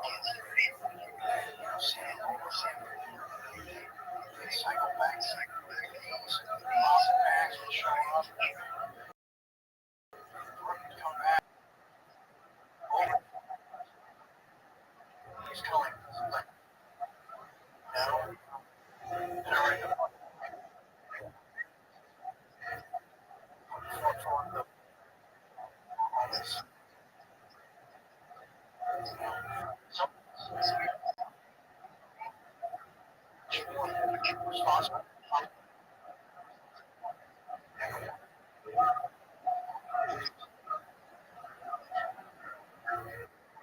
Great.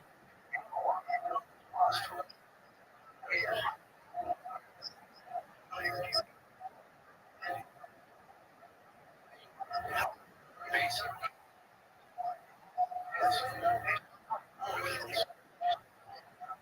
That's the only thing.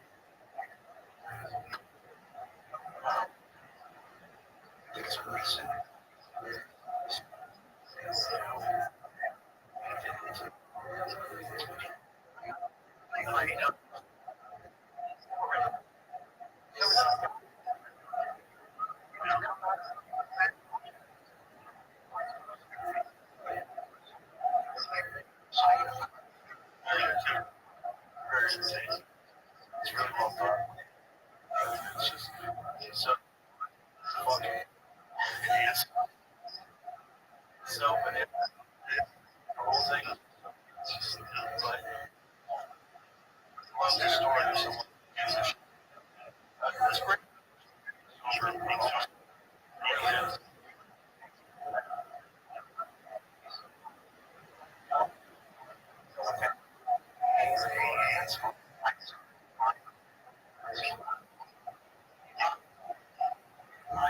I tried for a long time.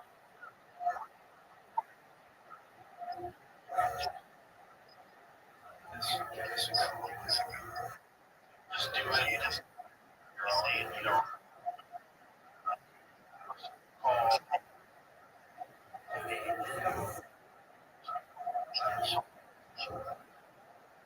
You know, straight down. It does help some people.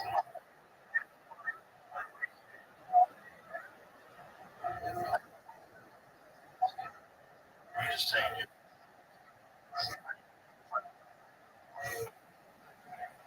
crash this car. My life, I'm done. You quit.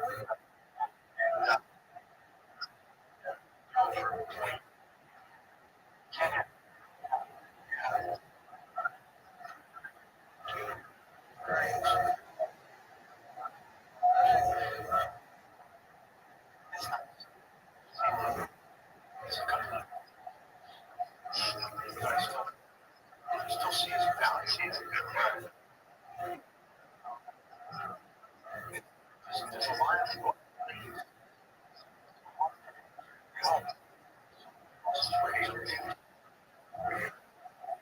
Intervention. Yeah, that's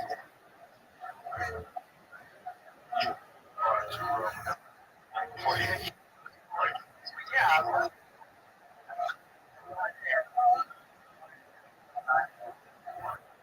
Let's work on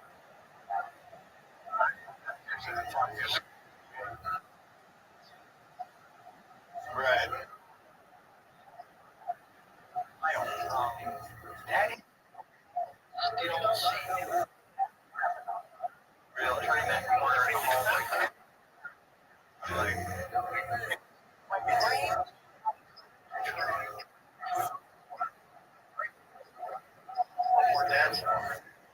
That's fun.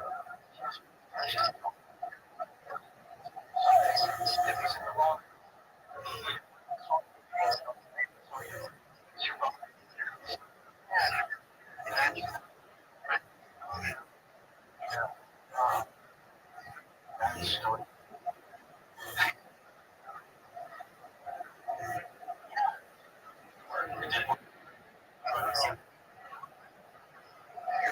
worked for a year. And as his dog came to his house, on the we find a beer. That's there for a reason. It's cause to celebrate. That's not an accident. Yeah. Wow. Great. Wow.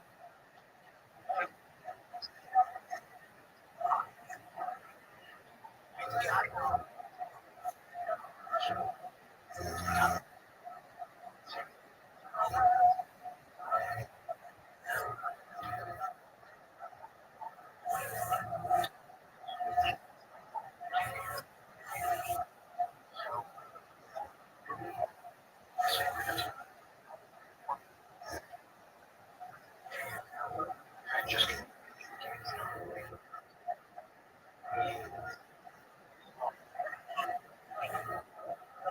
drugs.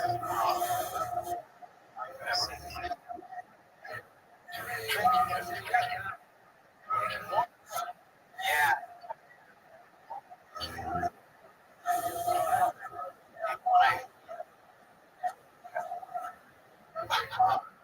I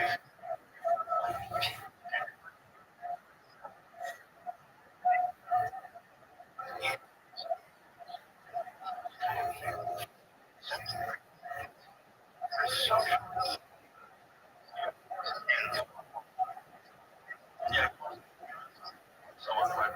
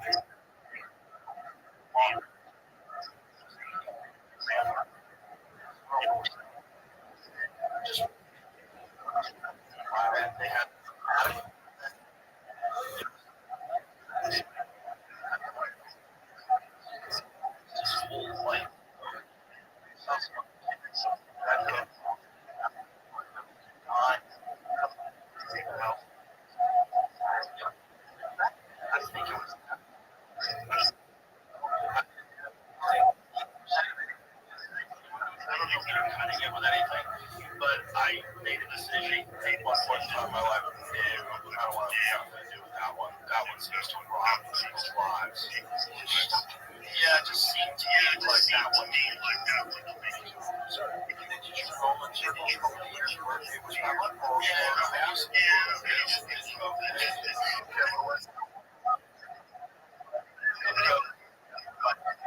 Everybody always off. One guy out there.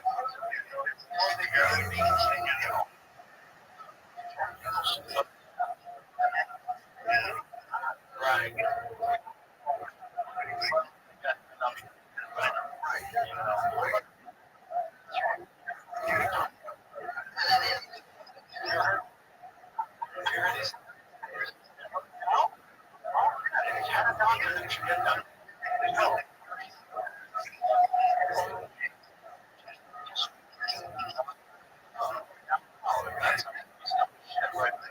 You get a doctor, leather set.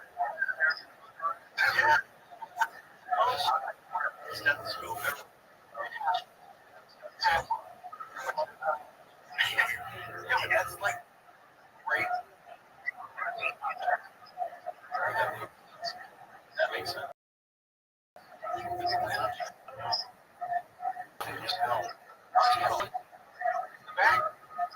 Sky.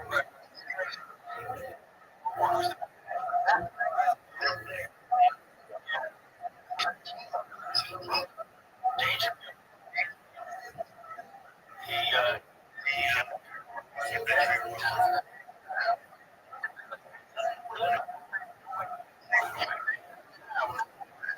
Building.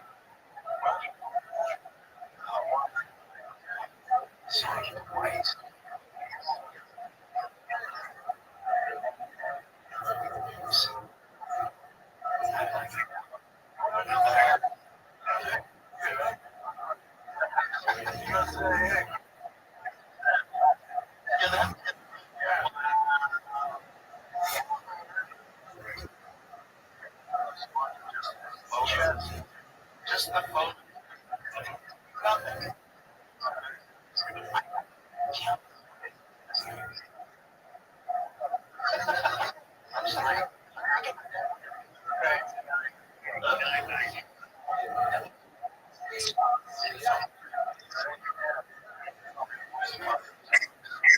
Perhaps.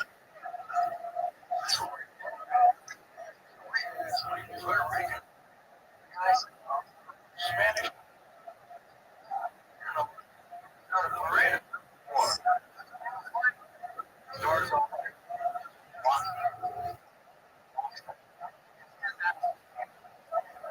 In the moment, we can never describe like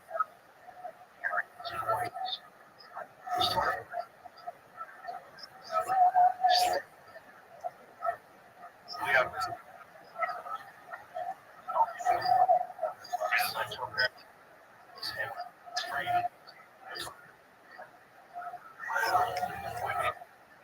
instinct. His jokes.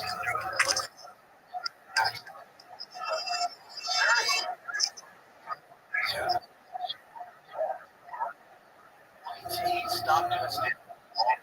So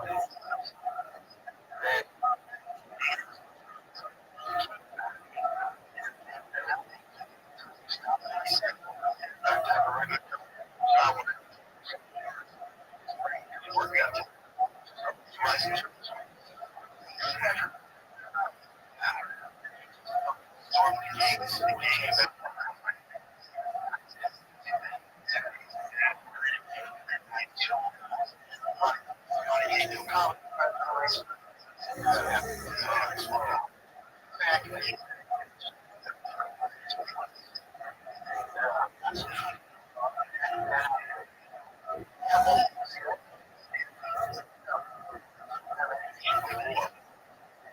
just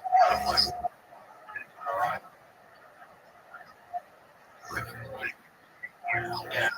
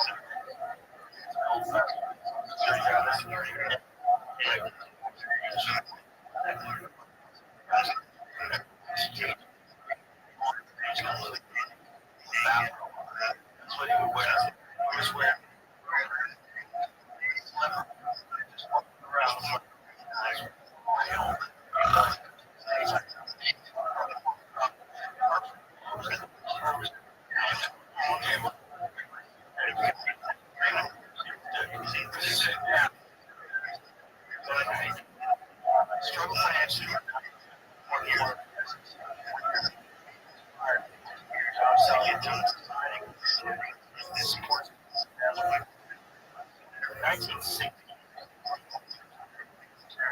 Yeah. Somewhere. As a salesman like that. And we're trying to see where we at. $20,000 price on estimate. Couldn't get booked. Dangerfield came to realize the blacklisted image, well-defined on-stage persona the audience can relate to, one that would distinguish it from other comics after being shot by some premier comedy venues. Return home where you can't develop any character. Nothing goes right. Isn't that crazy? Wow. Oh, yes. During Roy's comeback,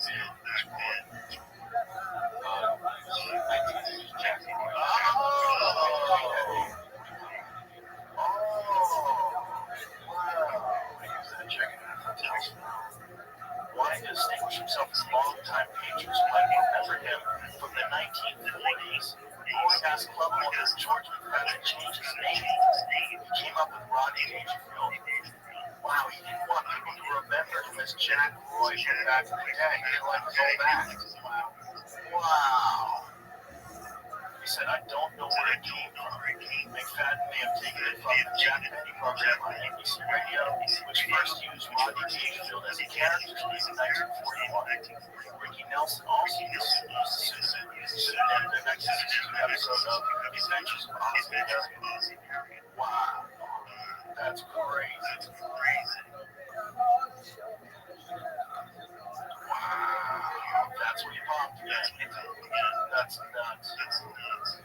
Yeah. He didn't know what I was talking about. Fun guy. I know a lot of people do. I didn't get a chance to meet him. I saw him once in the Laugh Factory. I ran into his dog. That was it. I didn't go to his dog. So you did have to have one moment. Yeah, one moment. Yeah. He was just the stage. He was outside. Yeah. Go running. It was probably his wife. His wife is doing us these handwritten notes and also it's pretty cool. It's just there's a few guys like that without them you always wonder like where would comedy be? Where would it ever turn up? Like so many people like Pryor and Lenny Bruce, so many people just like change Carlin. Yeah. So many people just change they just change the whole thing. The Dangerfield was one of the rare ones that introduced new comics to people.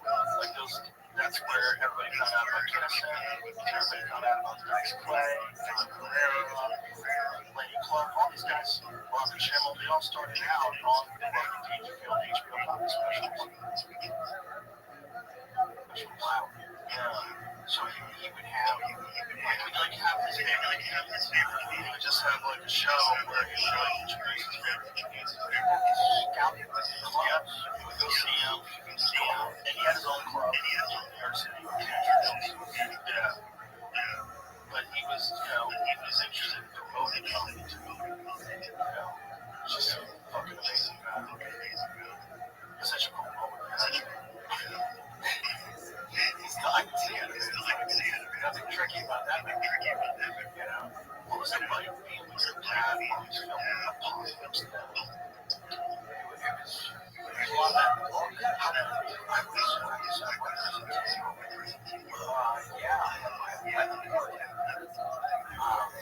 it's been a joy to combine total months there. That was back and forth.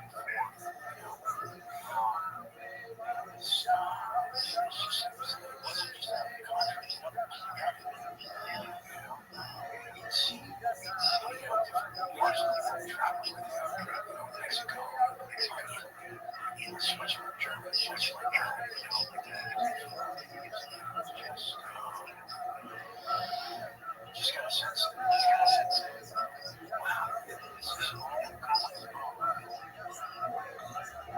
the same time,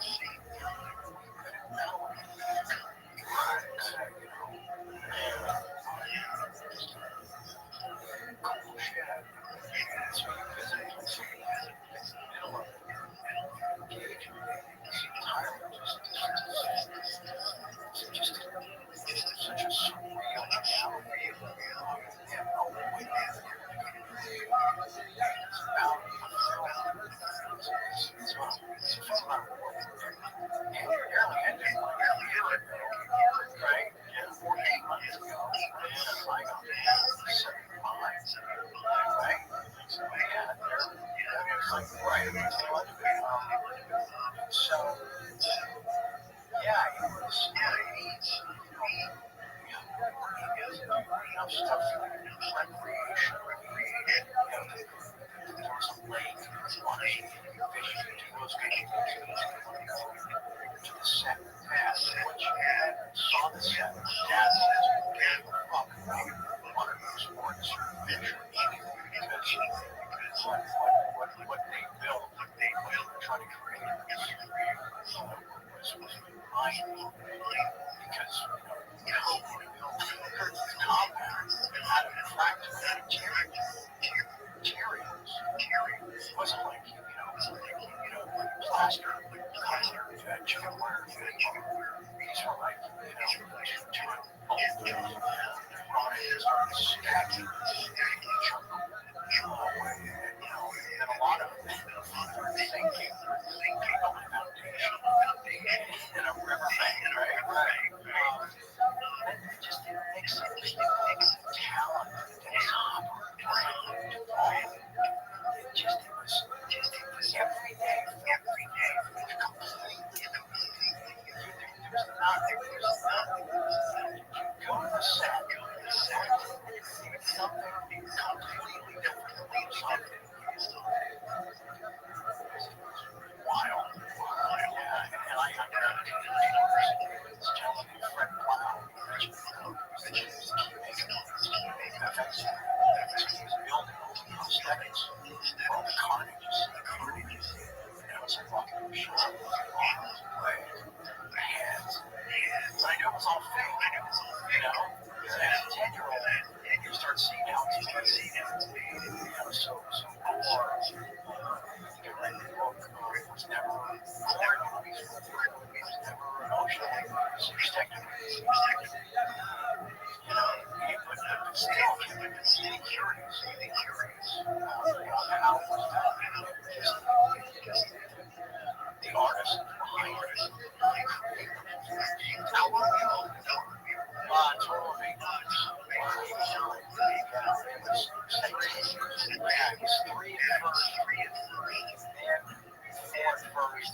We went back. And I started yeah. So, yeah, it was so being an actor, I was so good dad, that's my job, wrap your arms around it. When can I start, Yeah. But it also, it just the scope of the filmmaking was really exciting. I didn't understand it 10 or 11 years old. But I knew something about it required a closer look. I had a very keen interest in things. What would it take to build this reality, this fake reality, this subject-based reality, but everything else around it is fake. So that's a very strange experience. It is, but it's such a great, comics when Apocalypse Now became, because it was like a culturally defining moment.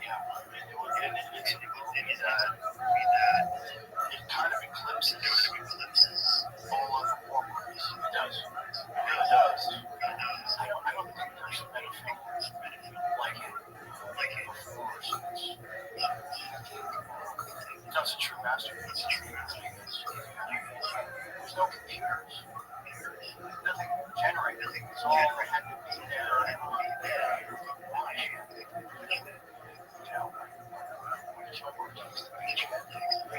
The chopper saw just what they did to bring that to the screen is just awesome.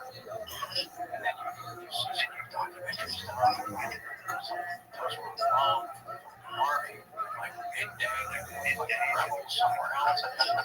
Francis, we gotta leave now with the chopper. I had 18 cameras. The river is filled with bombs. Where are you going? See you tomorrow. Stuff like that.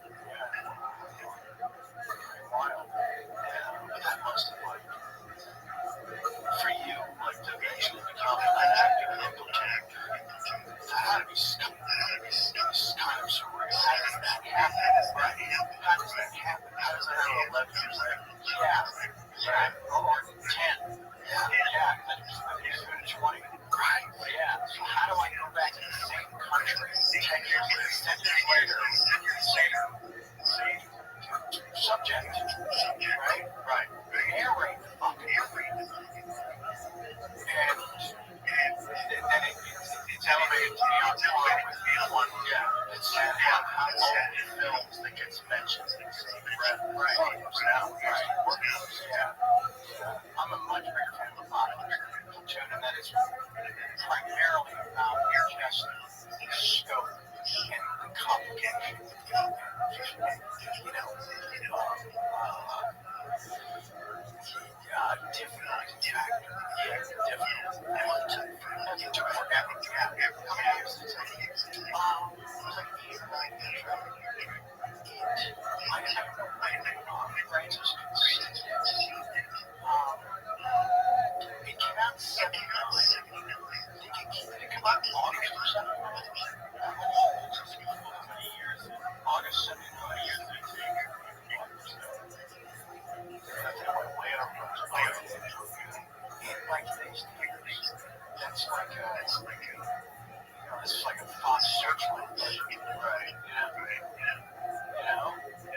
And Lawrence Fishburne was like, what? How old was he? He started as a coach.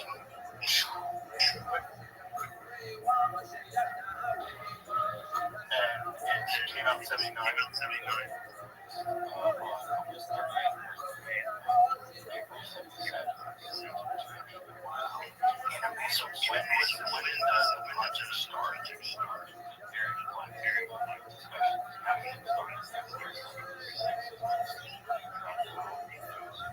So it's not as many years. It's many years. Shot with that's wrong.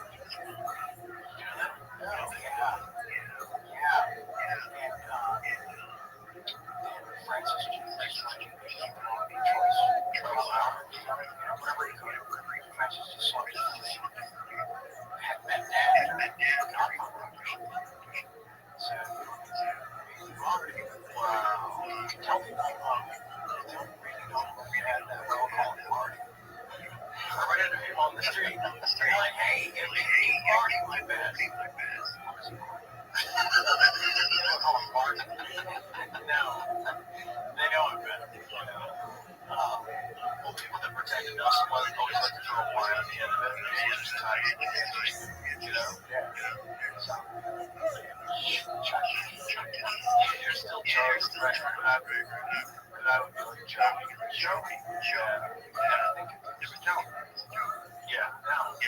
But imagine this, when God was that I spent that much time, all that shit was happening in my home, like props and things, and if I got to all this cool shit, right? All these great stories. And didn't have anything tangible to back any of it. My mom took a lot of photos, but like nobody could go to the theater and say, oh yeah, try to talk to my dad. Okay, he was there that day. They had to wait at that age, wait 2, 3 years, wait a decade, right? So that was kind of a trip. But when I saw it, it was 70 millimeters. It's like, man, these chocolates are here. They're all around me. The film will never go and have that kind of. Did you see the film? No. I don't remember where I first saw it. I first saw it, I think it was like on TV at home. Because I was too little to watch it. 79.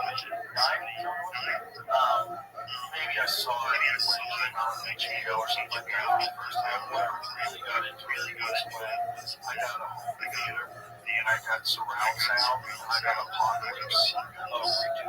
Apocalypse Now. How we're doing the master one. It's fucking sensational.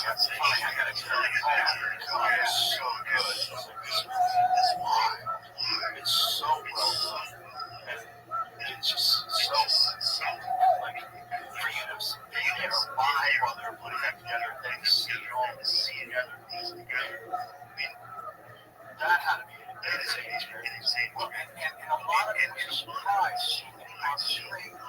Because, like I talk about in the book, not so much in the doc, it was hard to get close to the action on the apocalypse. Just the way the sets were constructed. The way Francis said it. It is super claustrophobic. It's temple combat places like that. It's also fucking dangerous. Right. There's snakes and shit. So,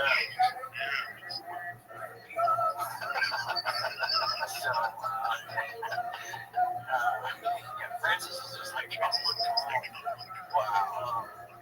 But yeah, so then I wasn't there for any of the Chinese, so I could see Hopper at a distance. Those families walking dramatically doing the same things. That's pushed up on the combat of the Congress. Yeah. And cigarettes. It's just like, so to have that moment still be completely fresh. Did you ever get imposter syndrome like when you were doing platoon? Did you ever get like motherfucker, because it's so quick between you being like being in the jungle while filming Apocalypse Now, you starring in platoon? Did you settle into that, or were you ever like, how the fuck do I deserve this? What is it John Cryer said in the documentary? If you're on something very insightful, very insightful, said that you probably feel like you don't deserve all this. Sure, fuck the Lord. Sure. It's not wrong. It's not wrong. But, and then I had a comment in some interview the other day, and I said, well, hey, look, John, you feel like you made that up Great advice. However, a little late. Yeah. Yeah, but you can't tell me. They have to come through. They do. But the thing about platoon is I have done enough film work. Not like super films, maybe parts of Red Dawn. Just remember the film kind of still follows parts of the film. Sure, but yeah, so just sort of getting more comfortable with more comfortable sort of think on film and actually, breathe on film. That sounds kind of like actor action. It's like what controlling every area of life, sure, right? Yeah, same is true. As an actor, for sure. Anyone doing the show, doing two now, that first scene, I was usually off she's like, I'm about to make an entrance for someone back. She's like, oh, I have to just try to figure out the first scene. But then you hear the stage go quiet, someone else and then if I can get that last one from the bottom, I knew the first take was going to be awesome. When the breath stopped out, like in the sternum, spot, shallow breath. Yeah. You can't imitate it. The first take is just sucks. That's the first time I was so that there's a cute girl in the crowd. That's the first one to watch. Not the second one. She's already heard the fucking jokes. Right now, the live performance thing is weird because they don't really. I don't think there's very many shows that still do that kind of sitcom from a live audience. It's very true. Talent shows still do. What was that on?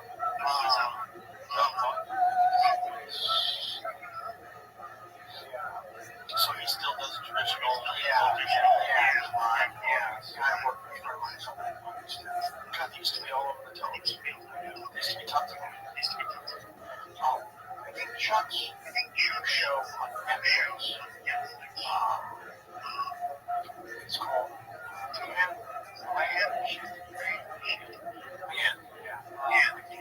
that's one. Okay.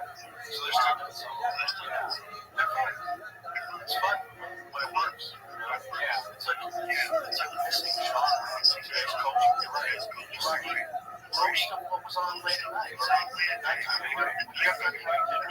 Yeah, sit down and watch Friends. Sit down and watch Seinfeld. 2.5 Men. Yeah.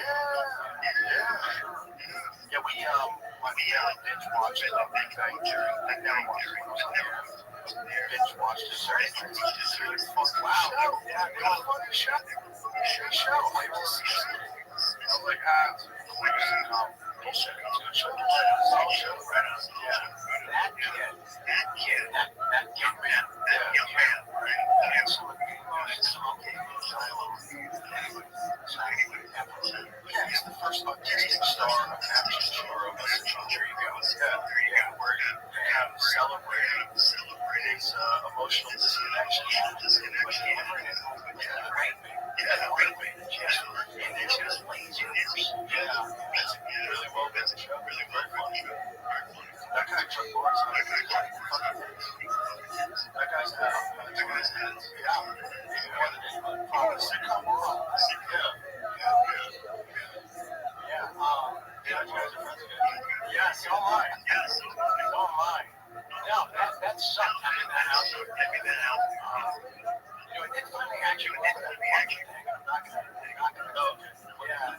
It's the other component to that freaking 2 hours that built into that thing. There was a moment when I was only rehab for like 3 weeks or a month. It wasn't like I was stepping staying. Just like that, right?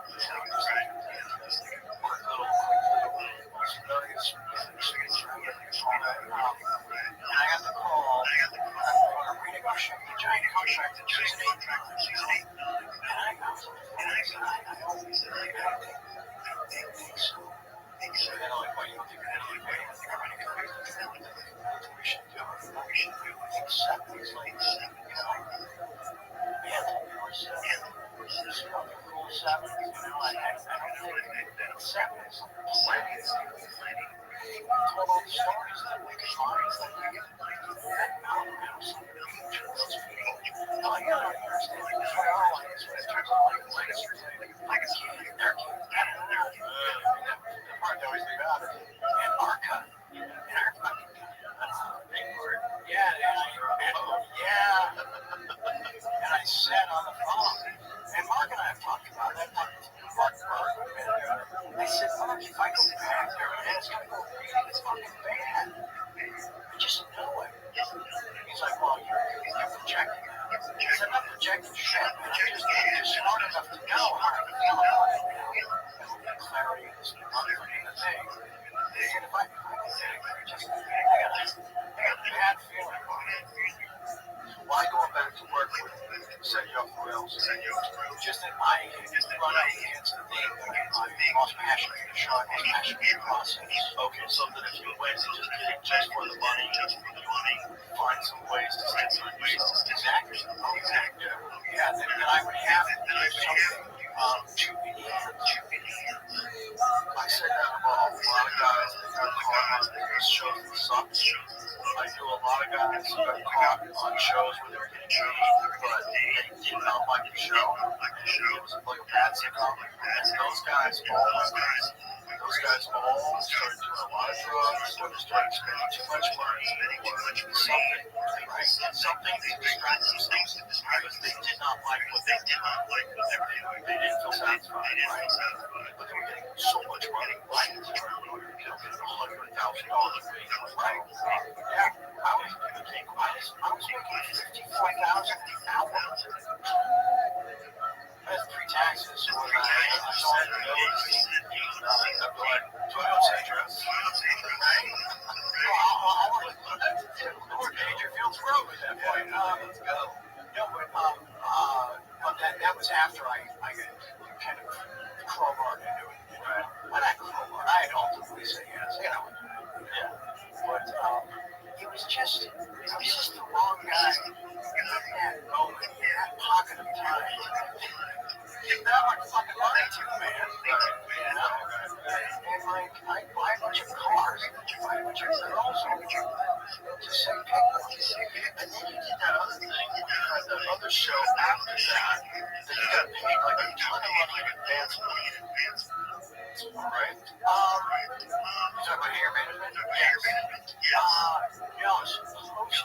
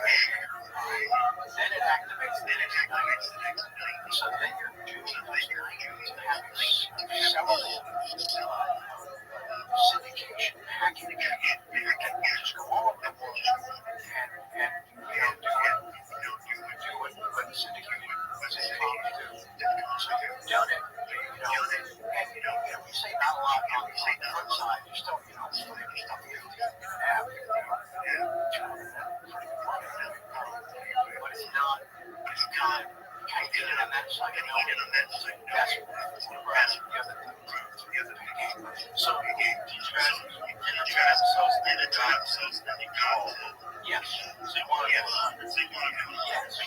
short period of time. I know. Yeah, I was not ready to go back to work. Yeah, that's the thing I talk about in the book. The only reason I did was because I wanted to show those guys what was happening. Right. And it, again, it started again. It started at 10. It was great. It was pretty good work. The shows were smart. And that night, it was about 20.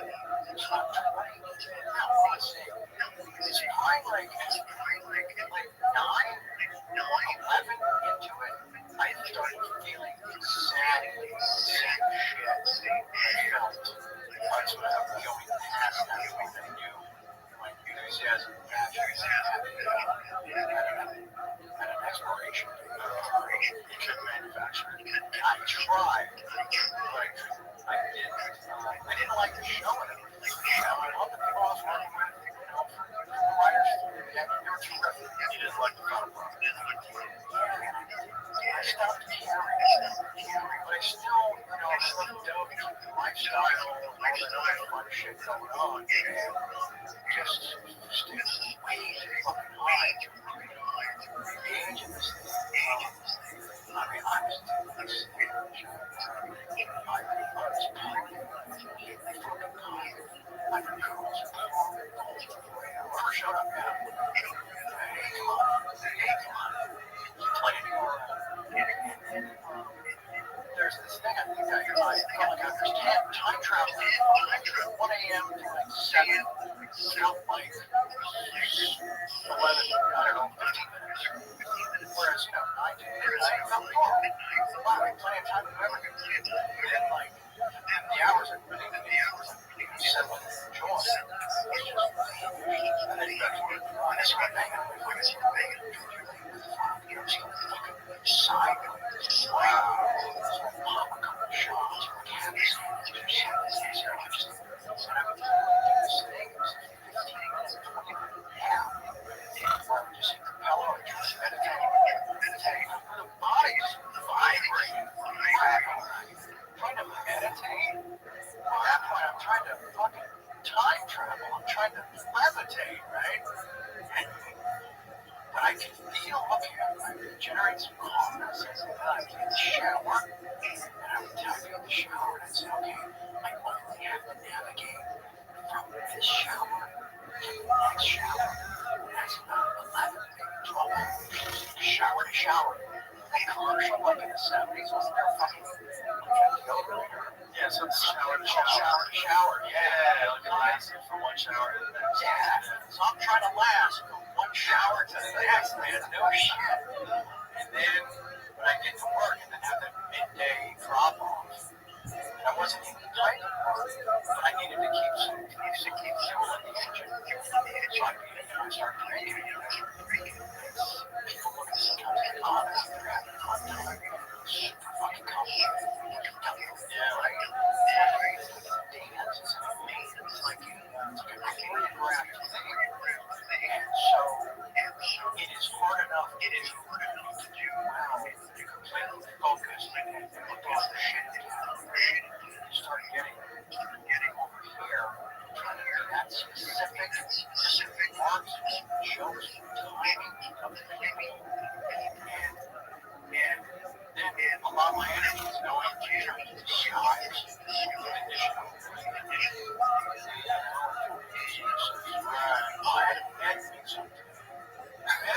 Amanda makes out I'm on 2 pills are the same fucking thing at the same time every day. Okay, makes out. It's like, what are we doing? So, yeah, and then they start getting behind. I would just be like, I'm sorry for you. I should have not taken the money. Shutting down. Go, get well. Better than what you're showing as. So that show really had a chance to be anything special. Because I didn't care about it. It sucks about that. It's like, think about all the energy, all those people put into it.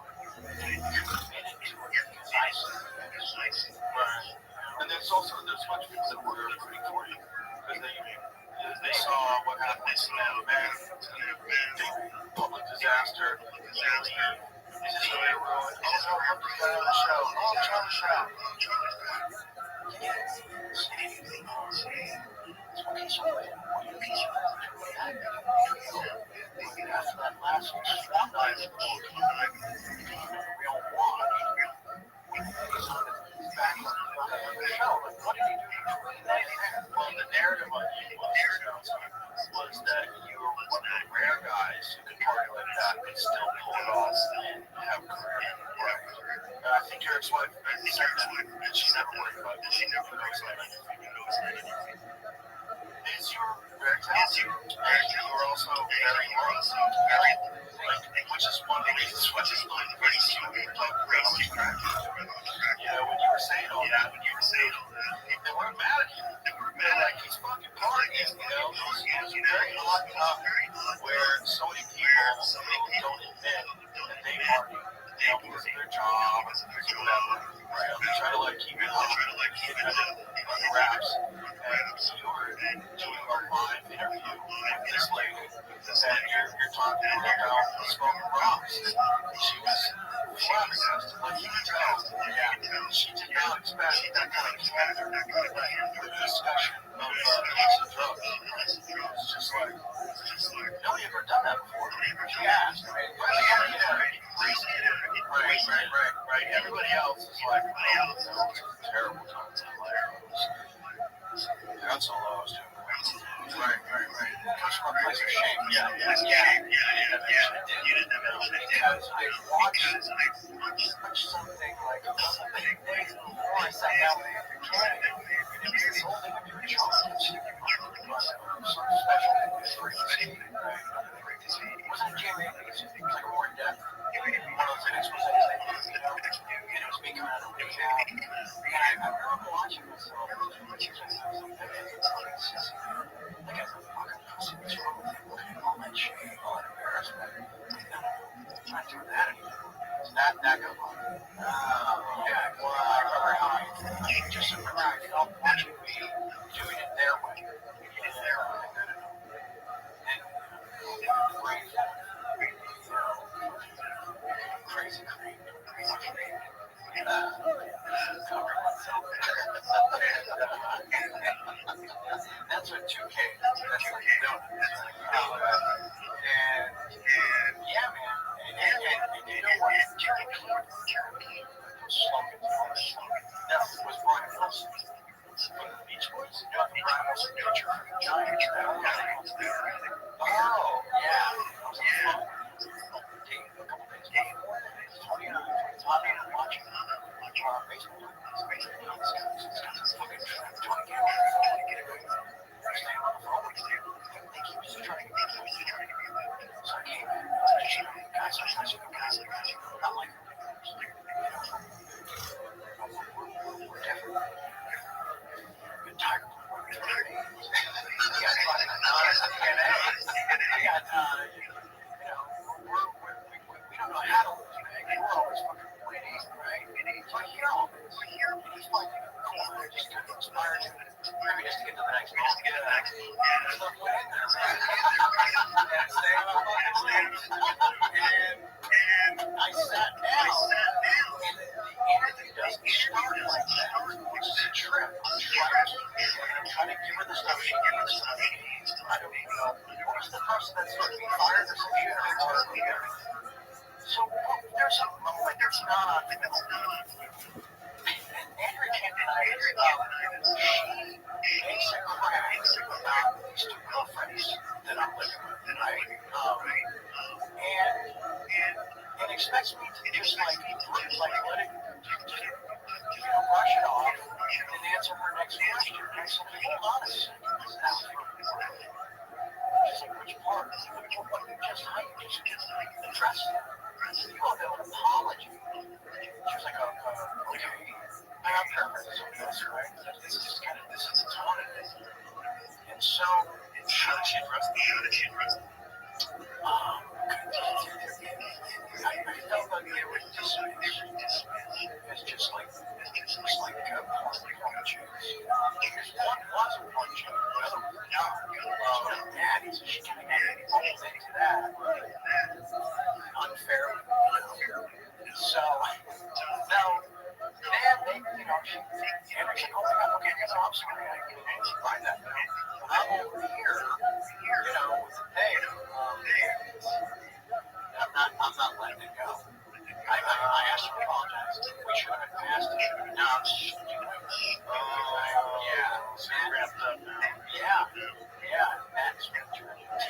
And then I started hearing Ryan's stuff. And I'm like, tired. And it all just, it got away from me. And I couldn't pull it back. Wow. And then everybody's like, okay, well, it's different. It was kind of fucking interesting and unique. Whatever, man. Well, let's just have a quiet night and we'll see how that plays. And I wake up in a world of not the world I said goodnight. 6 hours early. 6 hours early. And it's videos and stuff. Dude, fucking fire with your shit. What is that? It's like songs, rap songs. People like March in the streets. Sorry, t-shirt. It's just gone explode. Yeah. So it's not like I can jump on my Omar's out, everybody. Okay, let's just you missed the footage. You say that you're joking around about it. Got away from you. Penetrated. Yeah. Cheap penetration. Well, no one had ever done anything like that before. I wasn't thinking about that in the moment. I was just focused. The Charles dragged from the 90s. And I grasped convergence, all these elements, all these emotions, all these feelings. Also, descent my hands, it's like, pick some targets.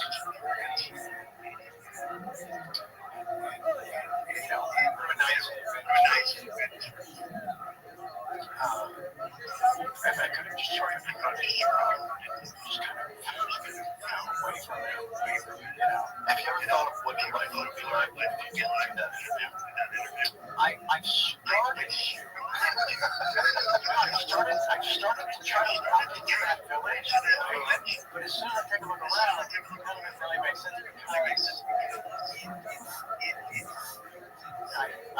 it. What do you think? It's hard to put those pieces together. I wonder if you would have gone so. Interesting. Today is so bad. You might have had to have that complete chaos, tailspin, free fall crash publicly to just eventually gather your shit together. Alright, time to learn and grow. Obviously, that name wasn't smart. Let's do it differently. Let's get it together and step by step, day by day. Almost 9 years later. That's you always wonder what if you have to have. That was your rock bottom moment, and it was public. The whole world got to see it.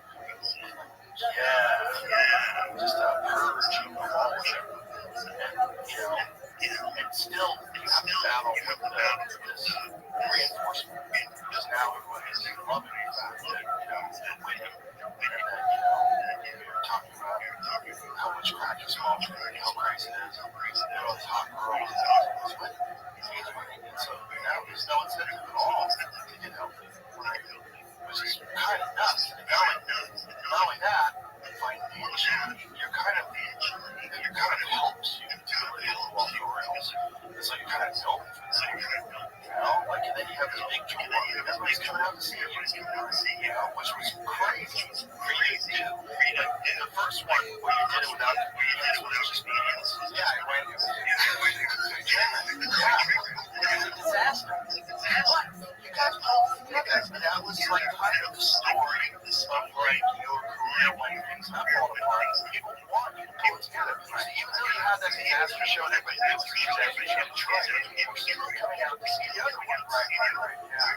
I had the option after the Detroit massacre flying to Chicago or taking the bus, the tour bus, right? And I said, I think it was 7 or 8 hours on the bus. Like, why?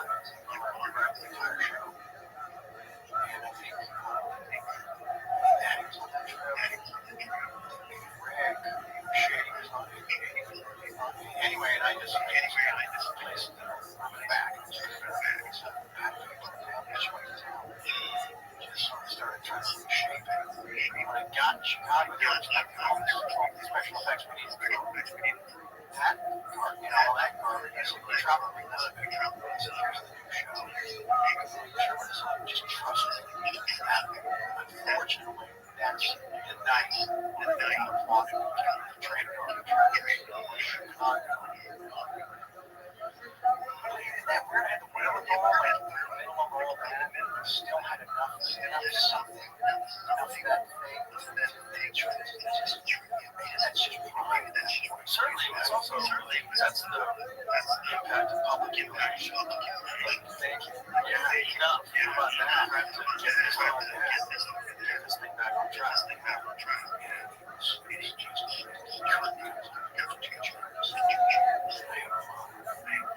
It's just a conversation. Imagine that. Yeah. Reinvent anything. And I wrote a letter, is what it was. Dear Chicago. It's like this whole thing, including me. And yeah, so I got it back on my side. Never sat down.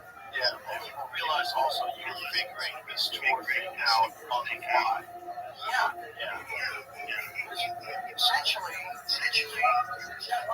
cities, like 24 days, with no act. That's what it was, man. So, I know you had Jeff Ross. Yeah, he was great. The master and off the cuff. He showed up and perfect guy for that. Shame on him. Yes. And then you had Russell and Tony too, right? Yes. He's also a master and off the cuff. Yes. So, the two chairs, because that's when he joined us. Yeah. No, he was terrific. Yeah, Russell's awesome.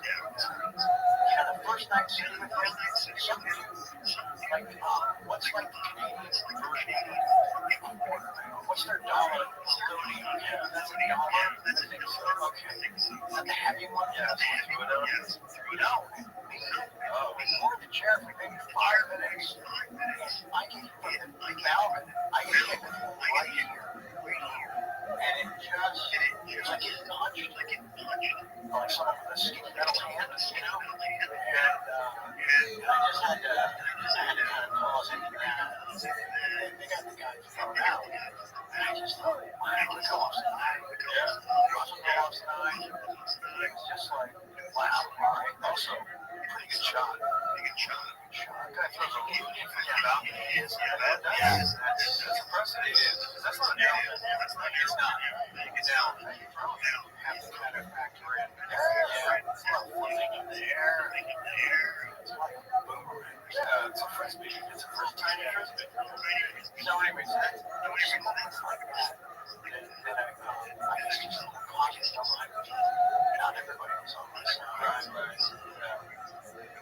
Yeah. Which is important to Yeah. We can actually wrap it up. Okay. You want to wrap it up? Can we just touch on a couple things? Absolutely. Should we bring this up? I guess we bring this up. This just happened. Just found out that Charlie's Kirk show. It's fucking awful. Yeah. Is he dead? That's what was 12 guys out there posting from the wrong news.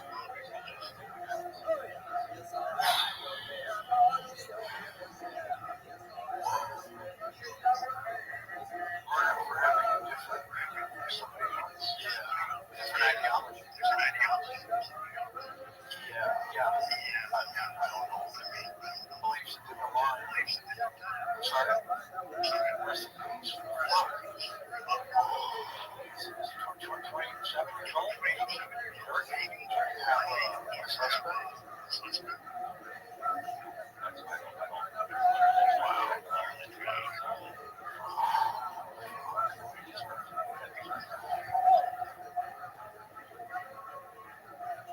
So, so, so were you saying that MSNBC? What was the thing?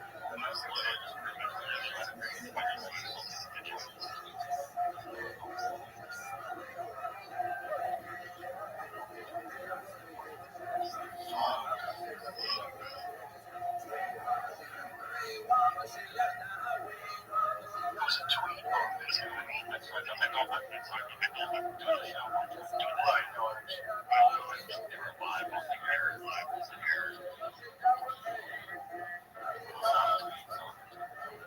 so it's someone's hot take. Yeah, that's a crazy take. Crazy take. Because what was the take that they just right.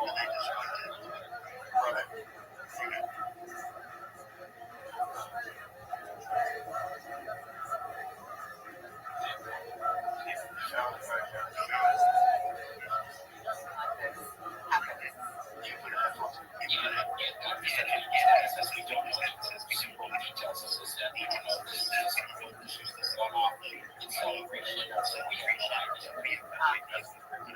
Oh, that's it. What? Someone shot their gun off in celebration. Just, what a crazy take. Like it might not have been someone assassinating someone for the wrong thing. Oh, why is their ideology? They want to try to be but Trump supporter. Crazy Trump supporter with going wacky. They don't know supporters shooting off with guns in celebration. Right. A lot of folks are just constantly out there shooting off guns, shooting large gatherings. Boy, that is. There's got to be a lot of people celebrating. It's so dangerous to celebrate or celebrate anyway, this kind of behavior. It's not violent guys. It's talking to people on college campuses. What's he particularly trying to be the big reason? Everything I saw, he's a very intelligent guy.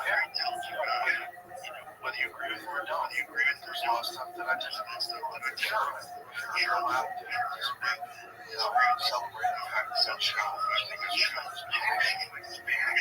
Well, what you're supposed to do is that opposing it is debate. Let's have a conversation with your argument is more compelling. That's what people should be celebrating. Discourse. Bring it down. It's hard. It's horrible. This podcast has been a lot about violence.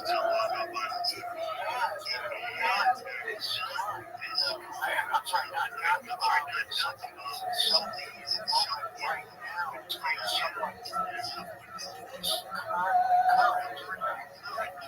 We see aware of the danger. Yeah. One of those young influencers, right? This time from the right. All over social media, always doing these various shows, debating people, talking to people, giving speeches. Yeah. No one deserves this first. No one has different opinions. It's horrible. But I know people are going to celebrate it. This is a fucked up time. And people have really fallen into this trap. It's us against them. But it's also going to it's great. It's one line. It's going to put people on guard. It could. It also it's the opposite. I get that. There's also going to be some information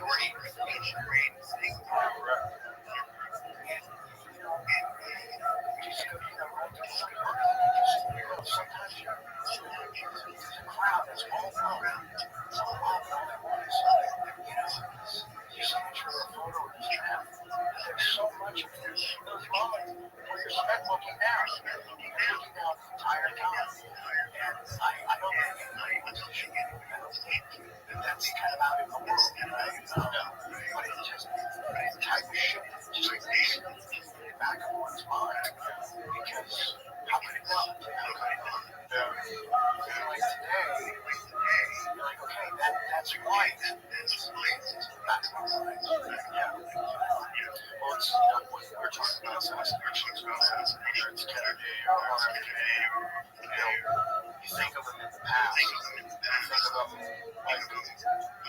Egypt, but something happens current, like right now, with this Charlie Kirk, it doesn't seem real. It seems very surreal. It seems like it's going to take a long time to people reference this as something that happened.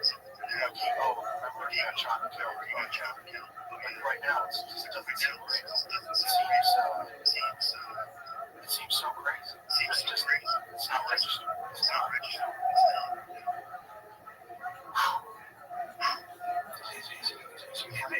No, I met him once. I met him once at a gun range, 12 places. Yeah. He was a nice guy. I met him.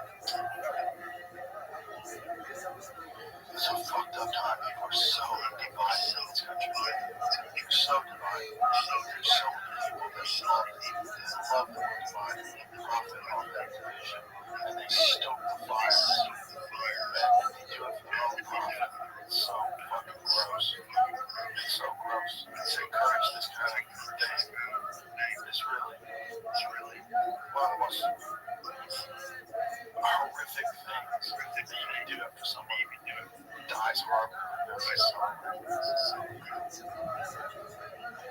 It's actually a wake up call.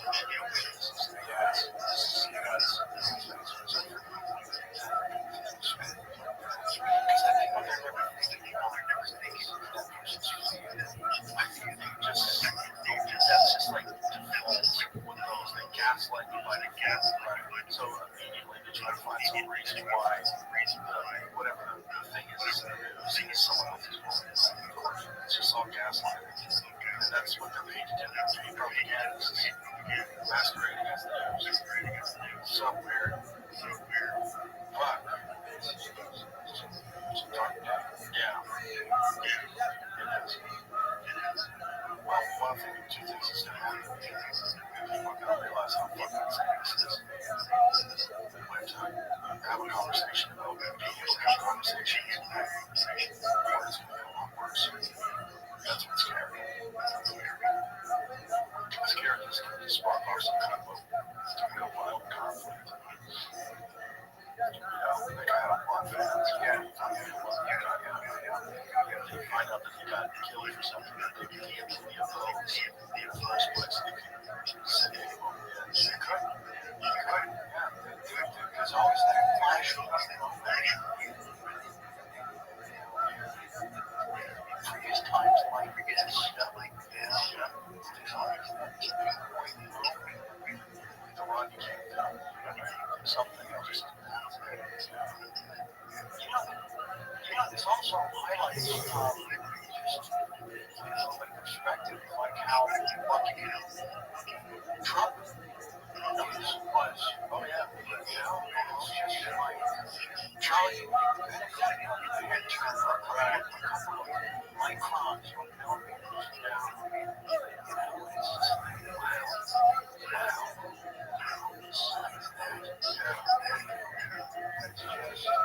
It's Trump.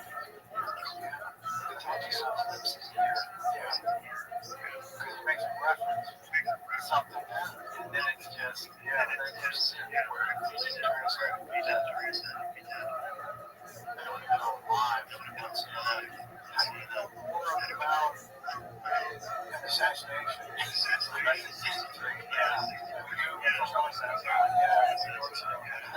That's what it's from. There's a lot of weird stuff behind the story. There's a cell phone that was traveling, data, cell phones traveling outside of the office, the FBI, multiple guy, multiple times. He was 20 years old. His apartment was professionally scrubbed. There was no silverware. He had no social media presence. He was regularly trained. Like military guys, he was regularly trained. What guy in America? What? He was in a BlackRock commercial 2 years before. What? He's jumping on the top. It's kind of between the two quadrants that they're assigned to cover. It's just a blind spot. The excuse for why they didn't have officers on that rooftop was it was too sloped. The slope was too steep, which made it zero.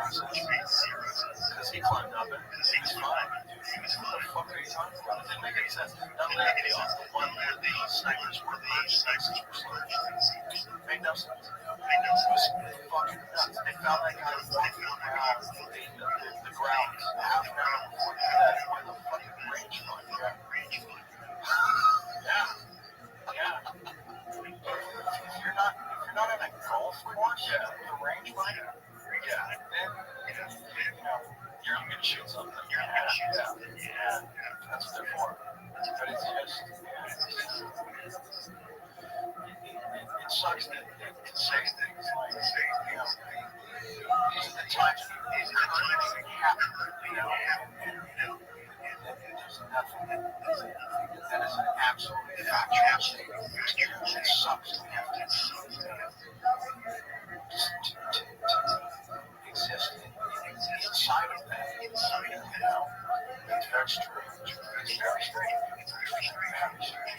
It's very strange. It's very strange. We talked about a bunch of times about bears from PDs. I think a lot of it is highlighted by bonds. A lot of it is people are being inflamed online by people that aren't even real accounts. Yeah, well, there's a lot of that going on. I think it's a giant percentage of all online discourse. People are hating and saying things about people's political beliefs, anti-Israel things, or anti-Palestine things, or whatever. I just think a giant ton of that is foreign governments who are running these bot farms. And it's been proven. They know for a fact. China actually got caught in this the chat GPT. They were using OpenAI software.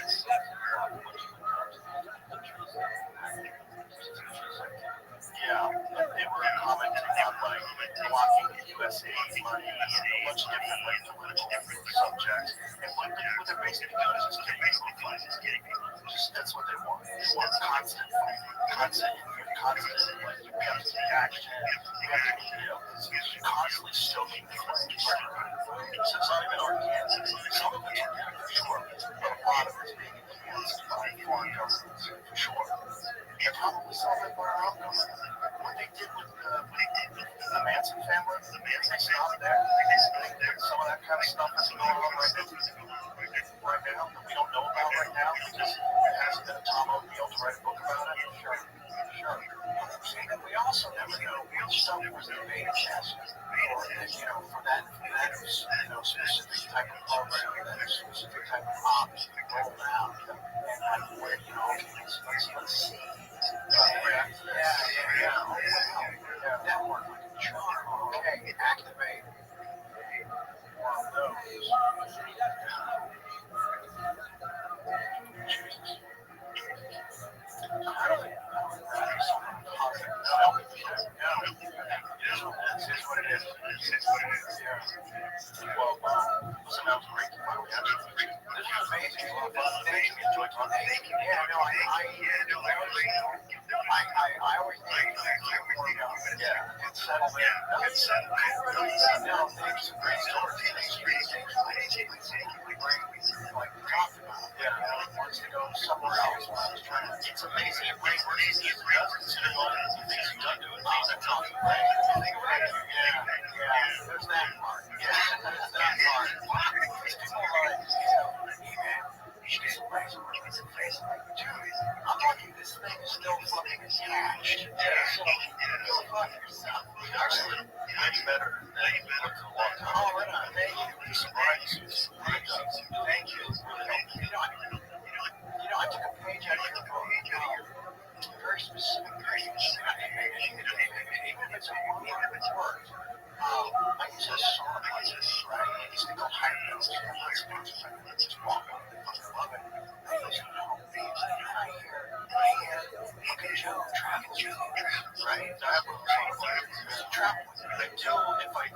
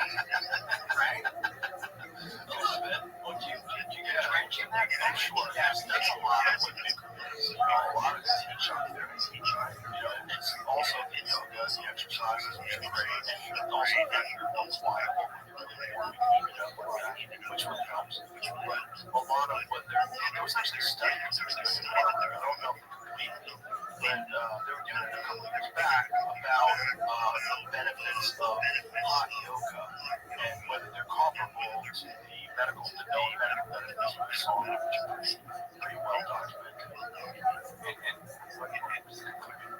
I don't know. I have to think it's got to be something because I've been in a lot of hot saunas and I've done a lot of hot yoga. And you, because of that exercise, I think you reach very similar body temperatures. Your heart rate jacks up because you're so hot. You can barely cool yourself off with a glass of water when they let you have a sip. Right. Gives you consistent water. Yeah. But it's real simple and it's 90 minutes, which is fucking brutal. Yeah. You get through a real good hot yoga class at the end of that. You have a different day in front of you. Yeah. Actually, I did that every day. It's like out there once like a day. Earlier being so much more peaceful. Yeah, no, you're right. You're really cool. Yeah, give me a much better purpose. You don't have to fucking, do anything hard in the gym. You don't have to lift weights. You don't have to punch bags. All those things are great, but just do a hot yoga class for 90 minutes every day. You will live in a different world. 13 out, 13 down. Yeah. In a world of kindness, sweet people, hello friend, you're selling something. Yeah. Nobody else can deliver the rest of the day. You can't deliver that kind of pain just depending on yourself. And it's a constant battle to see if it's 100% effort. You're constant battle. Those 15 questions are good. Yeah. There's no right, you're always going to get 100% of what you can do. Right. Yeah. I was going to his studio one expert. Oh, wow. Yeah. There's one thing that was really cool. Kareem was in there. A lot of stuff drops on the head. You can only go about a year or two. Yeah. I'm coming late, so I'm already in there. So, next to his locker, I would put my I'm still wearing my shoes inside. Because that's a cool spot. It's great, right? And so, but then Quincy Jones was also right? And so, the mirror, you can see the front desk where you check behind it. You can see it. He's behind us, all facing forward. And for about a 6-month period, Quincy's in a little speedos. He's giving it all. It'll look like a standing bow, standing canopy or something, like a triangle or something complicated. Stop. And he'd leave the class, but you'd see him go to the desk and bring it you down. Fucking sweat. Come back and try to come back. Resume what he was doing. And then this went on for a while. He came to find out later. Guess what he was working? Think about the year. Think about like what that, how his mind expanded, right? He was producing revolution. Whoa, yeah. He's getting inspired during the yoga, watching the mirror, the best artist selling albums ever, perhaps. Right? Probably. Yeah. Don't mind us. Wow. Trip, right? Yeah. Wow. That shows you how hyper-dialed he is. In the middle of the yoga class, wow, he's always thinking about it every pose. So I just had to write down. Wow. Because most people aren't allowed to leave class. Quincy Jones has to write some shit down for really later. Yeah. It's that fast. It's the best. All right, brother. Thank you so much. It's an absolute pleasure. Thank you. Thank you. All right. Thanks.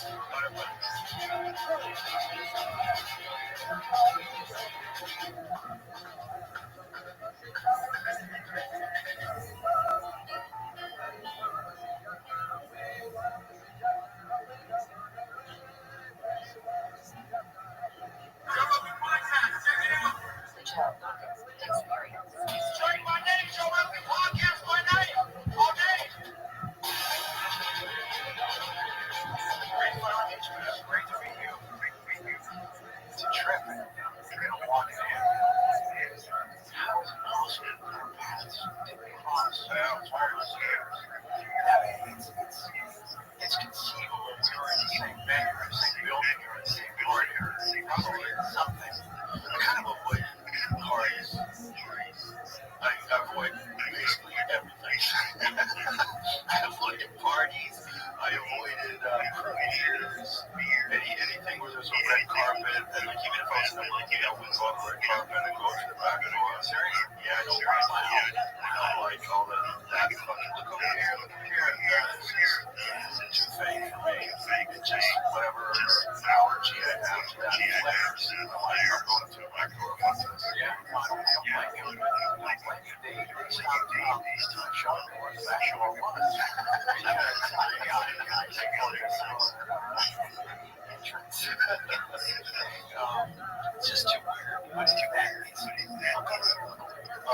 Something happens today. Yeah. I think it's like it's supposed to be possible sterilization as you can get, and without surgery. I think it's bad for you. Yeah. I think it's I think it's yeah. You can take a little bit of it, but you don't have to work with that X-ray machine your whole life.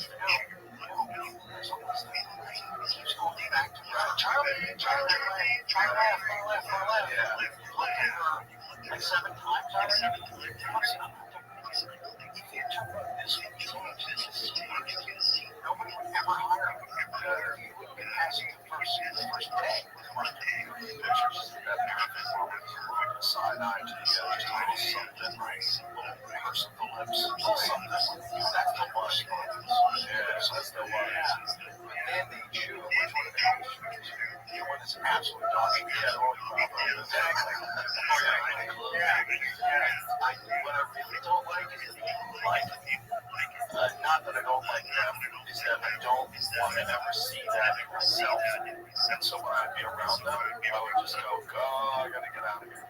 Right? I freaking out. The trappings. Yeah. I mean, is there, because it feels like that system's been in place for over 100 years, right? Is there another way to do it? Probably not. People like it. Photographers like it, press likes it. There's a lot of people, there's a lot of lights flashing, shit. Yeah. I can never feel relaxed whenever there's right. It's totally unnatural. It's completely unnatural. The only way that would be happening in real life is if you were trying. Like you would be paraded in front of a bunch of this. It's odd. It's very odd. It's almost a form of a little bit of a prep walk and just a little bit of mental illness exhibition. I just had it. Last Thursday. The first time ever. The first time in like maybe over a decade.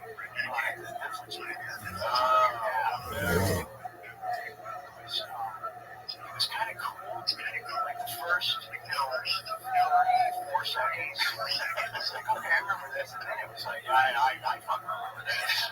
Wow. And then I'm in the sun just beating right on my forehead. It's just like, I got myself starting to sweat. And I'm questioning the whole outfit. The underwear choice. All of it. It's just like, every decision I made leading up to that was completely wrong. Yeah. And then it's all being done. It's so odd. Yeah. It's really funny that when I first walked into the studio, you brought up a tweet that I said in 2011 that this is when you were going crazy. Yeah. And I think this is also when my friend Russell Peters was doing those tours with me. That's right. It said I need to try to shoot my test. It's a long time. But it was better. He knows him.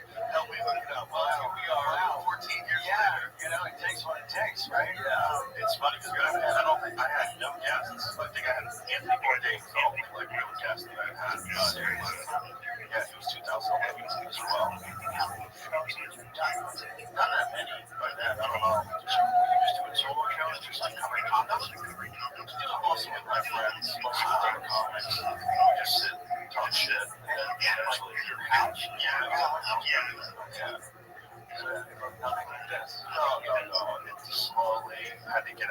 it's like I had some weirdos that I had to bring by my house, and I had young kids at the time. I was like, this is so strange. This is strange. Shut up, house. You know, it was just too odd. Maybe some people shouldn't know exactly where it's right. And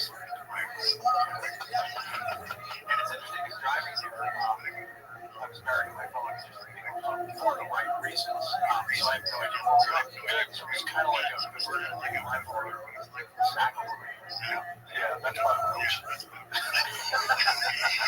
And like, I'm the guy that from introducing this to everybody that's what I call back with SUV. Right. And make the guy drive it. Yeah, like something right over there. Yeah.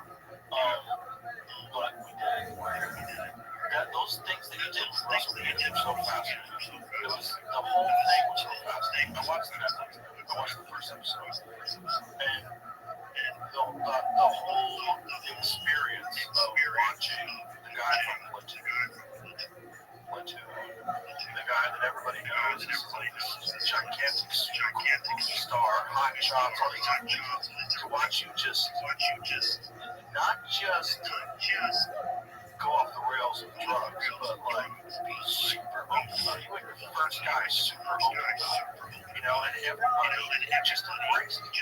Instead of it being like, oh, he's doing drugs, that's so sad. It was like, love him. And it was kind of crazy. All the Tiger Blood stuff and winning, everybody was saying winning all the time. What was that like for you? Was it the worst kind of reinforcement? Or did it like were you surprised by it? It's a great way to start. It is, the worst kind of reinforcement. Yeah, it's just like, unintentional. I want to celebrate. The guy's the mind. Right. I guess the trailer was so spectacular. It was such a spectacle. But they were also being invited to follow it down the tracks. Yeah. Somebody asked me about it. I don't know if I was the conductor or if I was riding the caboose. Both simultaneously. It was a trip because it came back on it. It's, some of it just kind of exists. Just Polaroid snapshots that kind of master this now. And other moments are in high def. They like kind of see through the camera. It was like there was energy. There was energy on 10 meters. I felt like I was playing. But I couldn't figure out what the plot was. Where somebody, somebody showing up like a shit. Like rerun. Right. That's what we fucking did. And it got away. And had it not been shut down a lot sooner. You kind of captured the image. Yes. Something that just researched in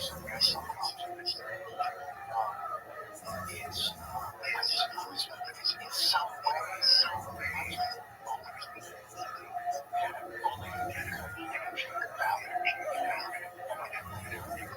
how so? The way I was attacking the family was challenging. Tough guy. It's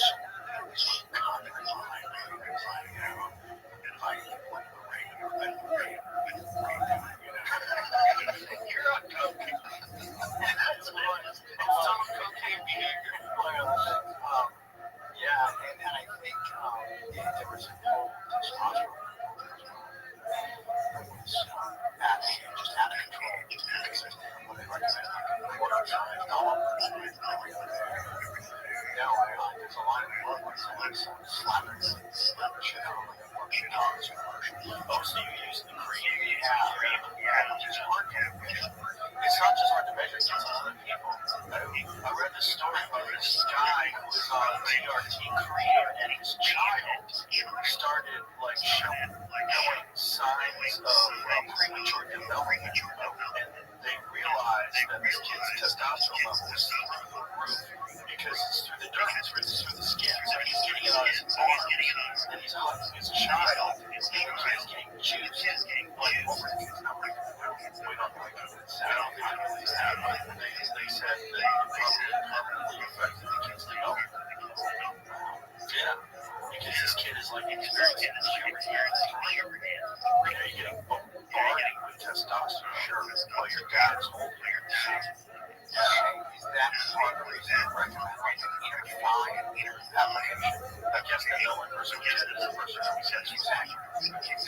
or a horse. Right.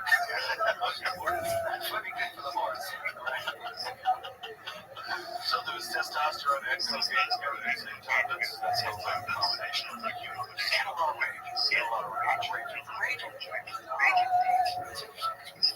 Distance from something. It wasn't really so much about what you said. It was about it. You realize it wasn't about the job. It wasn't about your job. It was about all the stuff. My personal life. Trying to just be a certain guy. Be a certain guy. Be a certain guy. Just never having the time to be a certain guy with me. Just find any place, find any practice, solace, just always breathe, just take some breaths. That's all for it. Yeah, and it's not the book. I don't remember it coming up to where I'm looking at this kind of how I decided what's in there. Or if something just isn't true, it's not true. So, but I was trying to just,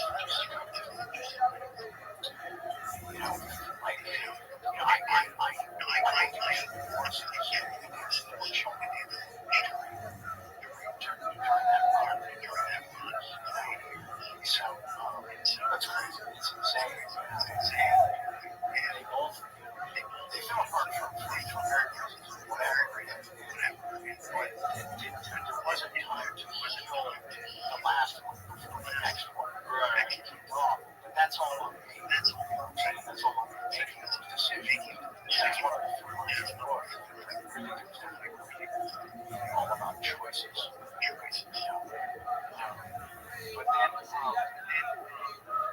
yeah, and it's just for it to be just talking about bullying stuff and so direct. And a guy who let's like break it down. What did he really do? He created an environment. The dream character created an amazing show. So showtime, right? That was the toast of the town, right? And all he asked for was just like show up as responsible lines and come out here and do your fucking job. Now, those were the only demands. Essentially, the stuff I told him before I took the job that I was going to do. So then I turned him into that. It's difficult. Look back on it and figure out why it got that far. Okay. Testosterone. Having all kinds of conversations with people here that'll tell you exactly what you're doing is correct. Right. Sorry, I talked to you. Did you ever let you know? Yeah. Sorry. Yeah, no, it was, yeah, no, that was really great. Oh, that's nice. Yeah. He hired me for a show with Sebastian Maniscalco. Oh, yeah, that's right. Yeah, so I played myself, did a few scenes with some fun stuff. Just back on the set. Just felt like it did. Well, that's cool. Oh, yeah, we're not approached. Yeah, that's awesome. Sorry, I wasn't involved earlier. No, what the hell was I going? Well, it's a complicated thing to think about. Like, why did I go off the rails? It's like, it's very reasonable. Here's the thing. I don't think anybody but Charlie Sheen knows what it's like to be Charlie Sheen. In my estimation, there are a scant few people that have become massive superstars at a young age and came through it sane. I don't know anybody. I know people that have regained equilibrium, got their footing back, ran on the right track, but no one gets through without hiccups. Everyone kind of goes crazy because you're living in this alien world that no one can help you navigate. Watch it. Closest friend. That most of your life, just right over there. Yes. Like in the next room, right? Or in the friends. Yeah, it doesn't matter. It's still bananas. It's still an alien world that you live in that no one that you run into during the day except for people like that can understand. It's like people are always like, why does like people hang out with each other more? Because to them, they're the only people that are normal. Yeah. They're the only people that, like, I get it. I can't go to the supermarket either. I get it. I did fucking TMC to the airport as well. It's like, it's normal for them. Because everyone else, like, oh, challenge. They're just captivated. Like, you kind of need to be around people that understand what that life is like. But the problem is, we're all going crazy. Yeah, it's not, it's a take, it's a great, to a degree. They rely on them for the things that have in common. Maybe take the more complicated shit, just right across the street, to the experts. Yeah, you can't rely on them for because they're going through it too. Yeah, sure.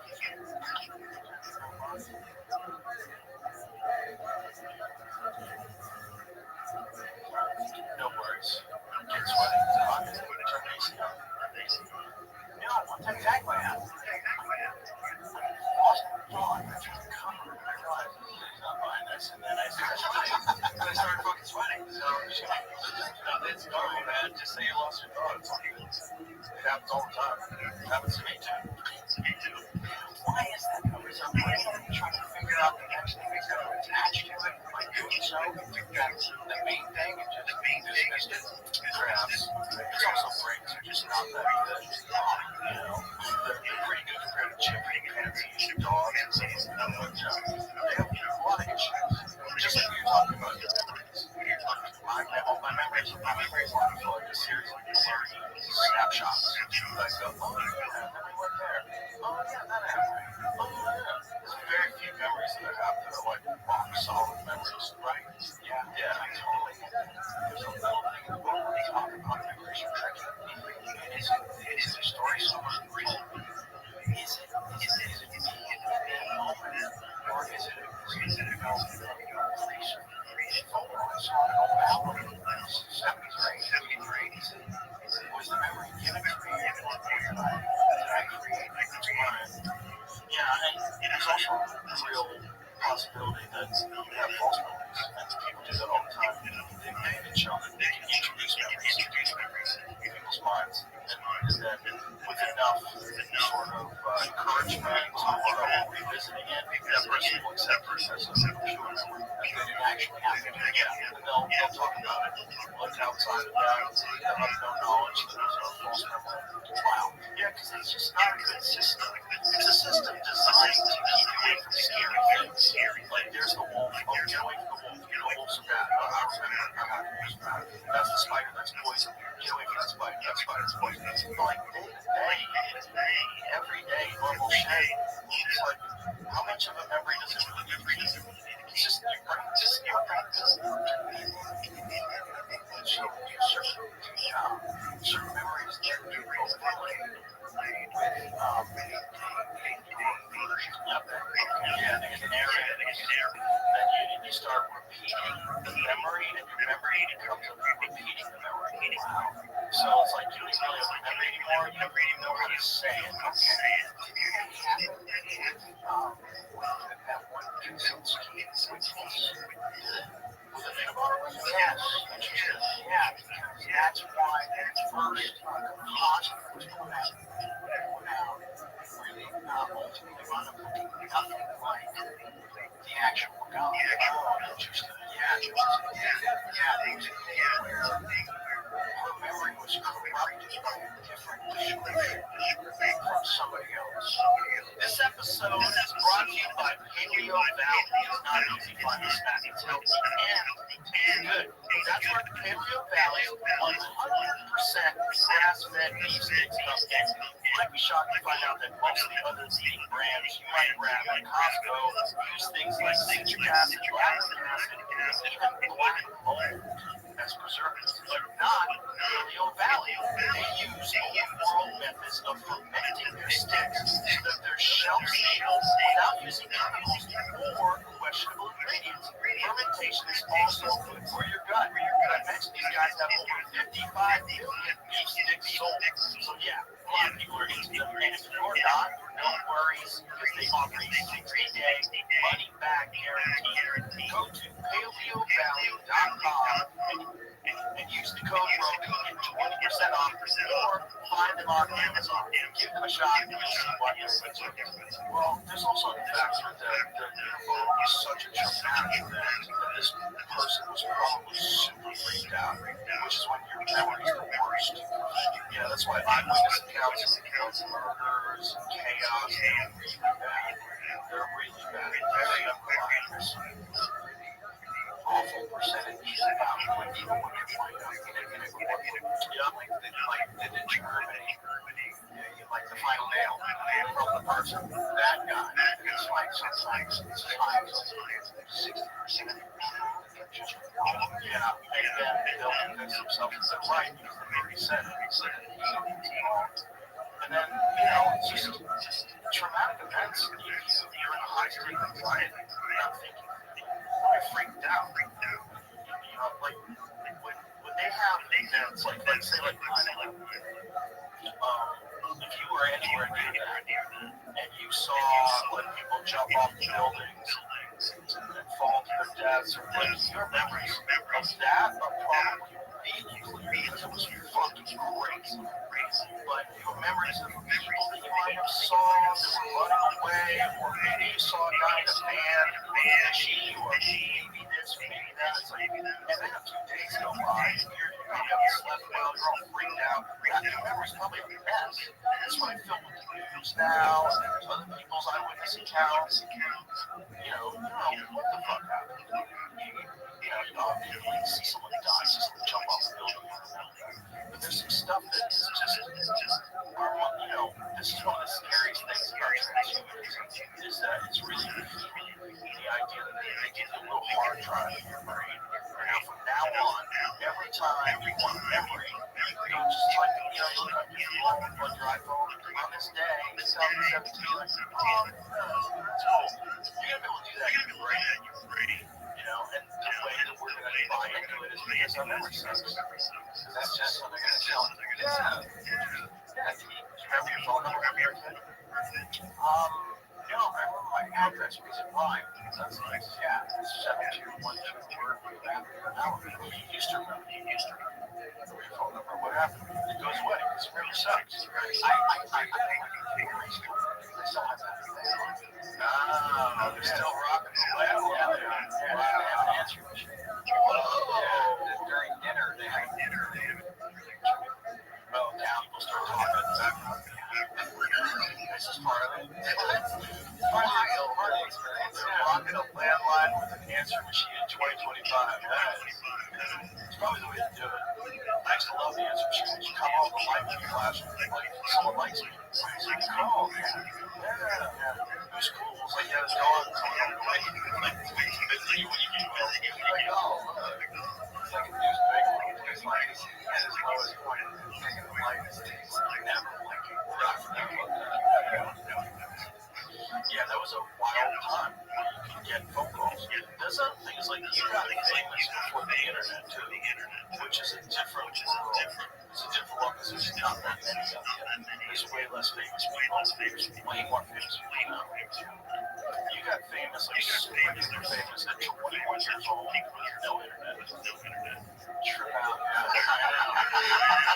How does anybody expect you to come out normal? Jesus Christ. You try to even explain something that wasn't around during those times. Explain what it felt like. They look at this.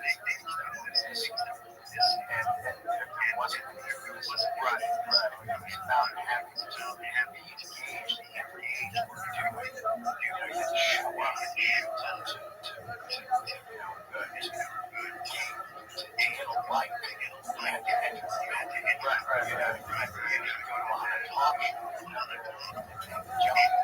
Yes, and you couldn't know what to do. Nobody knew behind the scenes of your movie until, years later on the DVD feature, later on the VHS feature, they finally saw something. Yeah, it wasn't all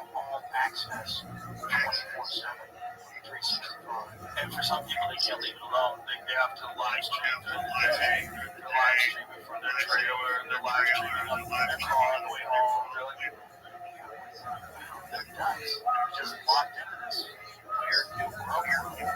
But is it because they're genuinely tuning in, enthusiasm, they're looking forward to that lifestyle car ride home, or because the person is a company? I think it's those things, and it's also those things that you said that you did never get. They're scared of. You never get alone time. Just time to decompress and think. Just be by yourself. No phone, no TV. Just fucking sit on the couch. Just like catch your breath. Catch your breath. Seriously. I like to just constantly do something. I like entire days. Alone on the couch. Watching this. Nice. It's nice to just shut off. Right? It really is. It's no work, no play. Not good. Not good at all. Not good. Bad for you. And bad for your work too. Because it makes you just kind of it's dreary. You don't have the same enthusiasm. So yeah, discipline. That's all I say.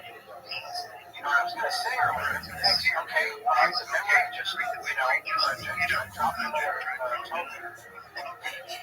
in the slot. That time down. It doesn't. Let's find out. No, I actually forgot it. How about that? Is that fucking nuts? It's normal. It's normal. When you first got put to did you have any idea like what the fuck was going on? I didn't. Was that for people today to understand how big that really was? Because it was one of the very first realistic war movies. And I think very importantly, it was done by Oliver Stone, who was actually a veteran of the Vietnam War.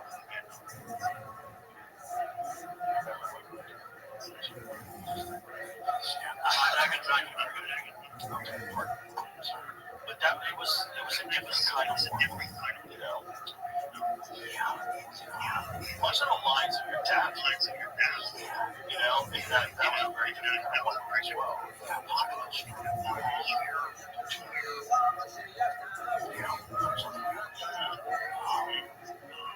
The script, like it was going to be a masterpiece.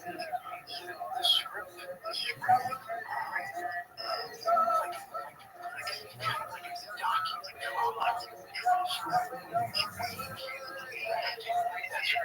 oh wow, okay, yeah, this is the one. This is the one. Really, wow, we're gonna worship this thing. The dialogue was very specific. It's kind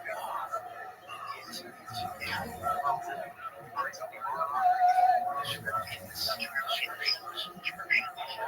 the script was so like barely big. Yeah. So, but I didn't realize sort of what we were doing actually doing. Usually I can read a scene, get a sense of what my responsibilities are, or how we're going to break it down. How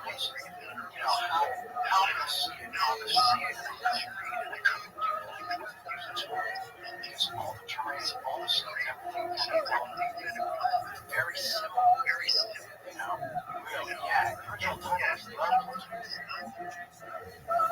you think it's as big a head as it's a great movie. Thank you, great movie. But we started to feel it as we got and Oliver said earlier where he decided to come in time continuity. Like from page one day, page all the way, maybe to the final page. And that gave us a chance. Something was finished. Something was done. And you didn't have to know how you were going to react, how you were reacting to something that happened. Right. And when people died, they got sent home. Anyways, next day, just go on. Because he wanted us to see someone gone, lost, sadness. I'm not saying I'd say how they felt, but we bonded really, pretty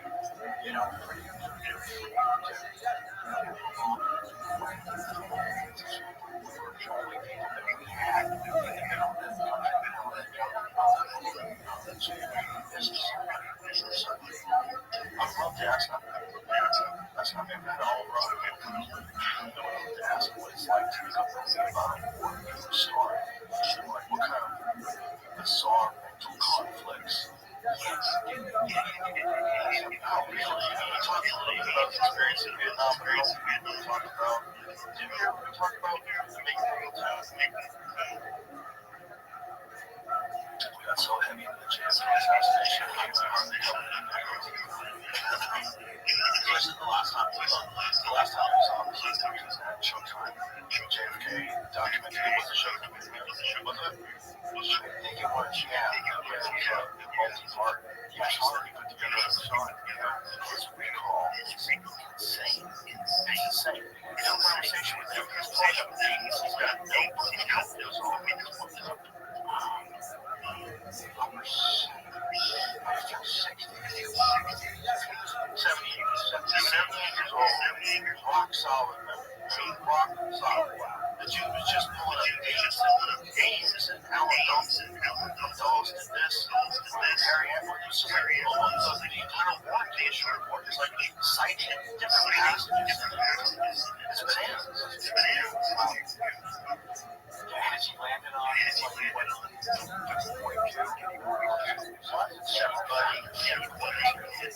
there's a lot of people that wanted him dead, and for sure there's a lot of fuckery going on with the Warren Commission.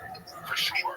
There's a lot of nonsense with the autopsies, there's a lot of nonsense with the single bullet, going through both him and Connolly, and leaving more bullet fragments in Connolly's wrist that matches the bullet was missing, the one they found is like bullshit. The story's filled with bullshit, and no one really knew how much bullshit it was until they had that video played of the secret film, the Geraldo Rivera show. Dick Gregory came on, and his comedian, which is like, well, came on and had the footage of the Kennedy assassination. Kennedy's left, right.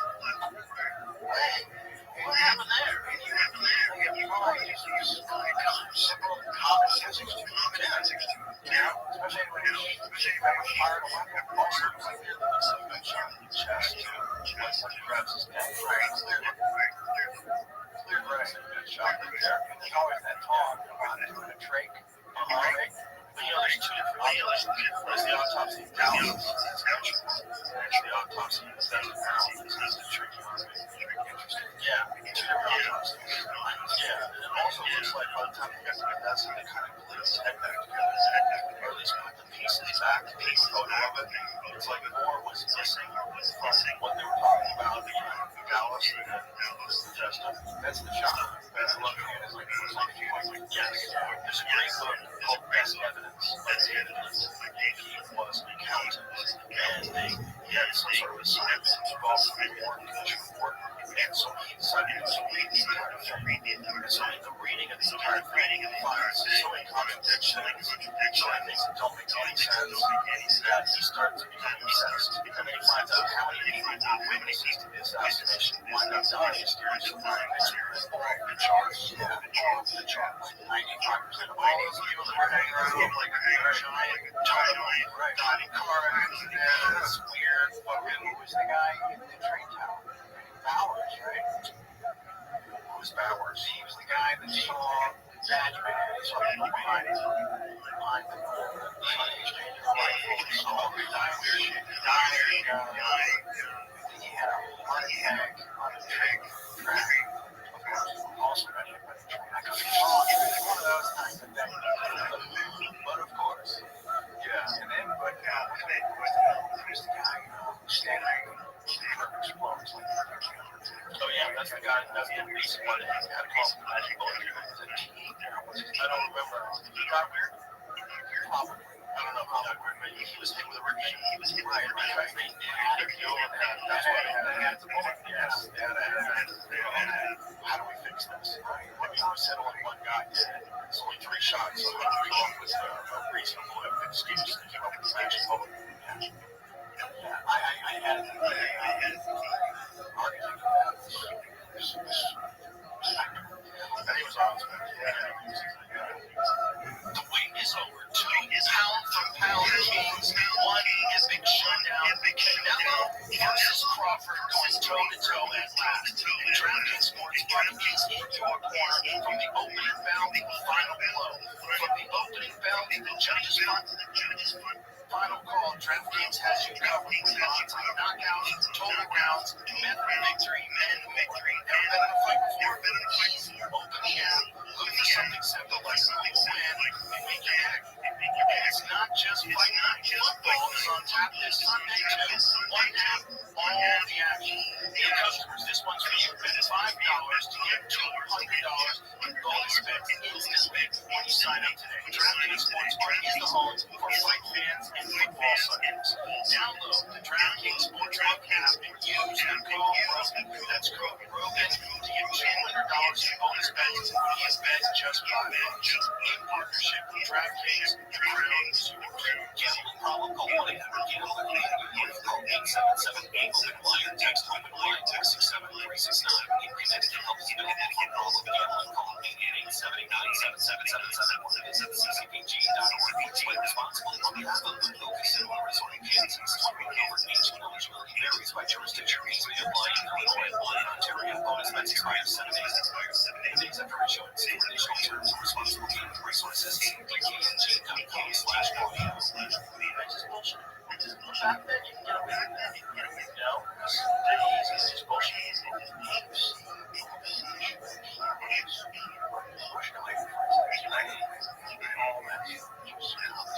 Yep. Well, they haven't approved it for a long time. I think time like that. And then somehow another did record. Was it ever released? Wasn't there the jump cut that goes behind the sign? Jumps, take out the fatal head.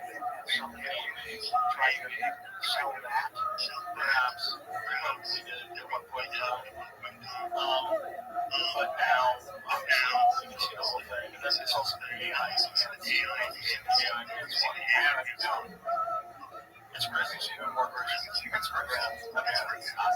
shot it from multiple angles simultaneously. That's what I think. I think it's shot both from the back and from the front. And I think the Harvey Oswald, if he wasn't involved, he certainly wasn't innocent. He was probably the guy that could frame it on. But I think he was in on it. And I think he told us as well. And to him, I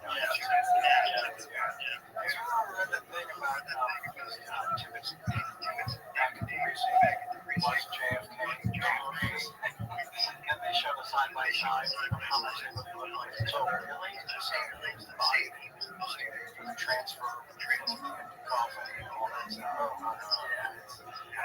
So many. Warren, Trapper, there's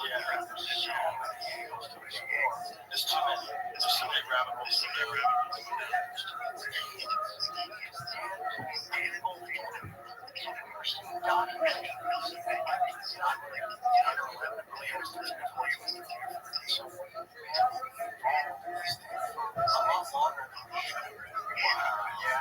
We had access to this stuff.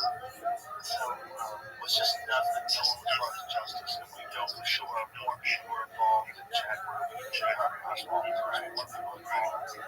No one was brought to justice. We got away with it. We all think that they got away with things like killing the president. But they did. They brought them again. Alone that. They already had a full rap sheet run down everything about it. They printed articles about it before it was even over. And then the Jack Ruby thing, where Jack Ruby goes completely insane, goes to jail after he's visited by Jolly West, who's the head of MK Ultra, who's like routinely dosing people with acid. Jolly West cooked Jack Ruby's brain in jail. Just left him insane. He's the guy from was more than chaos. Chaos, I actually read Chaos before it got really? Yeah. What do I do? I'll read it.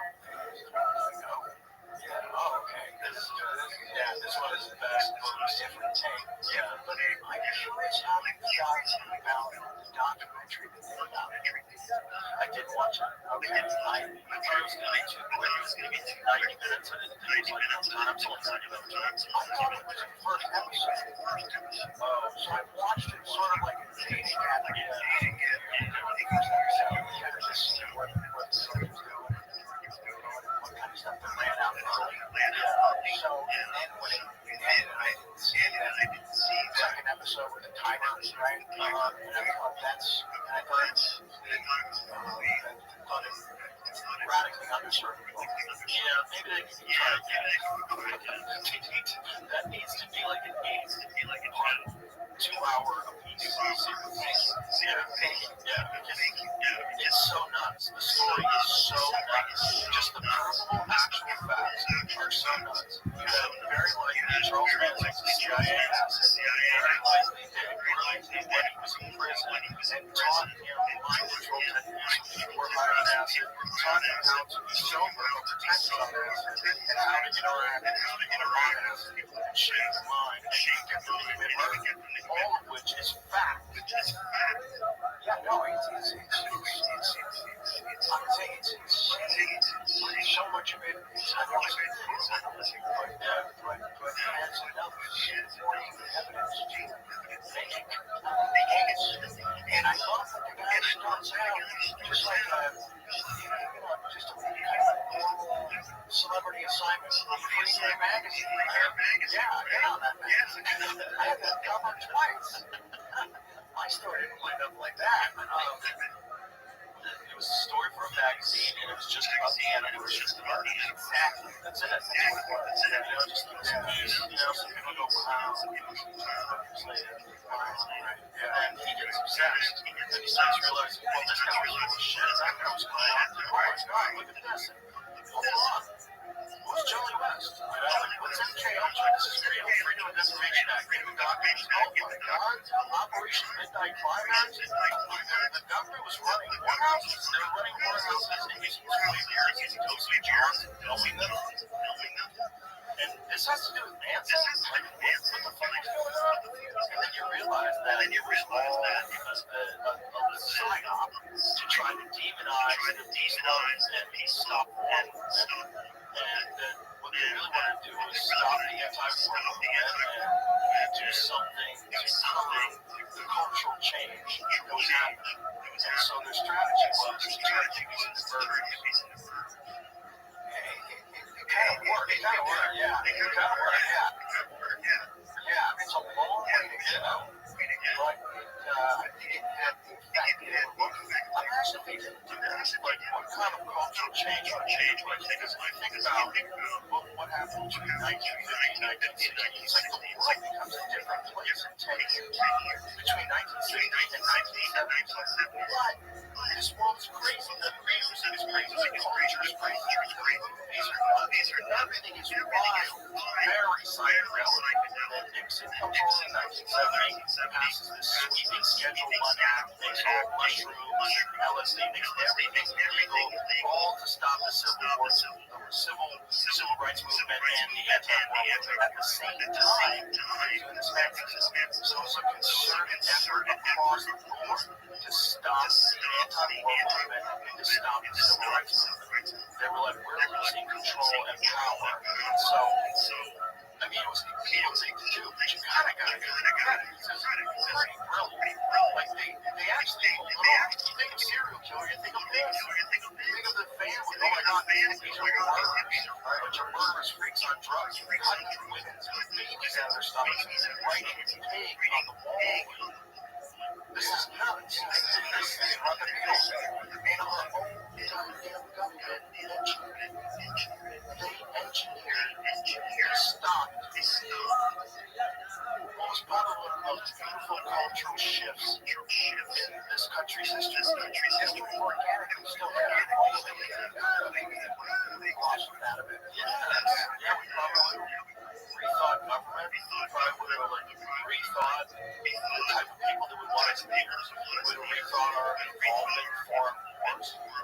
There would be no support for us. We would have rethought what psychedelic drugs can do for you versus bad aspects of them. we would have refined,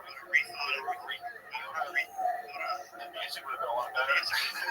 Music took a big dip. Music took a big dip. Music took a big dip. They got rid of the drugs that were good. They brought it good. When people point to the 60s, yeah, it was effective. That completely demonized any peace love. Any of that kind of way that those people became a real problem now because they're now connected to kind of nuts. Yeah, kind of nuts that it was really all engineered by the government. It's really that in itself is a terrible crime. They sort of engineered society to their benefits so they can maintain control. And the way they did it is by getting a horrible con who'd been in and out of jail his whole life and teaching him how to run a cult. Right. A murderous cult setting up in a free clinic in the Hague where my wife's mom went. Yes. Well, my wife's mom was a hippie. Connection. Yes. My wife's mom went, she was a hippie in Haight-Ashbury. She went to the Haight-Ashbury clinic and treated that. Yes. That clinic didn't shut down until after Donald Trump came out. That clinic was been running for over 50 years. It ran like 20 years. When did it close? It closed shortly after that book came out. I could have gone there while I was reading the book. Yeah, the CIA just alone. That's like training that is so nuts. And that clinic also connected to John Lynch. That clinic also connected to all sorts of other marijuana experiments. San Francisco is where they were doing Operation Midnight. That's where they had Rothschild. These are the people that are supposed to be like protecting, serve, look out for your best interest. These motherfuckers are creating beds, like completely shifting society and turning people into whatever the fuck we became in the 70s.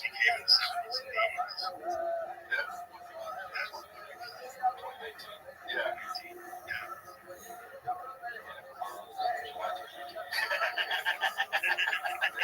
Yeah, oh my god, like fuck. We got busted. Then you read the forward. It was like, guys, we got a problem. That's probably how long it took them just to clear the building out. Yeah, they were trying to figure out whether they're going to kill Tom O'Neill. Right. Has he been on the show? Yes. Oh wow. Okay. Yeah. He's like, he's great. Yeah, great. He's actually my good friend Greg Fitzsimmons. He was his neighbor in New York when he first started working. And then he became his neighbor also in France. Like, he's been his neighbor for like 20 years. So Greg's followed him this entire journey. Greg didn't tell me about it for years. He's just trying to get that fucking book done. And then finally, he says, the whole story, how it took so long, was because we got him on. He's insane. Let's go have him on. It was, first of all, first before I have him on, just to grab him first. I was like, nuts. This is nuts. This is all true. This is fucking insane. It's all true. So they really engineer a murderous cult of hippies. They almost used the clinic as a casting couch. That's what we should have process for what you want to do. Yeah. Crazy. CIA. It's just, I know they were supposed to just operate on foreign soil. I know they were, but sometimes things get messy. But it's like you talk to like your average, just watch this kid in this newspaper believes in they don't hear us talking. Come on, guys. No, you're right. But they also never read the book. Never read the book, and then when they never They apologize for your baseless conspiracy theories that all this conspiracies are fucking real, okay? This conspiracy theory majority that they really started foisting on the Americans all the Kennedy assassination was for that very reason. They wanted to make it ridiculous. They're going to be in terms of point. That's when the term became militarized and paramilitary existed. Before that, we researched this, right? We said the original term of there's described it earlier, but it was never like a thing in the public zeitgeist. It became a thing in the Kennedy assassination because a lot of people were getting hit. It was a little weird. Everything they did, the people that hadn't seen the splitter film, everything just seemed off. It seemed off. And there was rumblings amongst people that were there. The big one was the shots from the glass of the whole many people talking about gunshots. And everyone called out it was like 15 people. Yes, you see smoke, you see smoke where the bushes are. And it's not a good photo, but it's good enough. Right. It's just too, it was too warm. People were, they all were pointing shots from back there. There is a thing that does happen, especially in the miles of driven through. I have walked. It's weird. It's weird. Yeah. First of all, it's so little. It's how close it is. Yeah, it's real little. It's real. But did they send it? Did they send it? Yeah, vertical. Yeah, completely plain. And you watch it. Which is there's something I've read. Did you ever read Killed Kennedy? I think it's June. Yes. Did you ever have it on? No, okay. This is you got it. Okay, so he wrote Science Spies, which was all about wrongdoing. Oh, yeah. He's a trip. He's an everything. I go back and forth. I do too. But there is something. One of these books.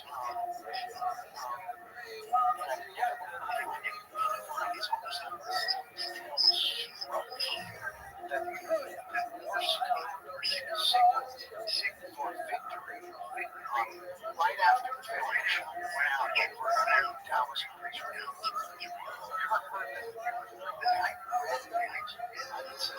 Disclaimer: I'm not coming up with this. This is not my original data. But yeah, when I read that, that was crazy. That's crazy. I don't know that he would have just added that for color. It's not something you just throw out there. That's a weird thing. Victory. Well, a lot of people, it's hard for us to reconcile now today because we think of him as like one of the rich presidents. Of course, he's never. We always like after getting shot. But when he was alive, this was like half the country fucking hated. And then there was the Bay of Pigs disaster. We lost a lot of people because Kennedy didn't air support. He wasn't told about the invasion until like last moment. Last moment to its success. He denied air support. A bunch of people died. Right. And so those guys on the ground. My friend Evan has a video. My friend Evan, who was a ranger himself. He's the best. I love him too. But he said, like those guys, those are hard-nosed killers. And if they think that they lost their brothers because this is a fucking piece of shit, the air support video was Kennedy's idea, and he didn't tell him that he wanted to get that guy killed. Fucking sign me up. Those guys would do it. Those guys would be the type of guys that have something like that, and they would probably tell you this would be a perfect place to do it. He says, by the way, conspiracies get everybody is one way or another. I believe this or not. And he says that Lee Harvey Oswald reviewed that shot, never shot a rifle. You're full of shit. The rifle's on. It was not that far. I'm not saying you can do it 100 times out of 100, but the possibility of him having that rifle ready, he's got a scope, he's got a rest.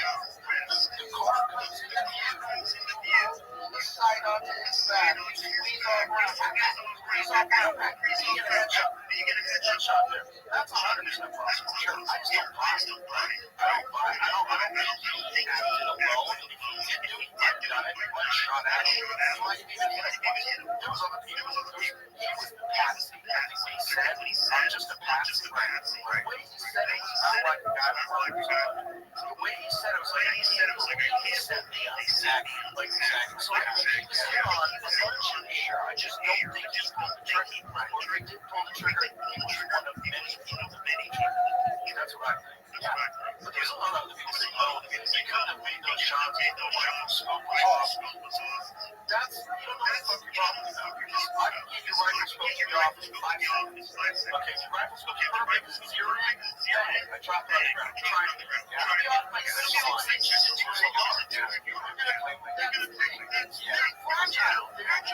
Micro adjustments. Little power wrenches and hex wrenches. Just don't go too much. Get it dialed in perfect. On it. Yeah. Rifle from 1963. Right. Yeah. The whole thing got knocked off.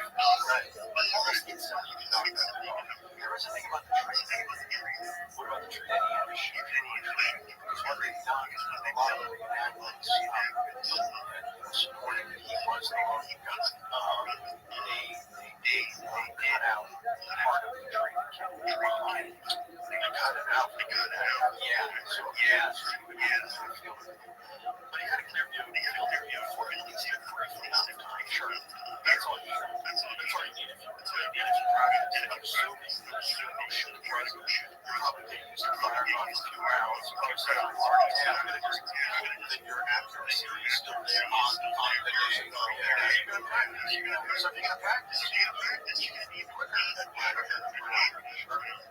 he could have done it.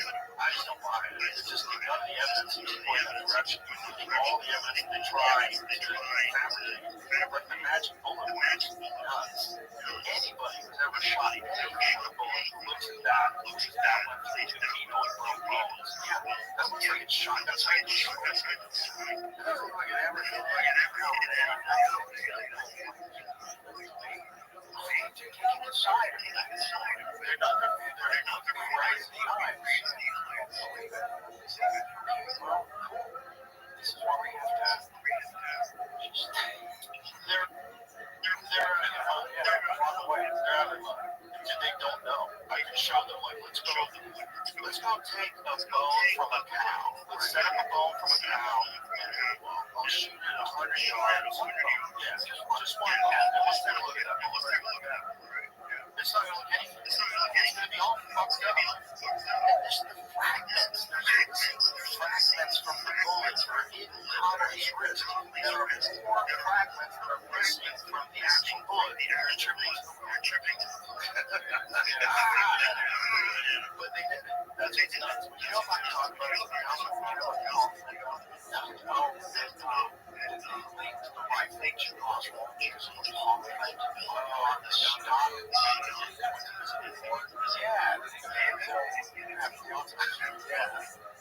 I wasn't there. How convenient. Yeah. And also, like, says who? Says who? You can just say that. 1963. Secretary Brown's a finger ready when Force representative is dead. And no one's going to say, my client is innocent. He's dead. Everybody just warned the fact that the president was dead. And then, all of a sudden, you guys, Lyndon Johnson, steam ahead, Vietnam War. It's nuts. What happens after? Things got very different. They got very different. Kennedy was trying to be a real president. And they were like, no, that. Federal Reserve was real. Big things. Wanted to get us out of here. Wanted to kill the CIA. He wanted to do a lot of things. They were like, not today, sir. And that's the real argument. So we haven't really had a president since everything after that is the president's speaking. The giant machine continues to run exactly as it has. Yeah, just one more I said, no, what? It's nothing. Yeah, you can talk, but like, they haven't done anything about the Kennedy assassination. You put pressure on people. You definitely can hurt your chances of getting reelected. Find out that they're very disappointed in you. You're not supporting this, or not telling us about that, or lying about this, or you were involved in that. Yeah, but there's not much. Not much you can do. Yeah, that's why I don't really wait. It's fucking boring. It feels like it definitely is a lot of that. It's also like a show. watch the latest episode. Yeah, just the final what's going on. Yeah, it's a great show. It's a little power game also. Right? That's how my dad describes the OJ case. It's like the greatest part of the film. Right. Boy, I remember watching that on TV live in my apartment with this girl I was dating. She was a really sweet girl. And she couldn't believe it. Yeah, she didn't understand. She was so confused. She was like, no, how? She's like, no, no. He tore her whole reality. Yeah. I was on Mexico.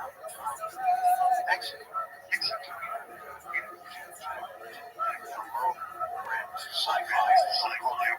I love that. Oh, don't say that was a little movie. I love that movie. Now you turn me on that movie.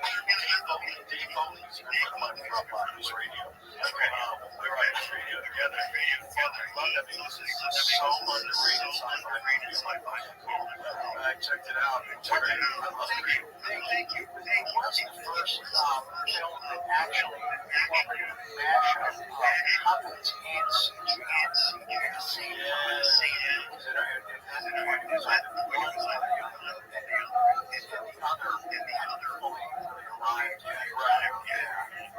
so that was kind of cool. I was so hoping for the day off back in the hotel because everybody knew the night before the verdict was coming, right? So we had to shoot the scene, and there was a problem in the bus, right? And the cell phone had like half a bar, and it started to rain. He's got his buddy's got his phone in LA up in the table. The team about to read the verdict. So we all gather around the gathering. We're watching. He's kind of to keep it connected. And then we can see it when he hears it. He slumps a little bit, right? Takes the phone from his ear and slams it to the hammer. Fucker got away with it. As it was that's a wild scene. That's how I was. The OJ verdict. Yeah. Wow. Dave Anderson. Buddy I grew up with. Two-time Oscar. FX maker. So, if you're looking across Dave Anderson, that's the OJ. That's a great scene. That's the guy. He was our only connection to so invested. It was really hard to do. And that was like the only time of day that I had kind of like sort of always in the afternoon. We still had pretty sizable days to shoot. Really hard to regain focus. And I feel like we're still there. Because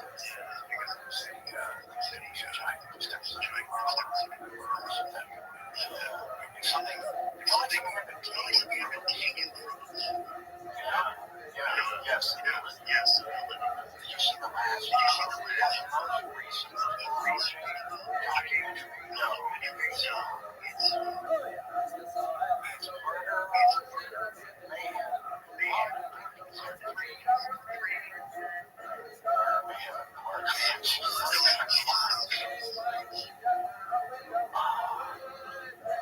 something was way off at that time. No, it's actually the latest OJ documentary. I guess the latest. Yes, this is the one before that. It's more of its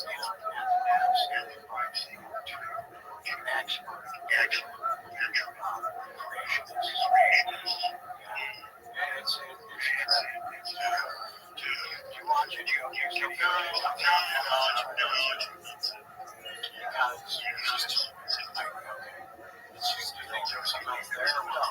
think he killed his wife. And he killed my home. And he got away with it. It's just nuts. It's weird to watch my wife drinking gun. Yeah. His wife. What? They got golfing. it was the follow-up part that didn't really support anything about what he claimed. He was rapping.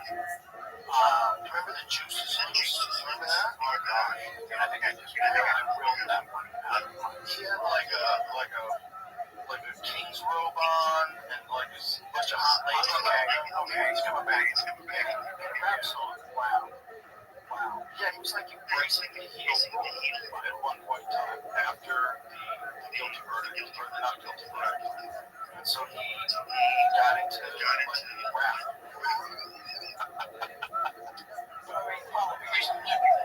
Just for monetary. Watch play the news. It's so bad. Is it awful? No, oh, that's right.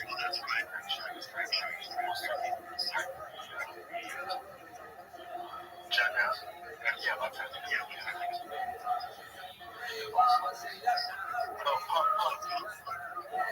OJ was doing that? Everybody was just going away screaming. Oh my god. That was one of his scenes. Jesus Christ. God, also the music video, I mean, Naked Ladies Spike, remember the Spike channel? Yeah, but that whole thing, going from that verdict to try going back to work, all live. She had I remember one time we were filming this radio in the middle of that North Hollywood shootout. I do. We were watching it live on TV.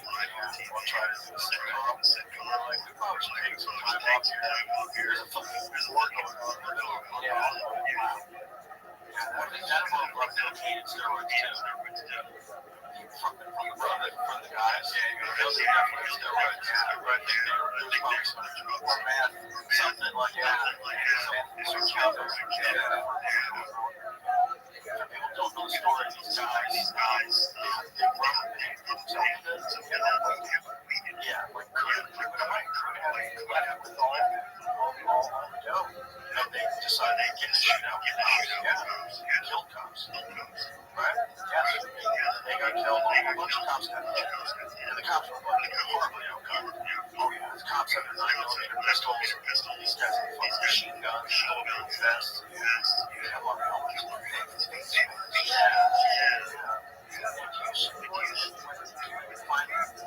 kills himself. Simultaneously, I never looked at it as I would the other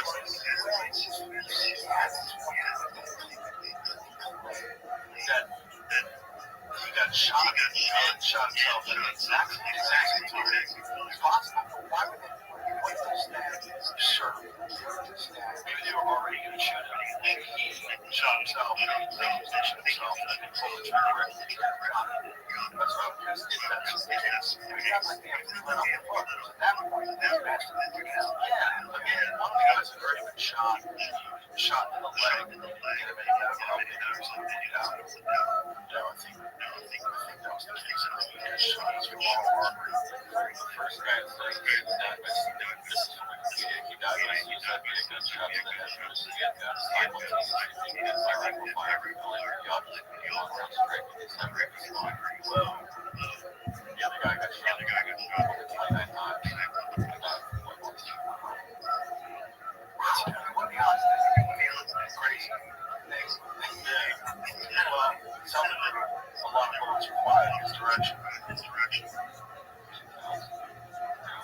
50,000. Like, what is that weigh? If you're carting that around and you've got a whole duffel of cash, yeah, you must have a heavy truck. Yeah. Wow. Imagine being in that neighborhood. It's around 2,000 pounds of flying in all directions. Well, the cops went to a gun store, right? I think when it started, they were like, whatever you got, here's your rifle, whatever you got, I will take it. Yeah. How much ammo you got? I mean, how long did that go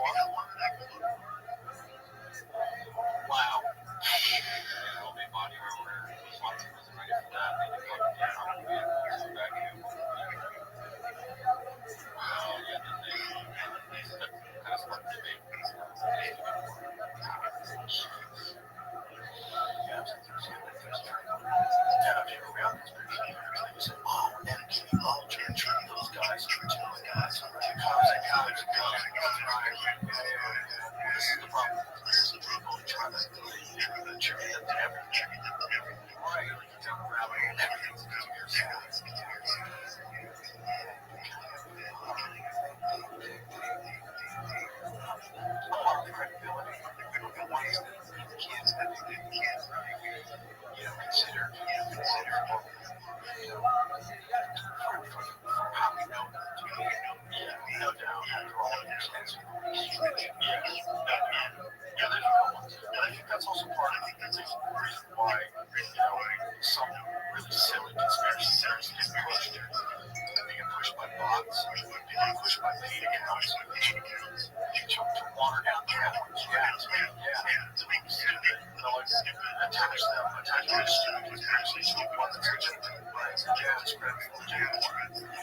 So, that's curious that just from afar, it's almost like a lot of this stuff can that yes, I didn't dig deep into that. I only know just the basic talking about it. But one thing I did see was it felt like a constant there was always anytime they mentioned something just completely screwing it was followed up with the ones that real just put them all in the same a stew just stir that down. Yeah, that's a very easy way the QAnon documentary on Israel is great. Reach of the Fire. I don't think it's a story. It's really because it's a multi-part thing on all the people that were involved in 4chan and the creation of QAnon. Who they think the original guy was, whether that took over after a while, to the account, and it seems like they were just kind of fucking around at first, but it's not definitive. He's got some really good evidence pointing in that direction. It's just hard to know.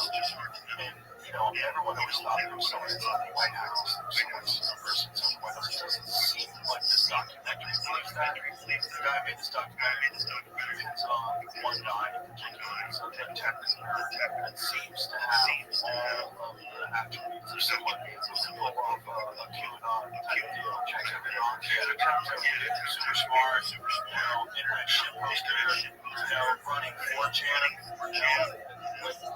that's the whole thing. It's like getting people to do stuff that's stupid, right? Like they got women to free they started pushing this idea that it's the patriarchy is making you work damn long. You should just your menstrual cycle should just flow in your pants. Who cares? And this is like a sign of strong femininity. It was just them being crazy and a bunch of women just adopting it. Not for long. That's gross. They were like, this is for the last couple weeks. But a bunch of women, that's people really susceptible. Yeah, people do that. Not everybody.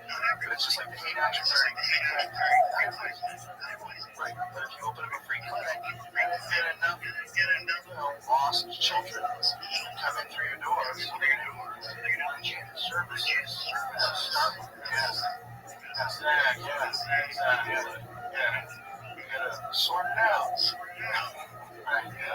It's just that's our that's our data, our government data, people that we're supposed to looking to help us live a prosperous life, and secure our standing in the world, and make sure we grow financially, and these motherfuckers did all that. Power, right? Yeah. In any form. Well, they bring it back to starving. So that's a weird power. It's especially when you're 21 years old. It's a weird power. Weird amount of freedom. Weird amount of people expecting you to be kind of wild. Sure. Yeah. You can't watch it happen to others.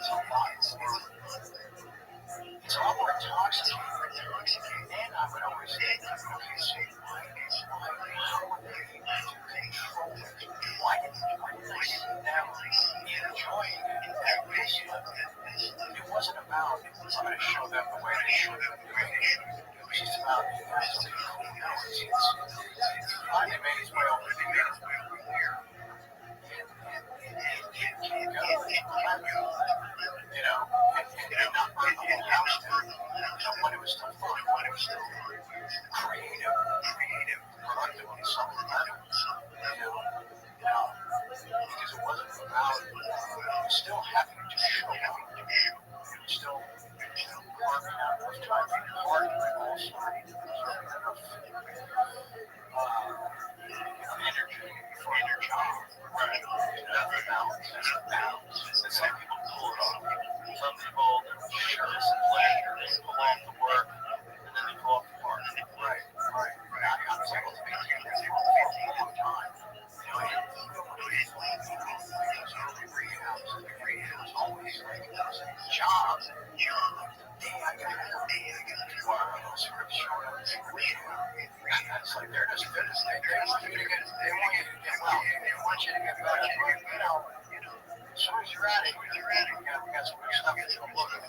There's also, unfortunately, a romantic notion of a guy getting out of interesting. Right? How many cop shows start with a guy who's down in the dumps, putting a pizza in a blender for breakfast, and you know what I mean? Like, really, like, at his lowest of low points, drinking, and then his daughter cries, throwing the bottles into the trash cans, and out the top.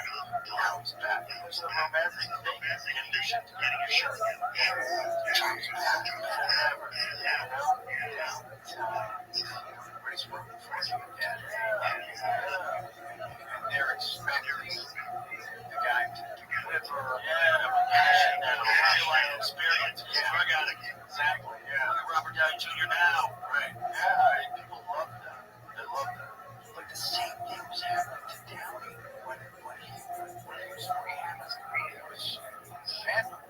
When people were breaking him. I think he was talking about when he was still in jail. I don't think he still had a nice after that. You know, and my dad was, so stop. This behavior, let him sit in those consequences. Not out of judgment or out of punishment, just out of love to help him get his shit together. Yeah, keep letting them fuck up over and over again. They'll continue to fuck up. Yeah. There's always a character that you got down. Something changed. And a soft landing. You know? That's what was really interesting about this. You know, this decade-long timeout that I got which, you know, at some point the punishment has to sort of decline. And, yeah, it was felt like it was a little bit longer than it should have been. Yeah, I don't remember any murder charges. But at the same time, there's not a chance that I could have done two projects that Rob came out yesterday and he got them today. Like I couldn't have done either unless I had respect distance from all of them. I was able to catch a fire. You've been sober for how long? 7 years? Coming up on 8 p.m. That probably had a lot to do with everything for you to achieve that. Absolutely. Yeah. But I was still, just kind of staying in the mix a little bit. Just signing, just stuff like that. Also, it's huge. I was drinking. All my kids started showing up. Cycle bags, pops and bags will show up. Come back. He's going to be here. We'll show back up. So my house is kind of like a clubhouse. You know? When I write the book that my vacancies for those children, all these things, basically. So it was, being called to much more responsible, complicated set of responsibilities. Order, just having to do stuff that they didn't care about, and writing a show in response to popularity or IMDb, stuff. They were just like, with the basic needs, it was really cool. So you just and that's the only stuff that mattered to that mattered. So,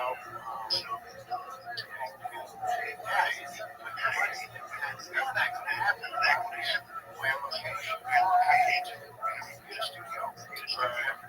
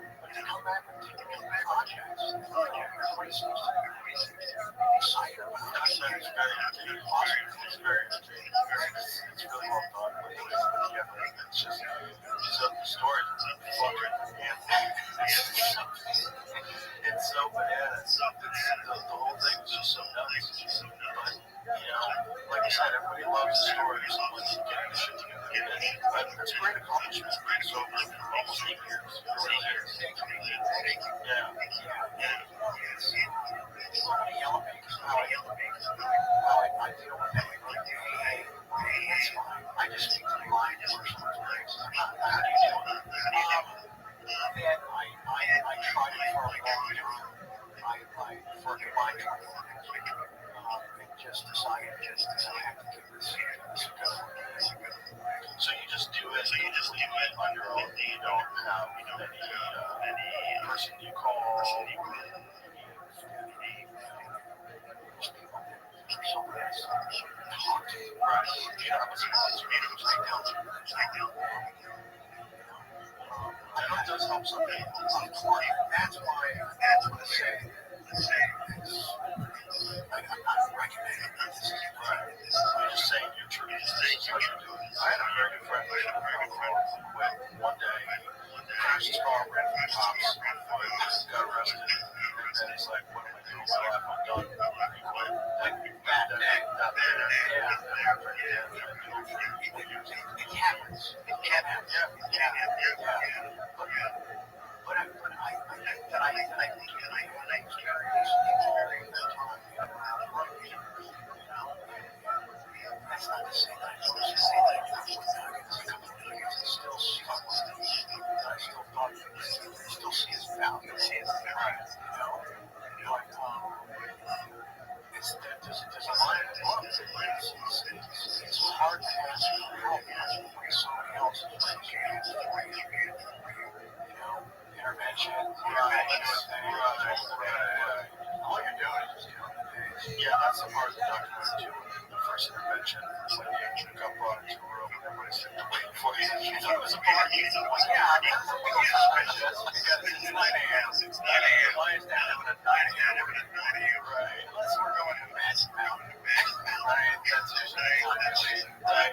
That's easy for sex. Right. Yeah, no, that was wild. That is something that I see hasn't happened. Really. Trying that corner, to my parents' living room. It's my brain's still trying to turn it into a vertical. Right there, that's what we're there for. Now it's coming. It's just what it's supposed to do. Like if you were to take something that was in the wrong bottle, the brain saw the label, so it takes your body and it's like, to catch up to that. Those don't match. Those don't match. That started. But yeah, so that one didn't work. It didn't work that way. You have to do it. It worked for a year. Like the dog came to his house. On the anniversary, on the one anniversary, on that beer, it was free. Like, well, that's there for a reason. It's to celebrate. That's not an accident. Yeah. Wow. Now we're off to the races. Wow. How did you get sober this time?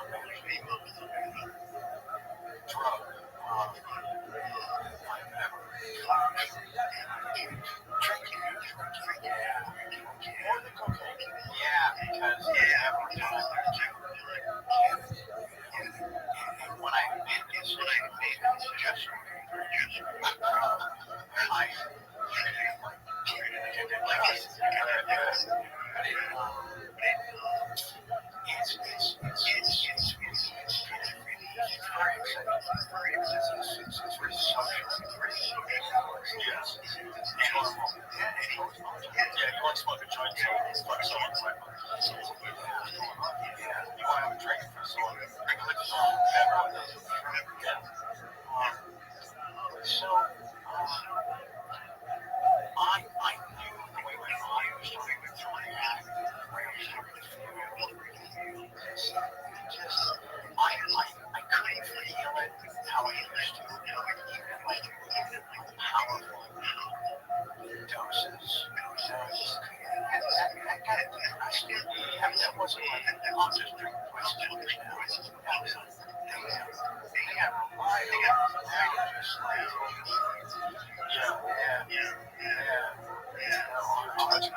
our relationship is now different. Yeah. So there was a day, it's in the book. I was a pretty crazy. My blood was, spiking my coffee. That's like 3 gas time. You're not going to shit out the rest of the day. But that's what I felt. That's what I still feel. So I'm like, a cup of coffee, my daughter Sam, calls for the house, whichever we leave, to go where? To go get hair. This Sunday, Saturday. And the cops have never had it. How about that? That's awesome. That's pretty good. That's very good. I just decided, like, a long time ago, 70, very small, never gonna happen. And I was living in limo back then. I did this vacation camp. But these days, to get busted, I can't drive. Be available for transportation. It's literally 15 choices. There's no excuse. So I called Tony. I said, Tony, I gotta help me get started in this thing. And so he's like, I got it. And there was a moment in the car driving back, and I just I can see her.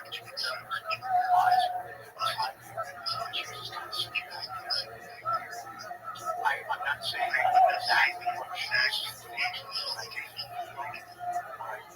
I'm pretty sure she was just why is this cool? Why isn't that driving again? Why is that always yeah, it's nothing. Right. It's been around forever, and so we got back something I couldn't shake, something shake. So much in the backseat, and her dad take her just amazing, just like a mind, like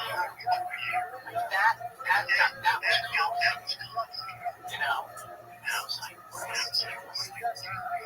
just sat beside the because it didn't feel good. And I thought, okay, stop. Math is pretty simple at that point, And it wasn't good. No good rehab. It wasn't dramatic. Life, turnaround. I was just make a decision. And I died. The next day, just woke up and done. Didn't care. I didn't care. Made a decision. I wasn't sure how I care.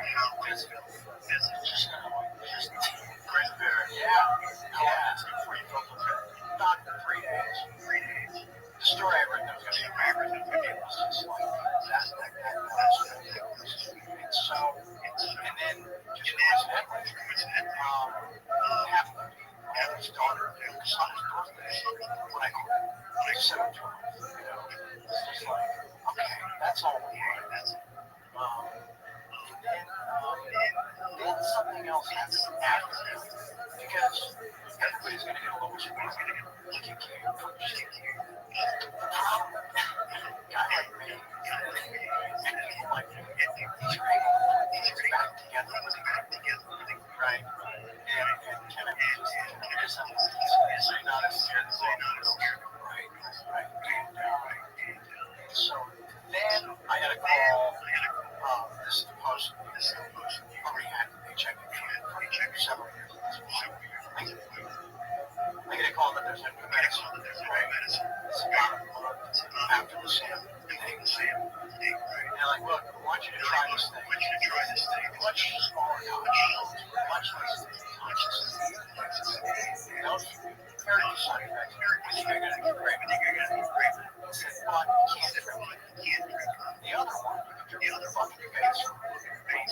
you're drinking a pirate Red Bull, which they shouldn't. You can't.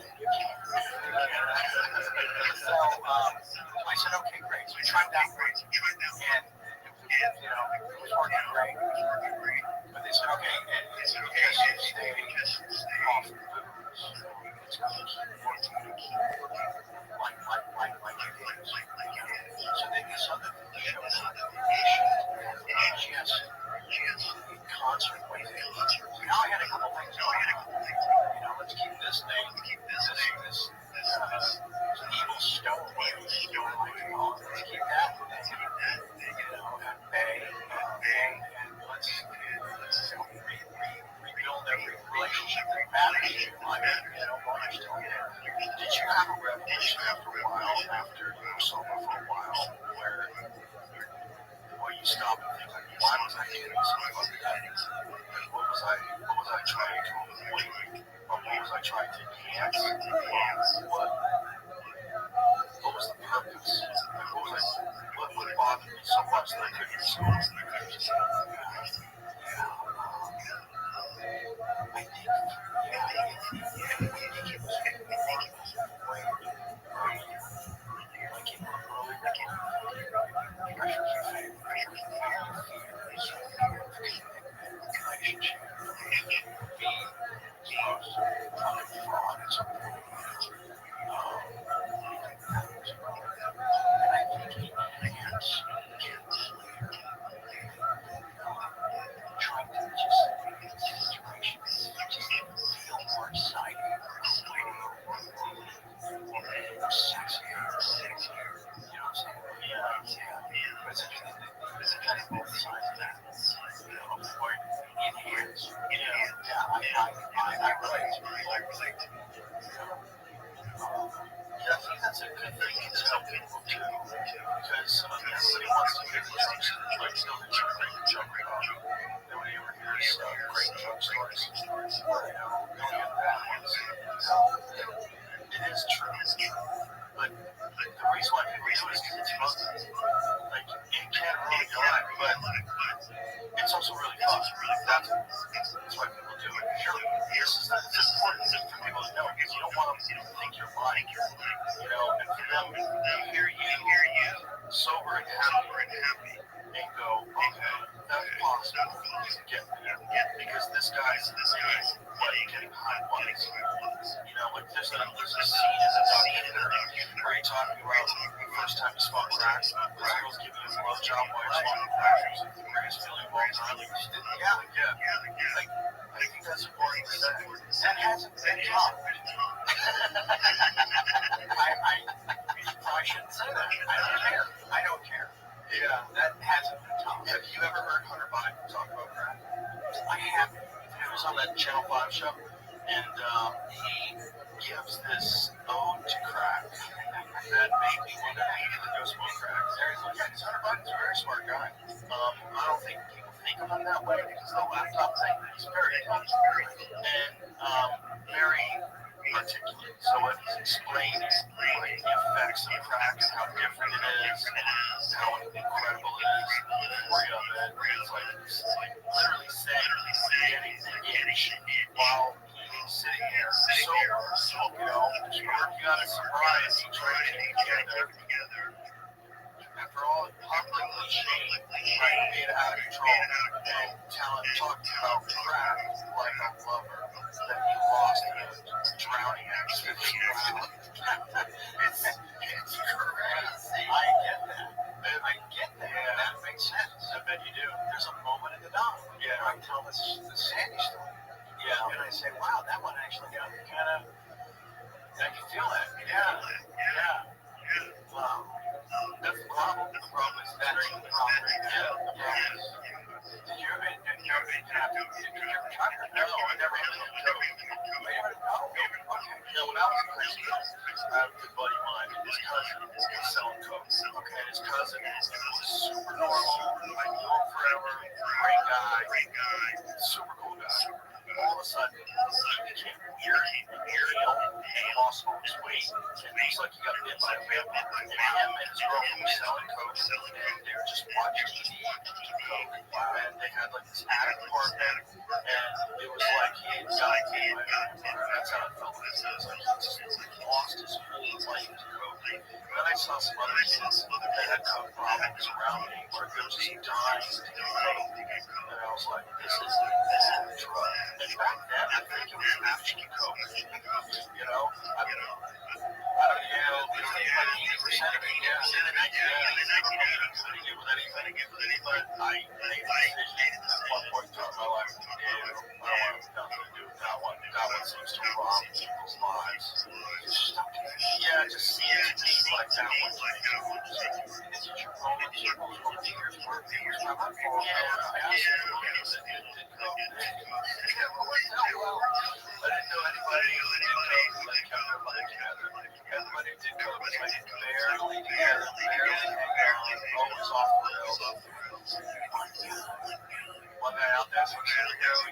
together, and all those years. What is Jack Nicholson? Oh, yeah.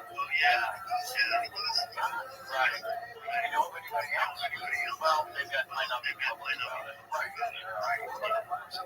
Jack was trying to you heard this shit? You heard these stories? No? Oh, yeah. They had a doctor that carried his coat on the street as and it only just like yeah, no, I don't know. That's some superstar shit right there. Exactly. The doctor with a fucking leather satchel. I'll pay for it. Stethoscope. Everywhere you go, bro. Has to. You'd have a stethoscope on. Everybody's gonna know you're legit. Yeah, but that's one of the great like 80s rumors about jazz. That makes sense. They can be a manager. Or not times. Someone's gonna look at your heart. Who's the back man? Who's this guy? Where is he? You know, or who's the back man for that? Yeah. There's a team of guys. Dangerfield part. He eventually will eventually. It's the same building. Even Dangerfield. No way. Oh, wow. My gosh, I made it so twice. I got the elevator. See each other around the table. I don't know. Elevator.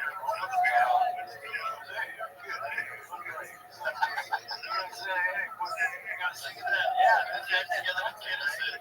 Wow. But in the elevator, he looks funny just in his photos. Yeah, just the photos. He's doing nothing. He was so good, dude. I can't tell you what happened. I don't know where we were. But it looks like Jack is definitely sort of a it looks like a backstage something like that. Probably a Poison concert or something. Perhaps. So we're in right? And I said, no, I'm Spanish Irish. It's not a parade, it's not a war. And it's like, doors open and he just walks out. He just had that on standby. Yeah, built it in the moment right now. Yeah. So I can't really ever describe my heritage without hearing his voice. Start praying, start warring, just let it go down. We have this handmade notes about conflict. Yeah, from one of his essential parents, we have this handmade notes for you. He talks about wow. Like his jokes, like the punchlines, like the accent, bold letters. Oh, seriously? Yeah, super organized. He stopped doing stand-up for a long time. He was selling the real inside. And then he made it again. He came back. The thing that happened was at the time he stopped doing stand-up, he went back to a regular job and never stopped writing jokes. Like his brain just wasn't that much. He was just always writing jokes. So he came back. And he just fucking stormed the gates. He came back. Everybody's like, where is this guy? That's amazing. Yeah. And then he came back to school. Dangerfield comedy specials. Oh, it's one of all those. So he came back and stand up. Yeah, I've got some heat on that. Yeah, well, the stand up. Didn't have any heat before when he quit. You know, he was just like, getting all right. Got a job. Quit. He might have quit for 10 years. Yeah, and then the whole time he's writing. And then he's like, fuck it, I gotta do this. I'm not fucking that story, but I think I'm accurate. Make sure I'm 90% sure. But I know that he didn't make it until he was in his 40s. And I told you that I used to work at Greenwood Center for Performing Arts. Mansfield, Massachusetts. I was security guy there, and I was backstage, by the outside of the backstage. And backstage, would go on stage completely naked with a bathrobe on. That's what he would wear. And he was wearing a bathrobe backstage with slippers, just walking around. It's like, this guy's wild. Like, he was on stage like this, like, shut the fuck up. Partially closed, slippers just wild. Never seen that guy sweat. Sitting down, wow. I struggled financially for 9 years. My boy worked as a singing waiter. He was fired before he could get a job signing and bid committees to support his wife and family. He later quit. So in the 1960s, he started reviving his career. Yeah. So somewhere close to 10 years. Still working as a salesman by day. Returned to the stage performing at hotels in Catskills Mountains. Still finding minimal success. He fell into debt. $20,000 by his own estimate. Couldn't get booked. Dangerfield came to realize that black was a well-defined on-stage persona that the audience could relate to. One that would distinguish him from other comics that could be shot by some premier comedy venues. He returned home and returned developing a character where nothing goes right. Isn't that crazy? Wow. Oh, look at this. During this boy's comeback bid, he was Jack Boy.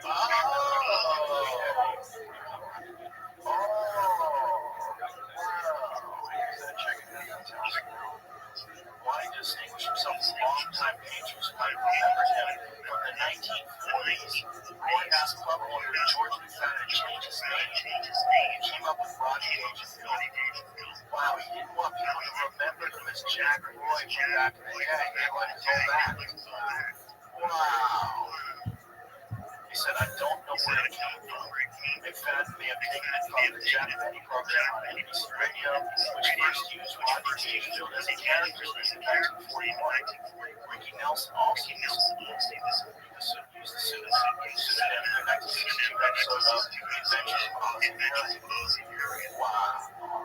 That's crazy. Wow. That's what he popped. Yeah. That's nuts. Yeah.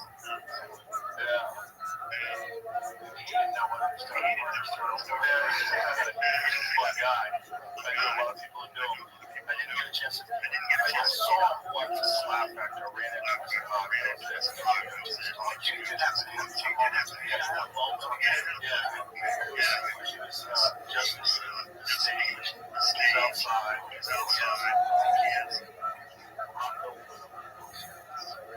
Go running. He was probably his wife. His wife is handwritten notes and also notes to his brain. It's just there's a few guys like that without them you always wonder like where would comedy be? Where would it ever turn out?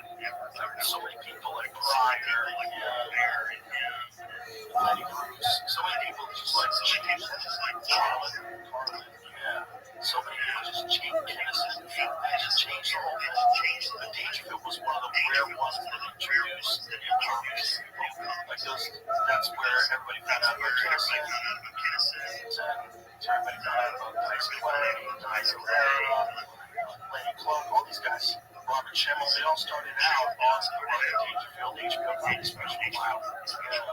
So he would have, his favorite game. He would just have like a show where he would introduce his favorite. He would go see him, and he had his own club in New York City. But he was interested in promoting it too. Just a fucking amazing guy. It's such a cool moment, man. I can see it. Nothing tricky about that. What was it like being with your dad on this film? It was a lot of that involvement. I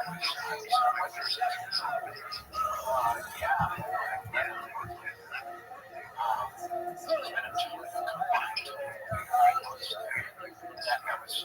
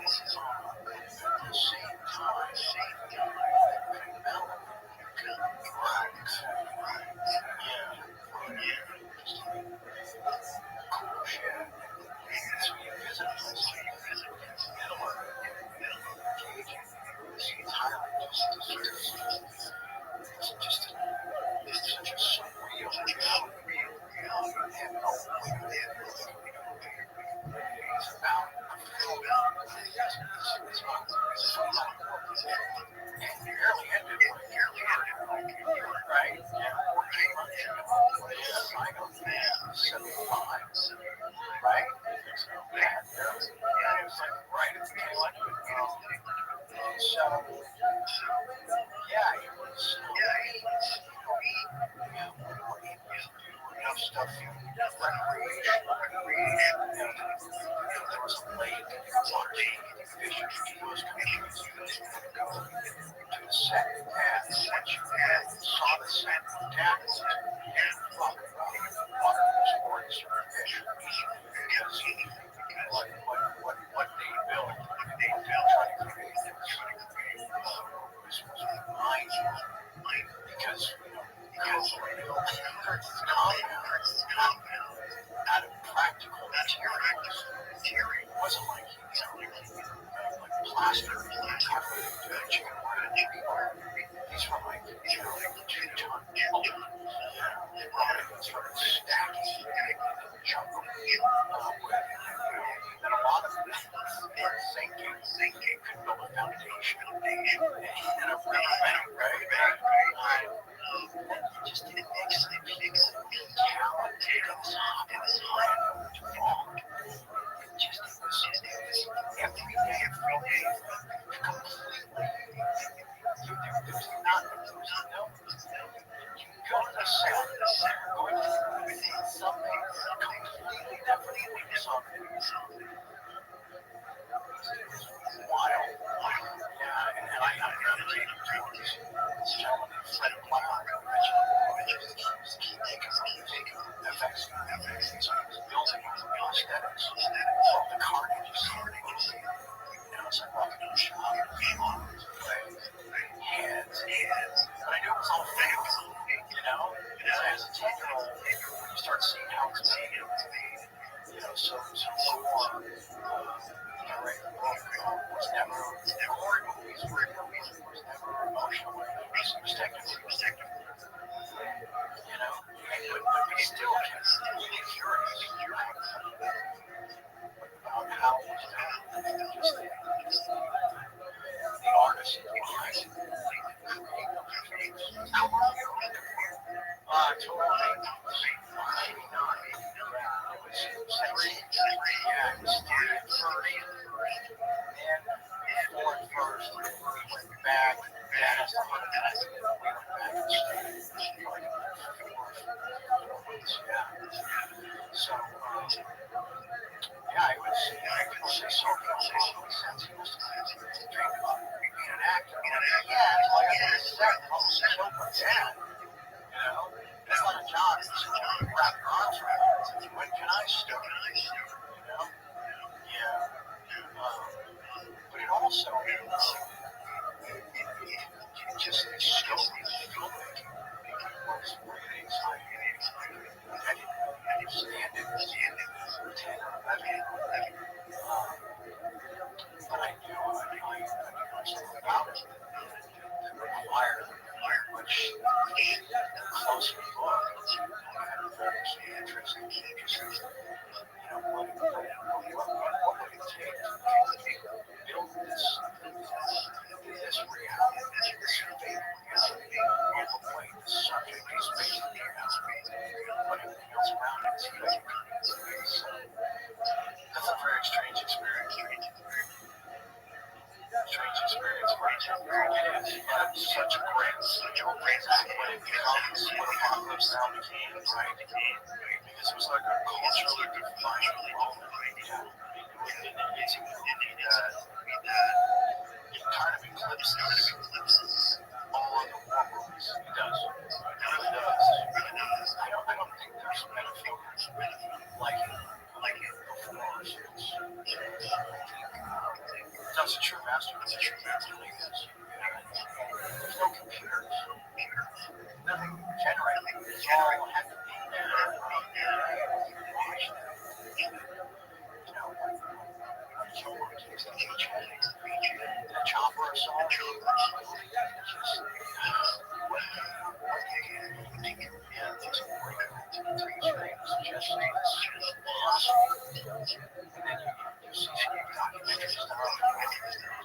Those are long, army, like big day, like rebels somewhere else. Called Francis. We're gonna leave now with the chopper. I have 18 cameras set up. That whole river is filled with bombs. Where are you going? See you tomorrow. Stuff like that. Yeah. Wild. Yeah. But that must have been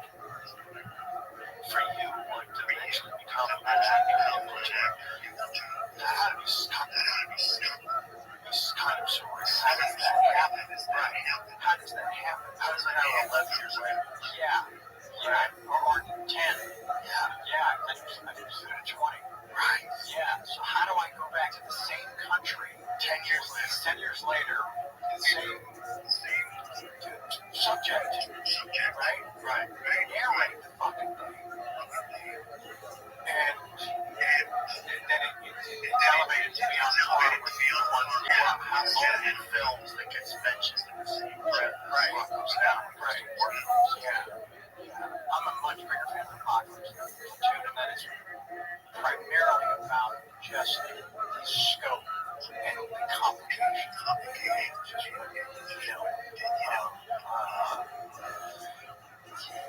difficulty factor. Yeah, difficulty factor. It took forever. Yeah. How many years did it take? It was like 8 or 9 years. I didn't know when Francis it came out in 79.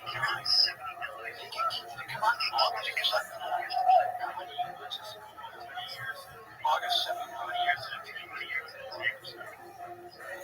Nothing went way over budget. By today's standards, that's like it's like a Fox Searchlight budget. Right. And Lawrence Fishburne was like, what? How old was he? He started as he was 14.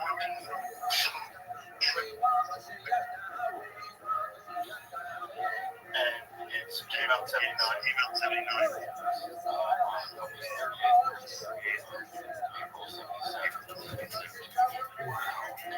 So when did the project start?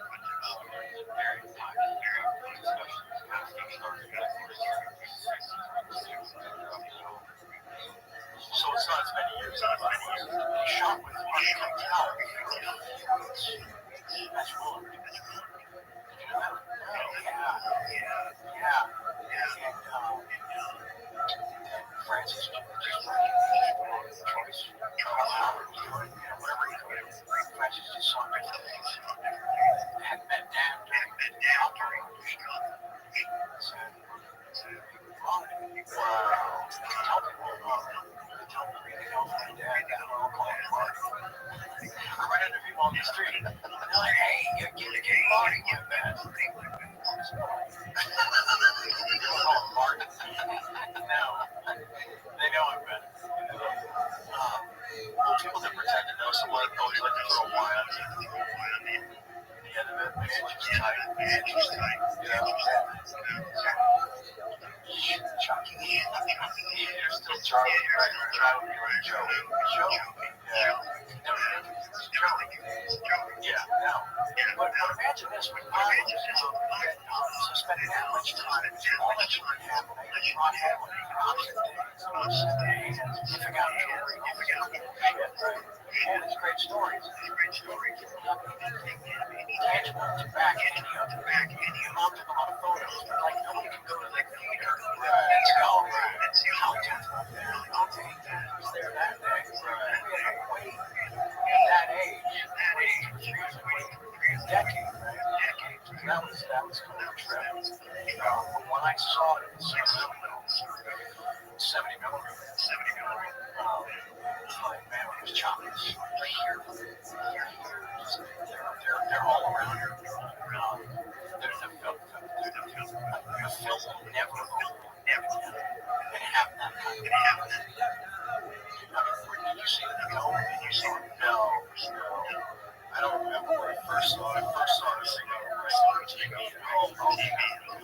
Because I was too little to watch it in 79. Maybe I saw it on HBO or something like that. First time when I really got into it was when I got on theater and I got surround sound. I got Apocalypse Apocalypse Now Master Workout. It's fucking sensational. I finally had that experience. It's so good. Why? It's so well done. And it just is so like for you to be in there live while they're putting that together and then to see it all together. That had to be an insane experience. And a lot of it was a surprise on the screen.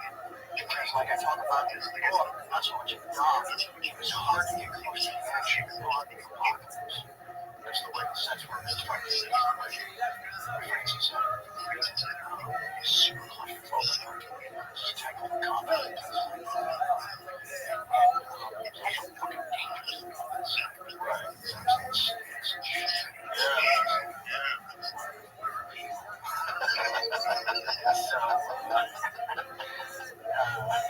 Francis is just like, come on. Wow. But yeah, so then, it's like I wasn't there for any John I could see Hopper in the distance. She was walking in the back, sitting in the seat. So I didn't see that scene. Yeah, so she steps off the bed, there's contact with Hopper.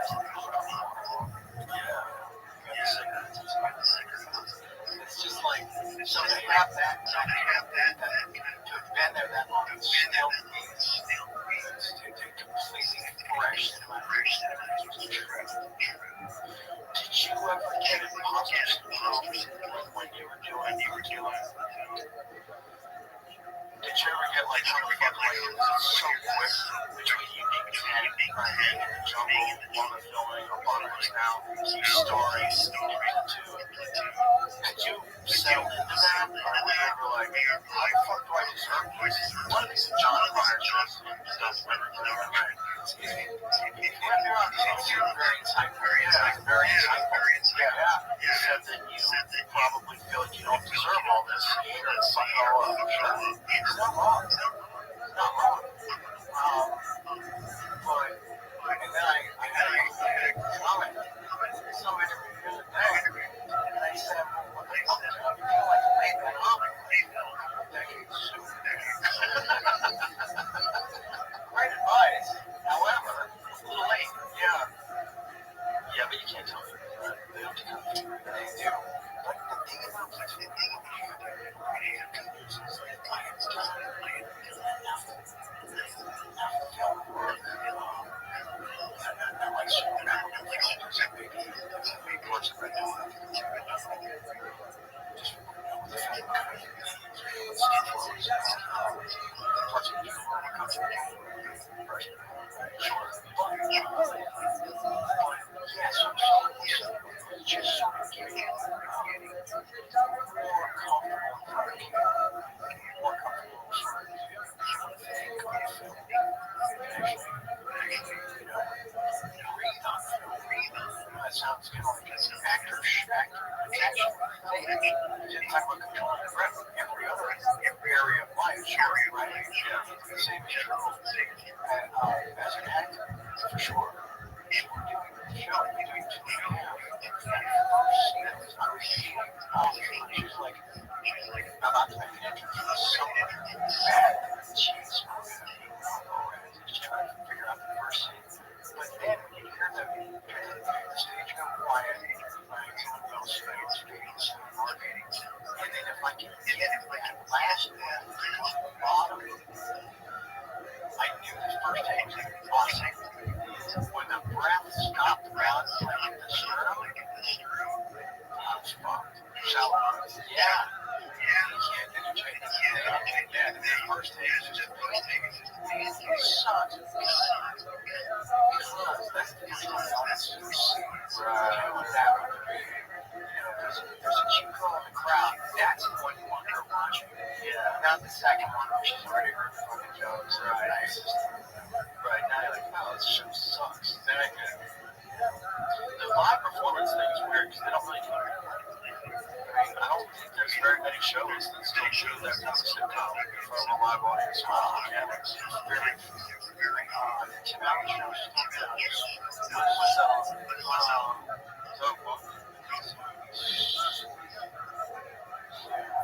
So he still does traditional. Yeah. I work with Fred something. God, they used to be all over the top. Used to be tough. Oh, I think Chuck's show on Netflix. It's called Land.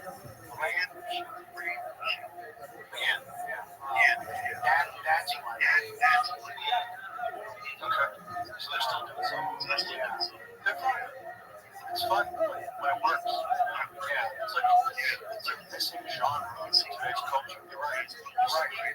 Most of what was on late at night, late at night time, right? When you got that dinner, yeah, sit down and watch Friends, sit down and watch Seinfeld, Two and a Half Men, comfort. Yeah, yeah. We binge watched Big Bang Theory. Never watched it when it was on the air. Binge watched it. Seriously, it's a good fucking show. Yeah, real funny show. I was listening. Oh my god. Sitcom. Bullshit. It's a good show. Right on. Solid show. Right on. Yeah. That young man. Yeah, right. Most complicated dialogue. Anyway, so, yeah, he's the first autistic star of an action star. There you go. Yeah, where you have celebrated his emotional disconnection. Integrated in a great way. And it's his lasers. Yeah, it's really well done show. Really very fun show. That guy Chuck Norris, from the Cats. That guy's not. Yeah. Even one of the sitcom probably. Yeah. They have guys are friends with it. Yeah, so am I.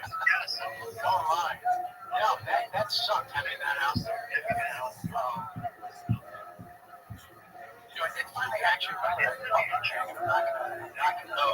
Yeah. It's the other component to that fucking explosion that built out of that thing. There was a moment when I was only in rehab for like, I don't know, 3 weeks. It was like an extended stay. Just like this, right? Just like quick little studies. All that. And I got the call when I renegotiated the giant contract for 68. And I was on the phone. I don't think so. And they're like, well, you don't think you're going to like, well, you never really think you're going to do. We should do it. Except it's like, man, this mother cool stuff, I don't think except it's like plenty. Told all the stories that you can find from that album house on the page. And those people, like, I don't understand, like, oh, and that's what it turns out, like a street thing, like a kid, and then the part that always leave out is Antarctica. That's a big part. Yeah,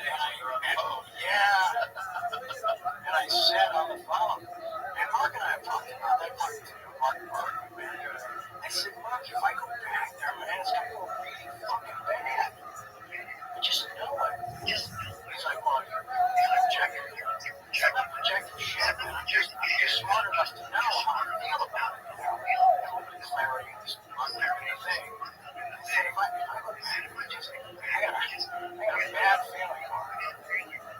Why going back to work would send you off the rails? Just that it's the thing that I lost passion for the show. I lost passion for the process. Okay, so that if you went and just did it just for the money, find some ways to stimulate yourself. Exactly. Oh, yeah. And I would have to do something. I said that about a lot of guys that got caught on shows that sucked. I knew a lot of guys that got caught on shows when they were getting paid, but they did not like the show. Like the shows was a bad sitcom. And those guys all went crazy. Those guys all started doing a lot of drugs, or they started spending too much money, or something. Something to distract themselves because they did not like what they did. They didn't feel satisfied. But they were getting so much money. Right? $100,000 a week. Right? Yeah. I was making $54,000 an hour. That's pre-tax, so with I said no, that's what I'm saying, right? I'll work with that. Or your field's broke at that point. Let's go. No, but no, that was after I kind of crowbarred into it. Right. Well, not crowbarred. I had ultimately say yes, Yeah.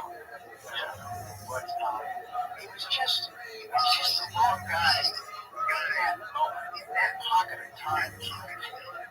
You have my fucking money too, man. Right. And like, I buy a bunch of cars, and then buy a bunch of girls over. Just say pick one. So after that, they got paid like a ton of money in advance for it, right? You talking about anger management? Yes. No, it's supposed to get paid. It's called a 10-6. Yeah. Yeah, so crazy scenarios like that.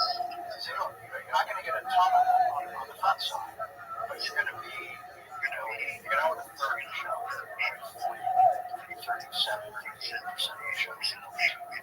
So we're going to do a hard that was the first 10 nights, and I just blew it up, and everybody got fucking rage. So you do these 10 episodes, you do 10 episode pilots, and if you hit the average number of those 10 episodes comes in at like, I don't know, above a 5 or something, then it's like a share, right? Then it activates the next night. So then you're doing your stream to have celebrate syndication package that will just go all over the world and do what sitcoms do. So you've done it, you say not a lot on the front side, you still an app, but it's not, you kind of eat it on that side, that's right, the other so you guys, 10 episodes, you got to all. Yes, so you want to put on. Yes, you did it in a short period of time. I know. Yeah, and that's the thing I talk about the book. The only reason I did was I wanted to show those guys what I was happening. Right. And that, anyway, reminds me. And it, again, it started pretty cool.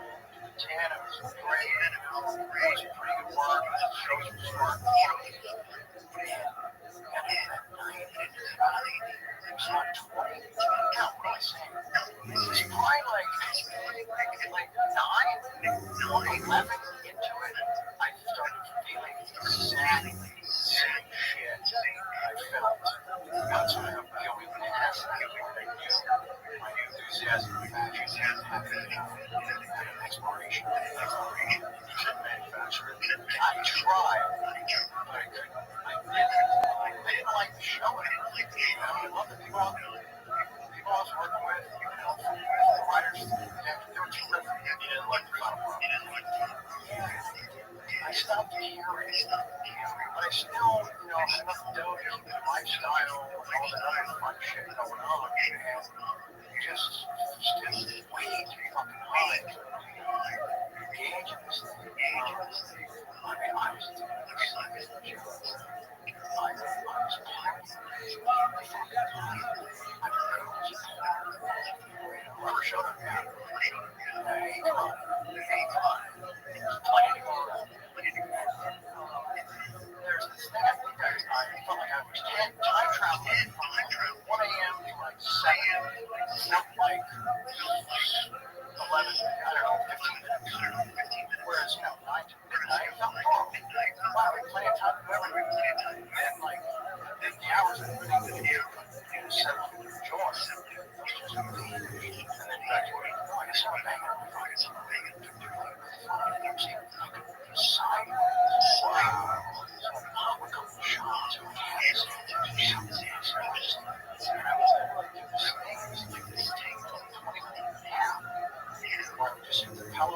Meditate. The body's vibrating. Trying to meditate. At that point, I'm trying to fucking time travel. I'm trying to levitate. Right? But I can feel what I can feel. Generate some calmness. And then I get the shower. I'm done with the shower. I go back and navigate. The shower. The next shower. Shower to shower. Commercial like in the 70s. Yeah, so it's shower to shower. Yeah, it's amazing for one shower. So I'm trying to last from one shower to the next, man. No shit. And then I get to work, and then I get to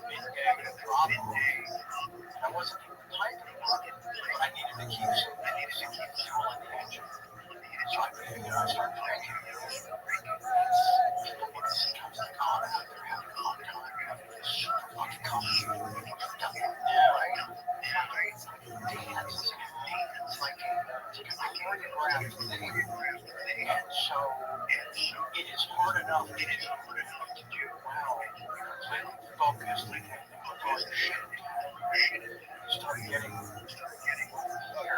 trying to be that specific, just remarks, jokes, timing of the people.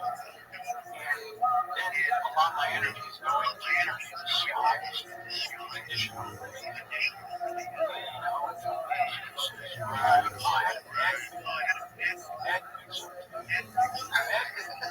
mix up. You want two pills, they're the same fucking thing at the same time every day. It's no big mix up. It's like, what are we doing? So, yeah, and then that turns into that thing. Then they start getting behind. And I would just be like, I'm sorry to go through this thing for you. I should have not taken the money. So we're shutting down. I said, go get well. Better than what you show up bad. So that show really had a chance to be anything special. Because I didn't care about it. It sucks about that. It's like, think about all the energy, all the balls that people put into it. And you're committed to it because I see it. Right. And there's also there's much people that were rooting for you because they saw what happened to that man, big public disaster. Is this career ruined? Oh no, Rabbi's got on the show. Oh, Charlie show.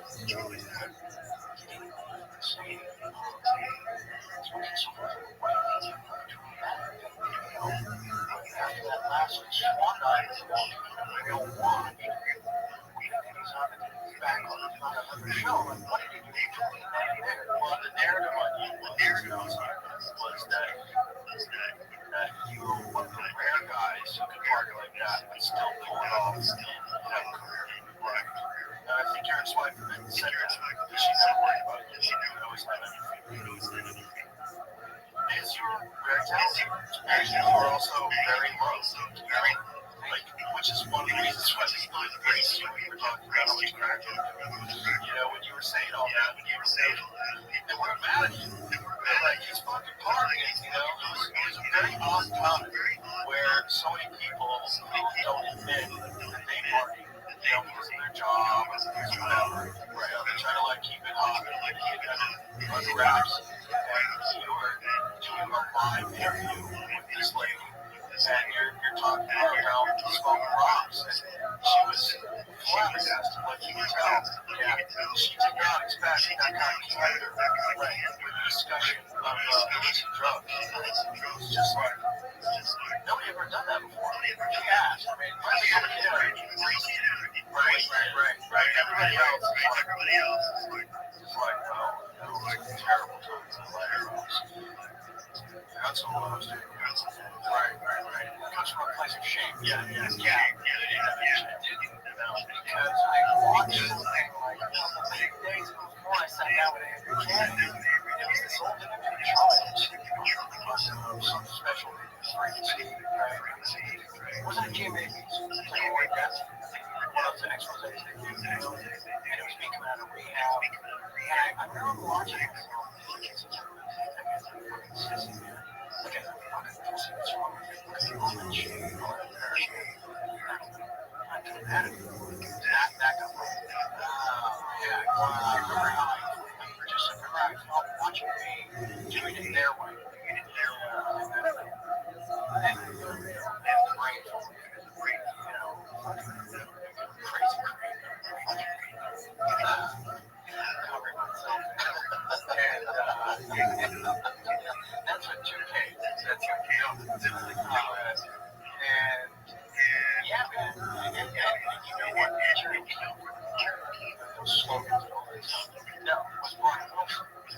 Some of the Beach Boys. The Brian Wilson picture from the Giants. Oh, yeah. I was on the phone. Taking a couple days before that. 29. I'll never watch it. Baseball. This guy's a fucking trip. Trying to get away from it. They stay on the phone. They keep just trying to get me. It's okay. Just guys like us, not like the news. We're different. We're tired of running through it. They got fucking non DNA. They got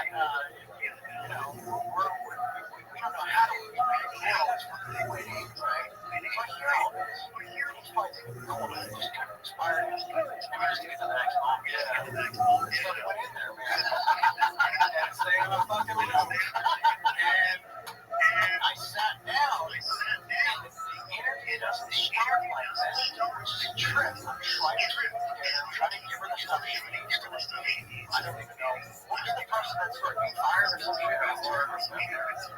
So there's a moment that's not on film. And Andrea can't deny this.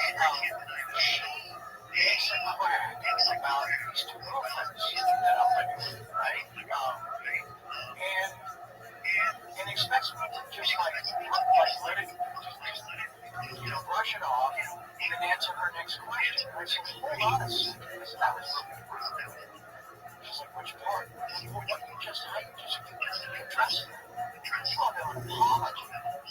She was like, okay. And I'm paraphrasing this, right? This is the tone of it. And so, she was interested.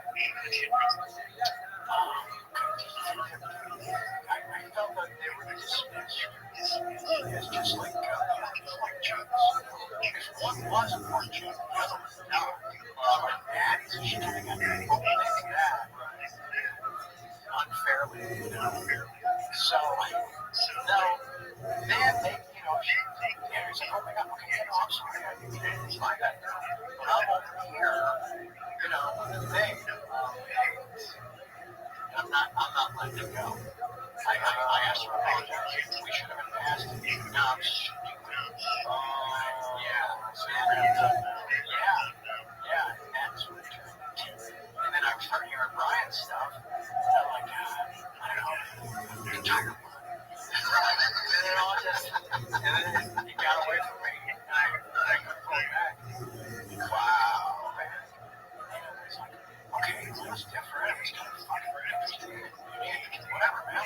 Well, let's have a quiet night. And we'll see how that plays out. And I wake up in the world of not the world I said goodnight to. 6 hours earlier. Yes. And my friends are getting sending videos and stuff.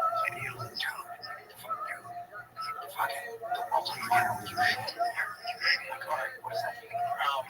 There's like folk songs, rap songs, like marching in the street, sorry, t-shirts. It's just one explode. Yeah. So, it's not like I can jump on my phone. It's out, everybody. Okay, let's just, this is what it was saying. Jump around, but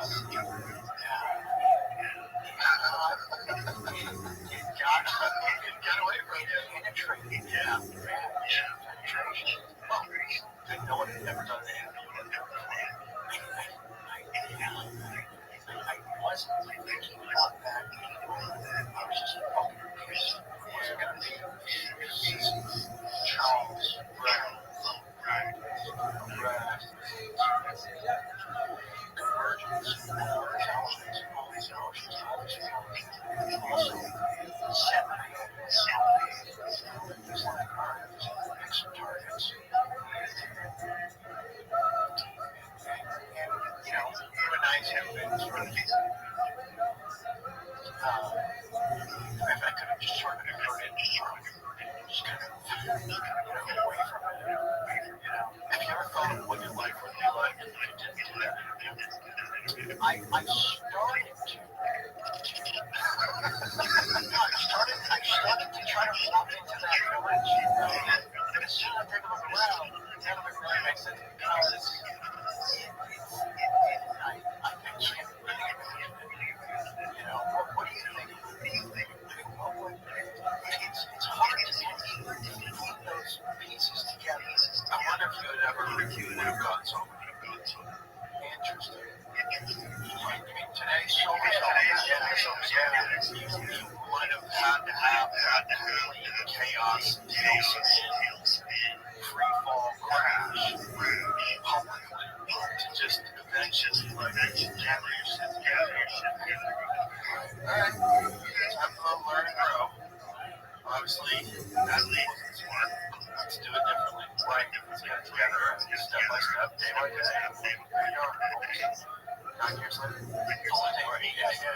That's you always wonder what maybe you have to have. That was your rock bottom moment, and it was public. The whole world got to see.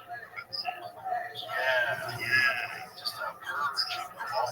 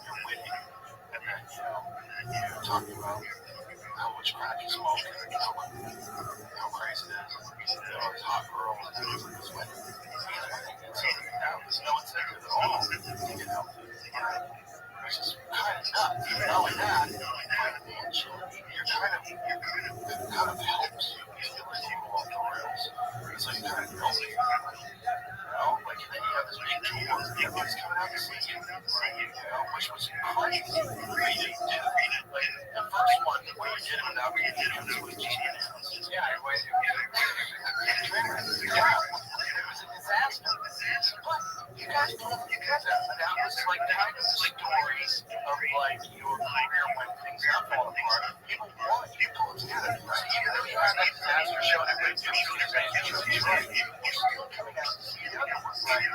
Yeah. I had an option after the Detroit massacre, flying to Chicago. We're taking the bus. The two of us, right? I said, I think it was 7 or 8 hours in the bus. They're like, why? It's like, we're going to rewrite the entire show. And I think Daddy was on that trip. Anyway, and I just big place. I was back. So I started trying to shape it. When I got to Chicago, they were expecting all this special effects we needed to film. That coordinated all that crap. We traveled this out. So here's the sure, this whole trust me. Unfortunately, that's the night walking to the train to the trains. That we're gonna have the wherewithal, like in the middle of all that, still had enough something, enough that faith to take the truth. That's strange. Certainly, it was also that's the impact of public communication. Thank you. Yeah, enough about that. To get this thing back on track.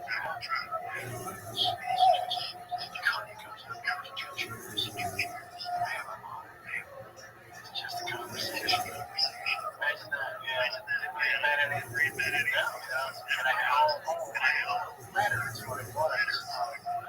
Dear Chicago. And then, this whole thing, including, and yeah, so I got it back on my side. And then we sat down. People realize the big thing, the story thing out on the plot. Essentially, 21 cities, like 24 days, with no act. That's what it was, man. So, I know you had Jeff Ross. Jeff Ross, yeah, he was great. You had the master off the cuff. He showed up. Perfect guy for that. Shape on it, yes. And then you had Russell and Tim too, right? Yes. He was also a master off the cuff. Yes, yeah. He was so cheers, because that's when he joined us. He was terrific. Yeah, Russell's awesome. You know, the first night sitting with him, some dude, like, what's like the Canadian, what's their dollar? Yeah, that's a dollar. I think so. Okay. Is that the heavy one? Yeah. No. It was more than chair for maybe 5 minutes. I came from the balcony. I hit right here. And it just, like it punched like someone with a skinny little hand, And I just had to kind of pause into that. And then they got the guy figured out. I just thought, wow, I go off tonight. Yeah, go off tonight. It was just like, wow, all right. Also, it's a good shot. That's impressive. It is. That's not an aerodynamic. It's not. It's no down. You have to kind of factor in. Flipping in the air. It's like a boomerang. It's a frisbee. It's a tiny frisbee. So anyways, just almost like that. And I was just like cautious on my life. Not everybody was embracing. Right. Yeah, which is important too. We can actually wrap it up. Okay, you want to wrap it up? We just touch on a couple things before we do. Should we bring this up? This is just happened. We just got on the Charlie Kirk show. It's fucking awful. And is he dead? That's what was one of the guys out there just said, don't see the Trump is there. A lot of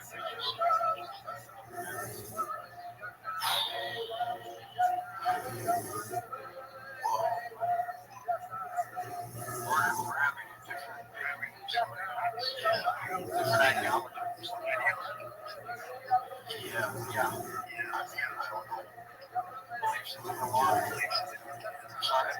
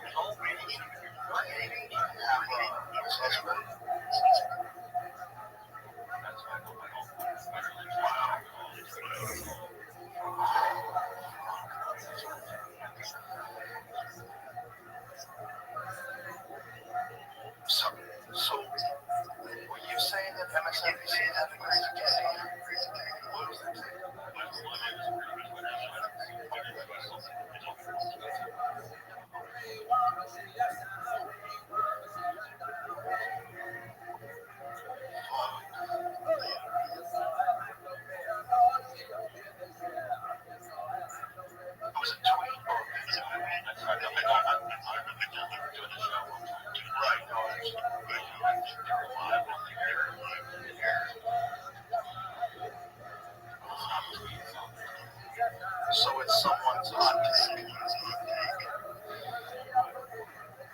Yeah, that's a crazy take. Crazy take. What was the take that they decided to take? Right.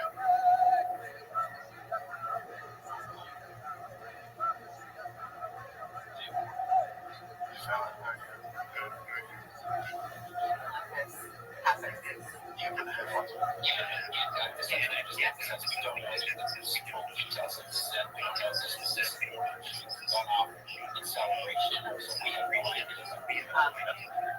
Oh, oh, that's it.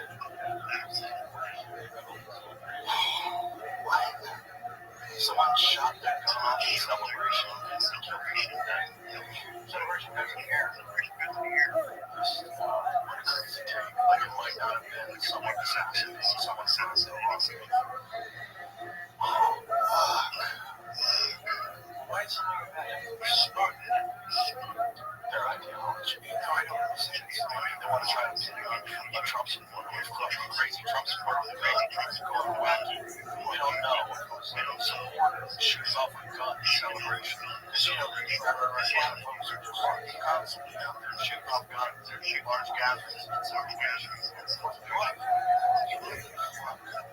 No, that is, there's got to be a lot of people celebrating this. It's so scary. It's so dangerous too. To celebrate or to in any way encourage this kind of behavior, this kind of behavior. It's not violent guys. It's talk to people on college campuses. Wasn't even particularly real. Trying to be pretty reasonable. Everything I saw was very intelligent guy. Whether you agree with him or don't, there's a lot of stuff that I didn't agree with.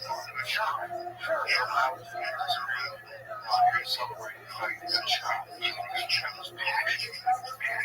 Well, what you're supposed to do with a guy like that, if you're opposing him, is debate him. Right, have a conversation where your argument is more compelling than his. Sure. That's what people should be celebrating. Just to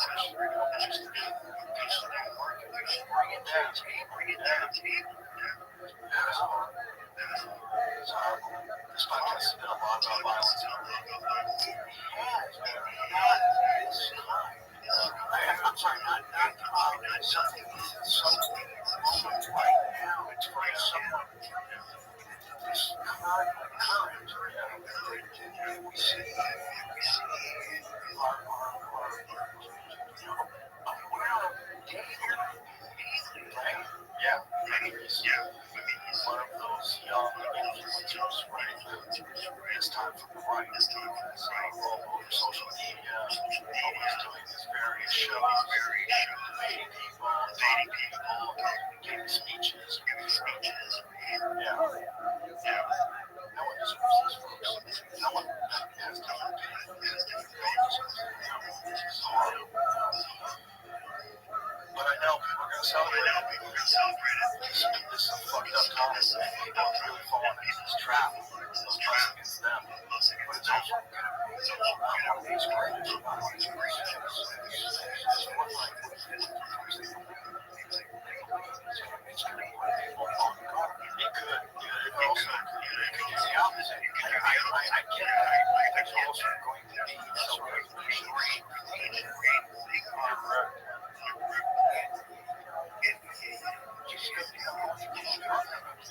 Sometimes there's a crowd that's all love.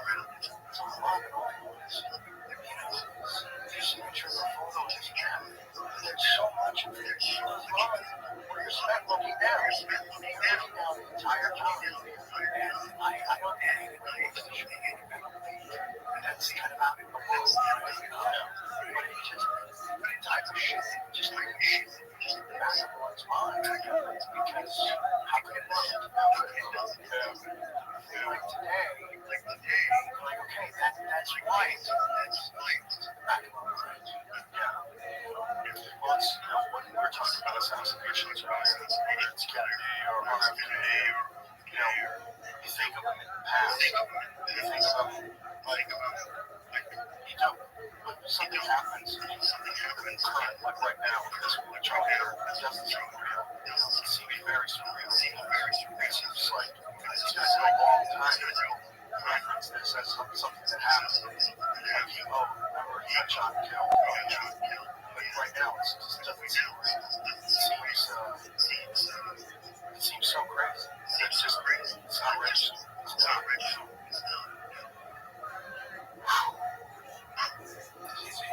Is he funny? No, I met him once. I met him once at a range of all places. He's a nice guy.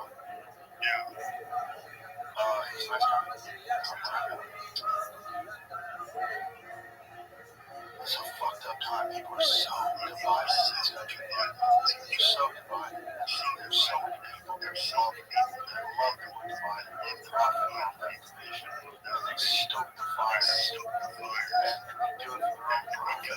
It's so fucking gross. It's so gross. To encourage this kind of thing is really one of the most horrific things that you can do for someone who dies horribly. It's actually a weird culture.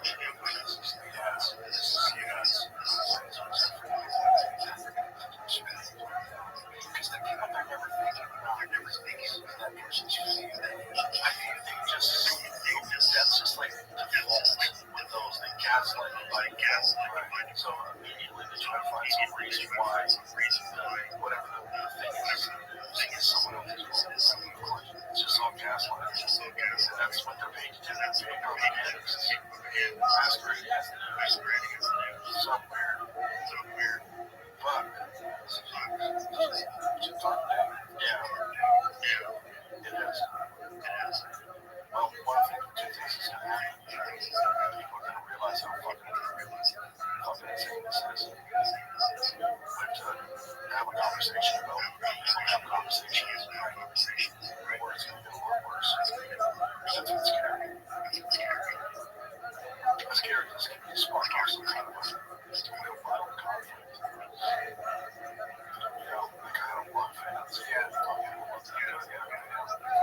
Find out that he got killed for something that they vehemently opposed in the first place. There's always that flash of motivation. Previous times like this, there's always that tipping point in moment. If the Rodney King film, something interesting happens. This also highlights perspective, like how Trump was just like Charlie had turned around a couple of microns on outcomes. It's just like, wow. Besides that, it's just Trump. It's not just his lips this year. Because he makes a reference to something that it's just, where it just turns out to be dead.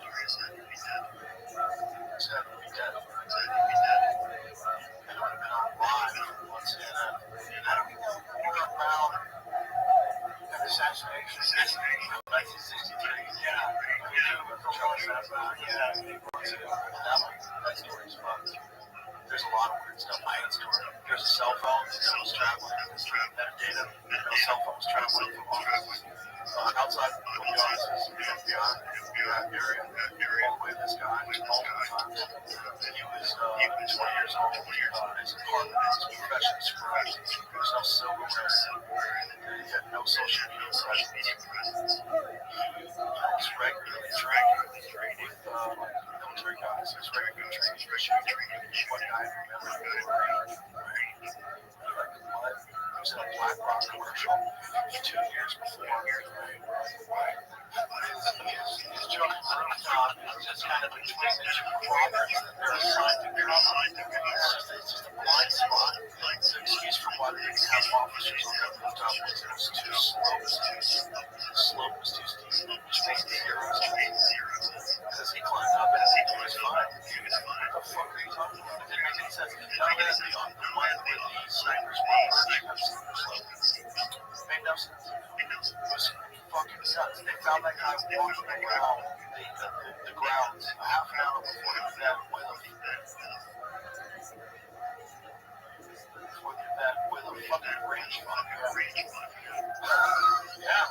Yeah. If you're not on a golf course, a range finder, then you're gonna shoot something. Yeah. That's what they're for. But it's just, it sucks that you say things like, these are the times where you have it. There's nothing that is an absolute factual statement. It sucks just to exist inside of that. It's very strange. It's very strange. It's very strange. I've talked about it a bunch of times, but it bears repeating. I think a lot of it is highlighted in my thoughts. A lot of it is people are being inflamed online by people that aren't even real counts. I understand. Oh, there's a lot going on. I think it's a giant percentage of all online discourse. People are saying things about people's political beliefs or anti-Israel things or anti-Palestine things or whatever. I just think a giant ton of that is foreign governments who are running these bot farms. And it's been proven. They know for a fact. China actually got caught recently. Was this the chat GPT? They were using OpenAI software on which and they were commenting on like blocking US aid money, a bunch of different political subjects. And what they're basically doing is just getting people to that's what they want. They want constant action, constantly stoking this turbine. So it's not even organic. Some of it's organic, for sure, but a lot of it's being enhanced by foreign governments, for sure. And probably some of it what they did with the Manson family, they stopped there. Some of that kind of stuff is going on right now that we don't know about right now because Tom O'Neill's read a book about it. Sure. We also never know which doctors the beta test, for that specific type of program, specific type of topic to roll out, and like where, let's see. That worked like a charm. Okay, activate one of those. Jesus. Grab this on my positive note. No. It's what it is. Yeah. Well, listen, that was great. I was great too. It was amazing. I love it. I enjoyed talking. Yeah, no, I nice. I always do more about it. Yeah. Get settled in. No, you see that cool thing about now. It's a great story to say. It's great. Like we talked about. Yeah. Once you go somewhere else, it's amazing. Your brain works easy as it does. Consider all the things you like doing things on top of it. Right? Think about it. Yeah. There's that part. There's that part. People are like, hey man, she's amazing work with your face. I'm like, dude, I'm lucky this thing is still fucking attached. Yeah. So, go fuck yourself. It's actually way better than what the one. Oh, yeah. Thank you. Surprise. Thank you. I took a page out of your book. Very specific. Even if it's worked. I use a song, right? Just to go higher notes. It's wrong. I love it. I use it at home. And then I hear fucking travels. Right? I have one of those songs. There's a travel. If I know that there's not going to be a song. Okay. So I don't know all the time I was trying to find this song. Okay. Yeah. I was like, fuck it. Travel. You definitely can those. I'm going to travel with mine. So I had it on this trip. I would travel. It's a pain in the ass. Look at this. Right? Not for what you care. So thank you. It's worth it. Thank you for the idea. Yeah, it's great because those song lines are great. It's just kidding.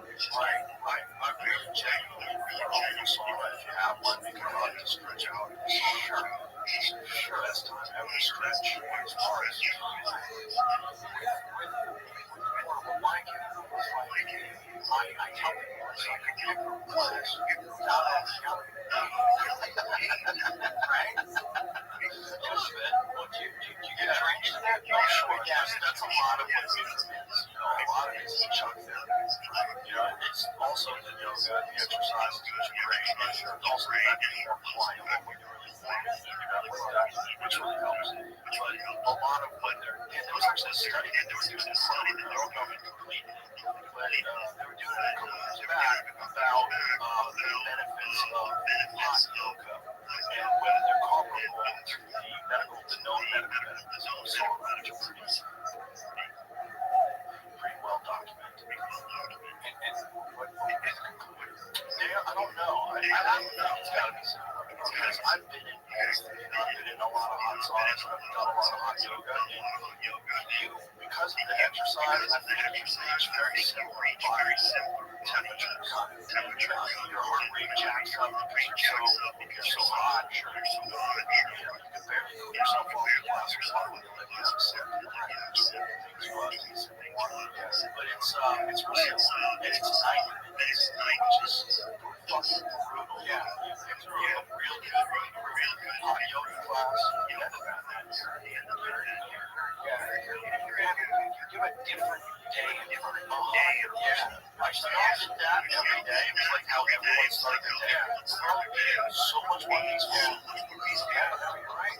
It'd be a much better place. You don't have to fucking do anything hard in the gym. You don't have to lift weights. You don't have to punch the bag. All those things are great, but just do a hot yoga class for 90 minutes every day. You will live in a different world. 13 up, 13 down. Yeah.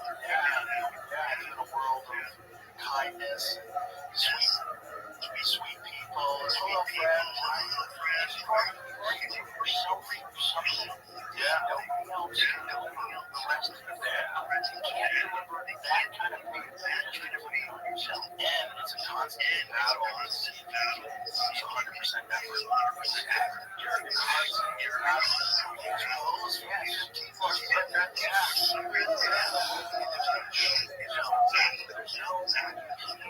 Right, because you're always doing it 100% of what you do. I was going to his studio one expert. Oh, wow. There's one thing that was really cool. Kareem was in there. The lot of stuff you talked about there. You can only go about a year. I'm kind of late sometimes. In there. So your shoes next to his locker. I'm still wearing my shoes. It's a cool spot. Great, right? And so, but then Quincy Jones is also in this, right? And so, the mirror is the front desk where you check your behind. You see it behind us, all facing forward. And for about 6 months, you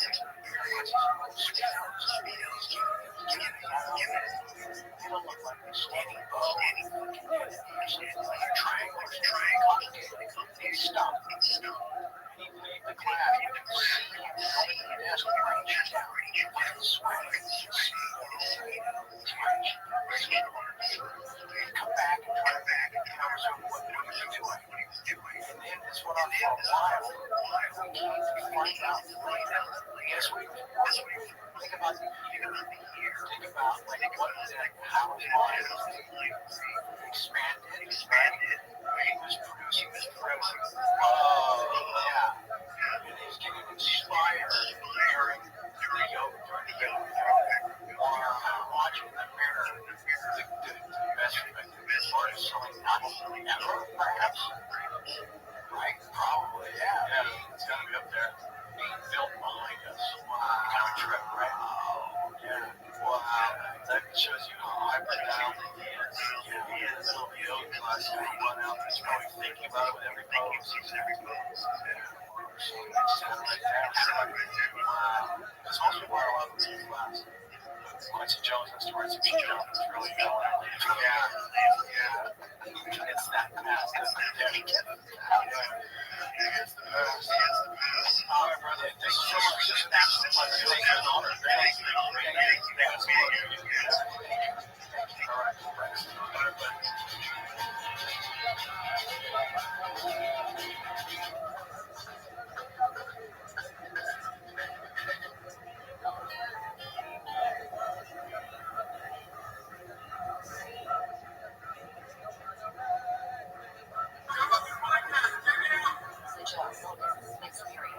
Say my name, so I can podcast my name all day.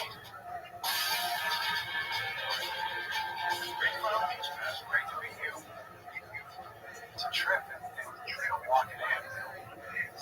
How is it possible that our paths didn't cross all those years? I mean, it's conceivable we were in the same venue, in the same building, or in the same party, or probably something. I kind of avoided parties. I avoid basically everything. I avoided parties. I avoided premieres. Anything where there's a red carpet. Even if I was wouldn't go on the red carpet and go through the back door. Seriously, yeah, I don't like that. I don't like all that. Look over here, look over here. It's too fake for me. Just whatever allergy I have to that flares. I'm like, I'm going to the microphone test. Yeah, no, I don't like it. They stop showing me what the actual was. Because I got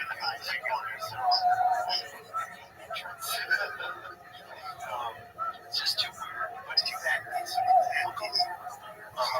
something happens that yeah, I think it's like it's close to possibly sterilization that you can get without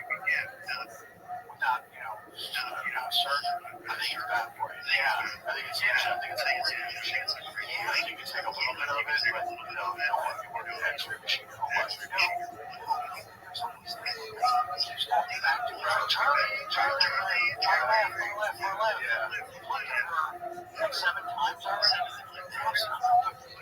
If you took this many times, nobody would ever hire me. You wouldn't get past the first day. Like, that picture while with a little bit of side eye to you, just trying to something right. Purse of the lips, something. That's the worst one. Yeah, that's the worst. Then they chew. Which one they choose? The one that's absolutely toxic. Yeah, the only problem. What I really don't like is the people who like it. Not that I don't like them, it's that I don't want to ever see that myself. And so when I'd be around them, I would just go, I gotta get out of here. I freak out. The traffic. Is there, because there's like that system that's in place for over 100 years, right? Is there another way? Probably not. People like it. Photographers like it, the press likes it. It's a big thing. There's a lot of lights flashing. It seems legit. I just you don't relax. You never relax. Right.